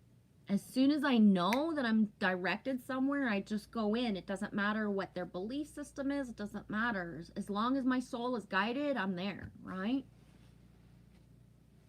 Hey, Anita. Hi, you're still alive. How cool. I fell asleep for a bit. Feel much better. Good. Good, sweetie. 5:44. 5:44, Anita, when you said that.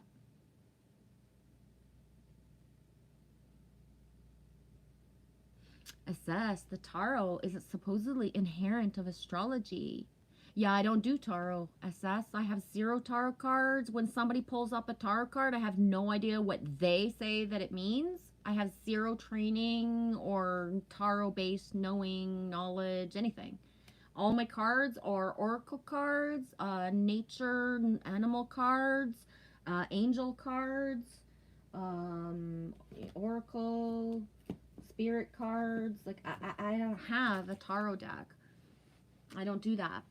I will allow myself to have readings, or if somebody that I love pulls tarot, like Jansu or, you know, other people, you know what I mean? But not just anybody. Not just anybody. You know what I mean? I don't do tarot. And I dip in it when it resonates, and that's it. But it's like everything else. I grab what I believe, and it doesn't matter the rest, right? So it's the same for when all of it, right? You can't, everything's not going to resonate with you. But that one message is, boom, you take that and you grab it and it's yours, right?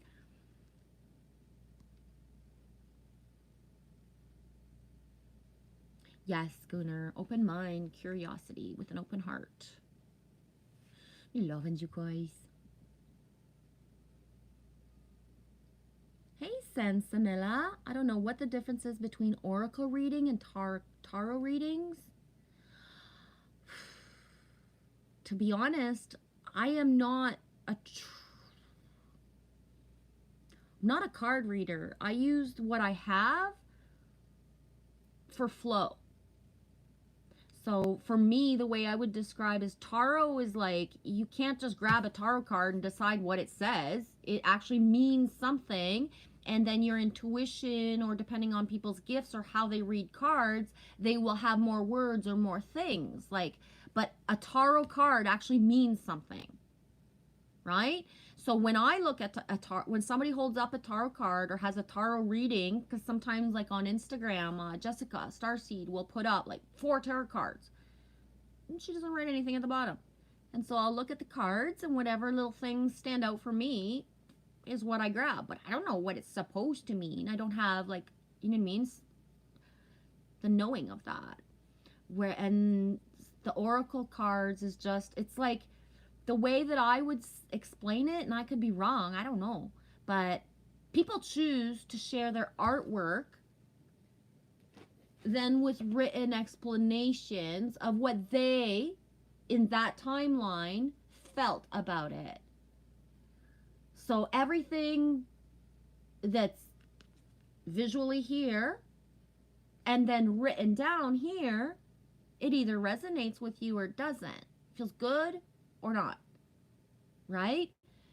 So I don't know if that makes sense the way that I'm saying it like that, but and one of the things, Doreen Virtue, this is the first deck I ever got back in the day. It's a French deck, Doreen Virtue, and I was reading somewhere a couple months ago where somebody said, like, it doesn't feel like the books are appropriate, what's written down anymore.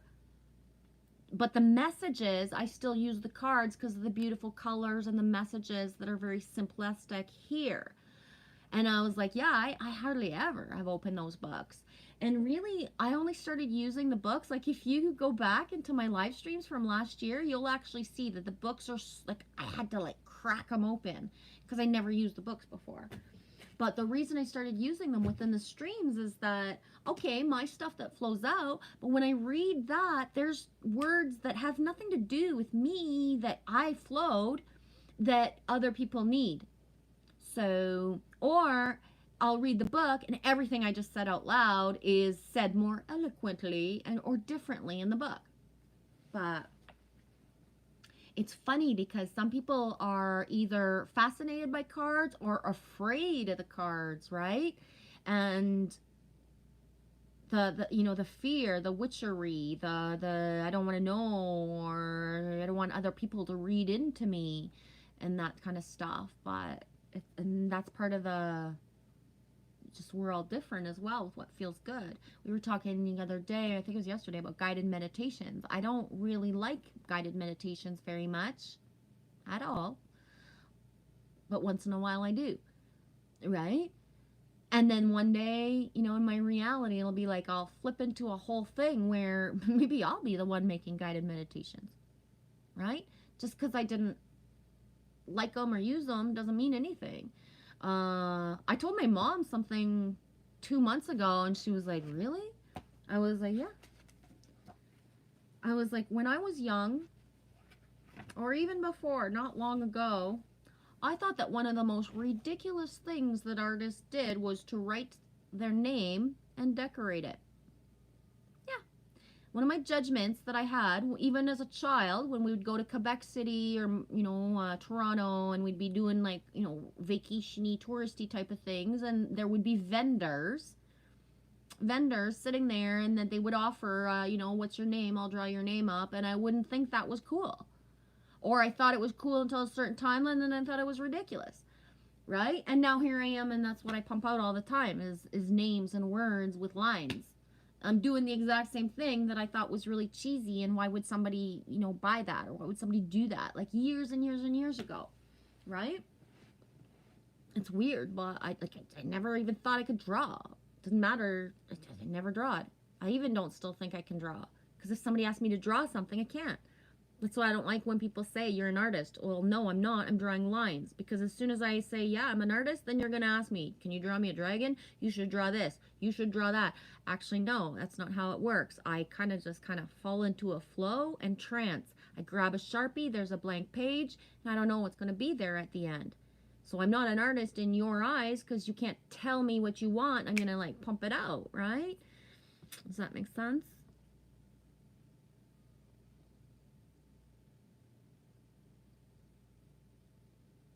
Gunnar, everything is connected anyway. Life, non-life, numerology, astrology, ducks, the sand, and chocolate. You had to put chocolate in there, eh, Gunnar? Yeah, it is.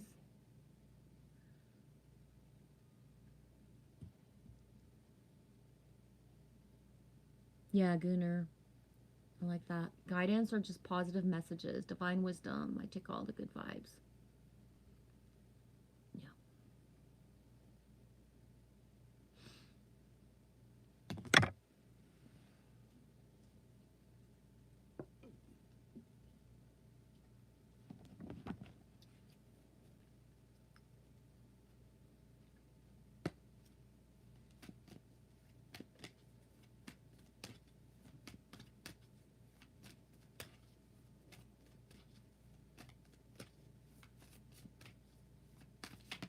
Woo. Boom. And see, it's funny too because every card deck from the question, like springing from like what's the difference between oracle cards and tarot cards, is like when we grab like oracle cards or spirit animal cards, like this card says take time to rest, the brown bear spirit. But in somebody else's deck would be someone else's interpretation. And that's why we're guided to certain decks, and certain decks come into our life because kind of like that's what's needed at the time. But take time out. Brown bear spirit. Number 9.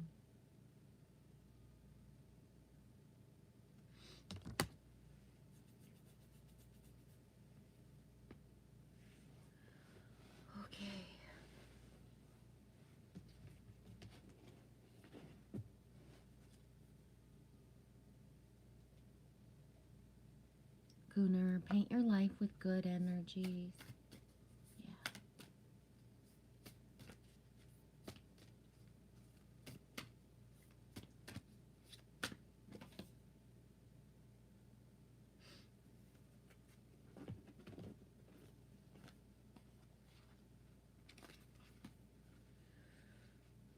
Okay, I know I said it before. I think this is going to be the last one.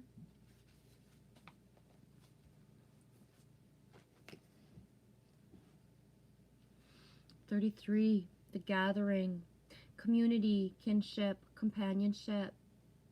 When you gather, we of the hidden world see all about you, the connections you are weaving, the community, the kinship, the relationships you create are not only woven from hand to hand, but heart to heart. You do not only stand together in a circle and reflect the shape of blah, blah, blah, blah, blah, temples, stones, nests of birds, eggs beginning in the zero. You gather together and weave into relationship the universe. The conscious intelligence that is the universe is supported by relationships that are awakened and healing and have at their heart a desire with each other in ways that create a fertile place for healing and understanding. Within the small circles of your life, the smile you offered for no reason, the kindness you lent without expectation of return, the offering to another who was experiencing lack, those all create a community. They create a relationship, understanding. All are sacred. And all contribute to a place where the planet can be nurtured and fed by your highest self. There might be times when you gather in sacred ways, times when your footsteps trace those of your ancestors. There, yes, it is sacred. But the spirit of this is held in your every action, word, and movement. And it is there that true work is done. Reach out this day, take a hand, lend a hand.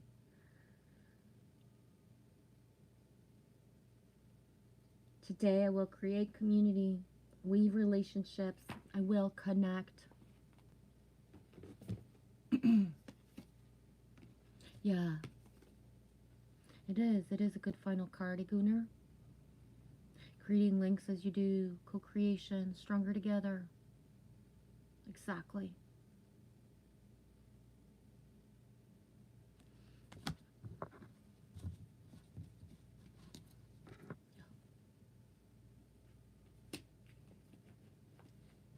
I'm going to pull a 7 from my 7 Oracle deck, and this will be the last one. I don't know why.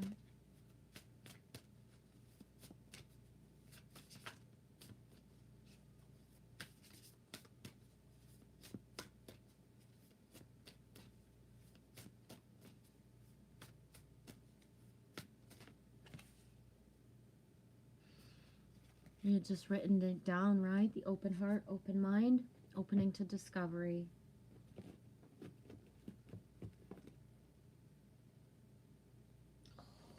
Why do I always put everything on the other sides of me? I got cards everywhere. Oh my gosh. This isn't even the right book. Oh, it was at the bottom. So this is the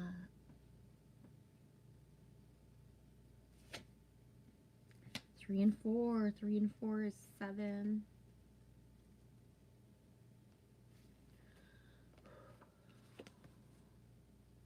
Opening to discovery. The small bits of data you collect from the world to form ideas.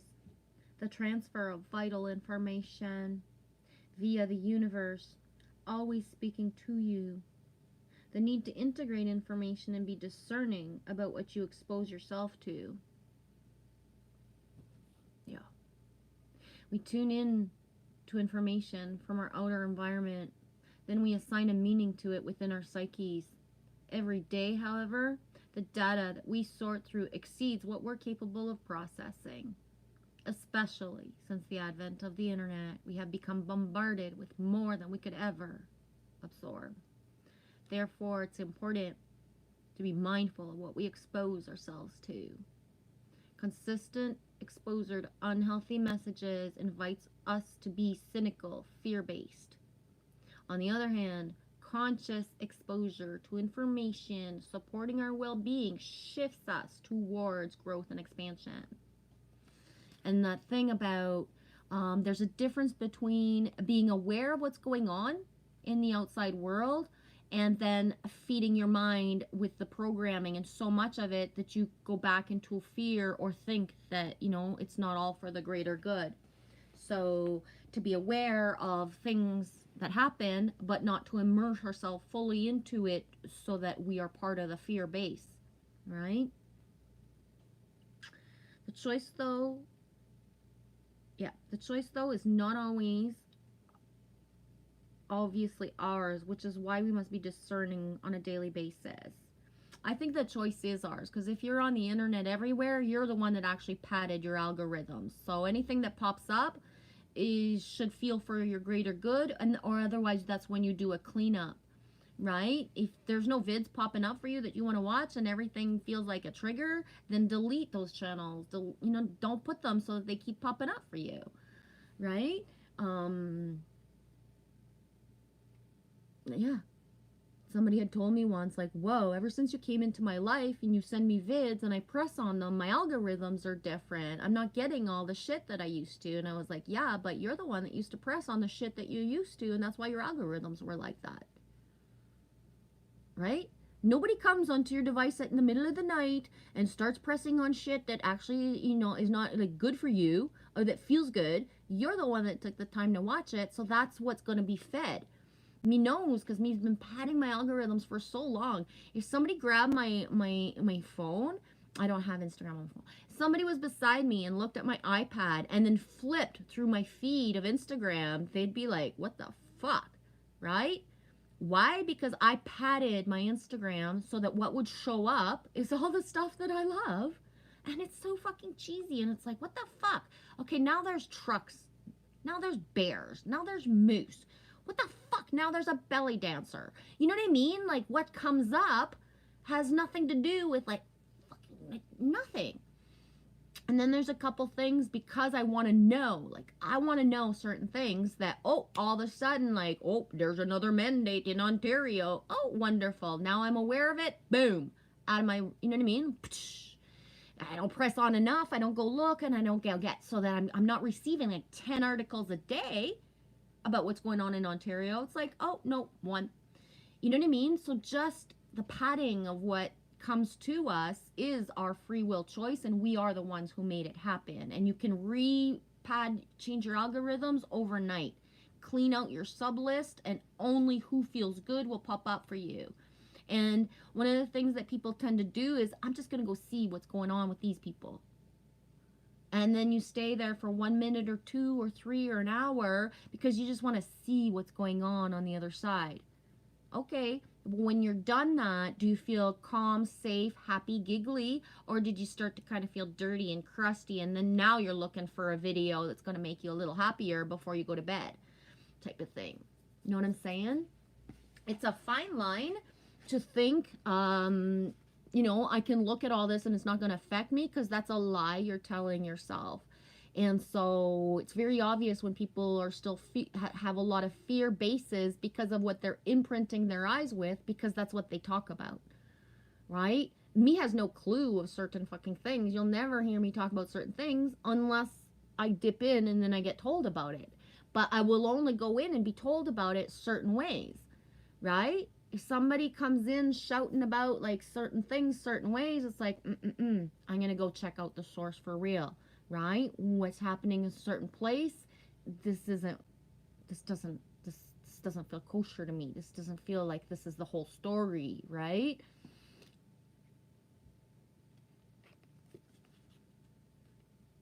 The universe is always engaging us. We are part of it. Through synchronicities, omens, and other signs that point toward our best path. Our intuition helps us tune in and see our environment like an oracle. However, this new information doesn't always make sense right away.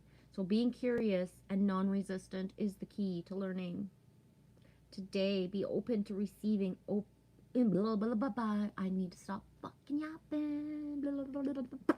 There you are, Emoji King. You had to put an owl up, eh? Love it.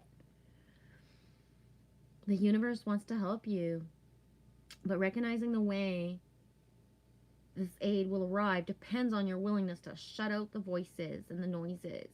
You might need to break from social media, gossip, and the news. Don't let yourself get distracted. Listen without attachment and see what arises. Expect a message from the universe and you shall receive. Ooh, double owl. How's it going, Jack? How was your day, Emoji King? I'm just setting up. Well, not setting up. I'm just shutting down. It's just going to be done. Lily has been patienter than most hungry little kids would be. And I have no idea what I'm going to make for supper, by the way. So, starting now, with zero clue what I'm going to make for supper. Yesterday, I tried to be like a special mom, and I made a chicken sandwich for Lily. And then I made soup, just from a can, and I burned the soup. She was like, how do you burn soup, Mom? I was like, I don't know. I've been a chef pretty much all my life. Of all the things I never really mess up is opening a can of soup and sticking it on the fucking burner, right? You can cook soup, can't you? Apparently not, Genevieve. Apparently not. So I have no idea what I'm going to make for supper. But it's going to be good. You did have a good day, Emoji King? Good.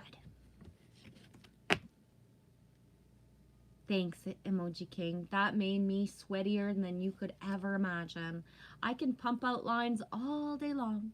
I could talk in front of you guys and throw out any subject, and it's rare that I, have whatever. But making that video, my fucking hands shake and I just press on the buttons, and all I gotta do is put it in. And it just, I don't even have the words for how I was sweaty. I was so sweaty by the time I was done. I don't know if it's because this video was meant to come out. I don't know if it's because, like, whatever. I don't know. But I was so sweaty by the time I was done. I was like, holy shit balls. I don't know. I was nervous too because I get really, it's like if I did this for like 5 minutes and I lose it, I'm going to be like upset, right?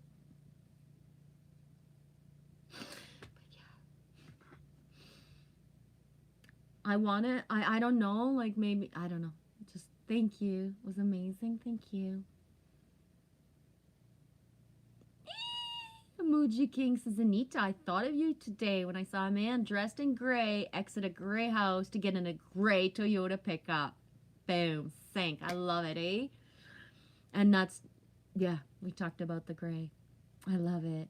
Loves you guys. If I keep yapping, if I keep looking at the screen, if you guys keep chatting, you know I'm going to stay another 10, 20 minutes or 2 hours, so I got to go.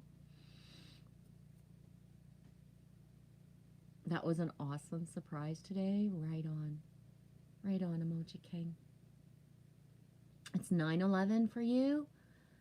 Boom. We're inversed. It's 6:11. Is it 6? Yeah, it's 6:11 already. Okay. I've been streaming for a while. I'm just going to stop because if I don't, I'm not good at goodbyes. This is why I'll be in somebody's panel and I just disappear. Eh? I don't say goodbye because once I start I'm just going to go. I'll be back when I'm back. I'm just going to go because if goodbye. Love you. Yeah, now you're noticing all the gray vehicles, eh? Right on. I love it. Have a super night.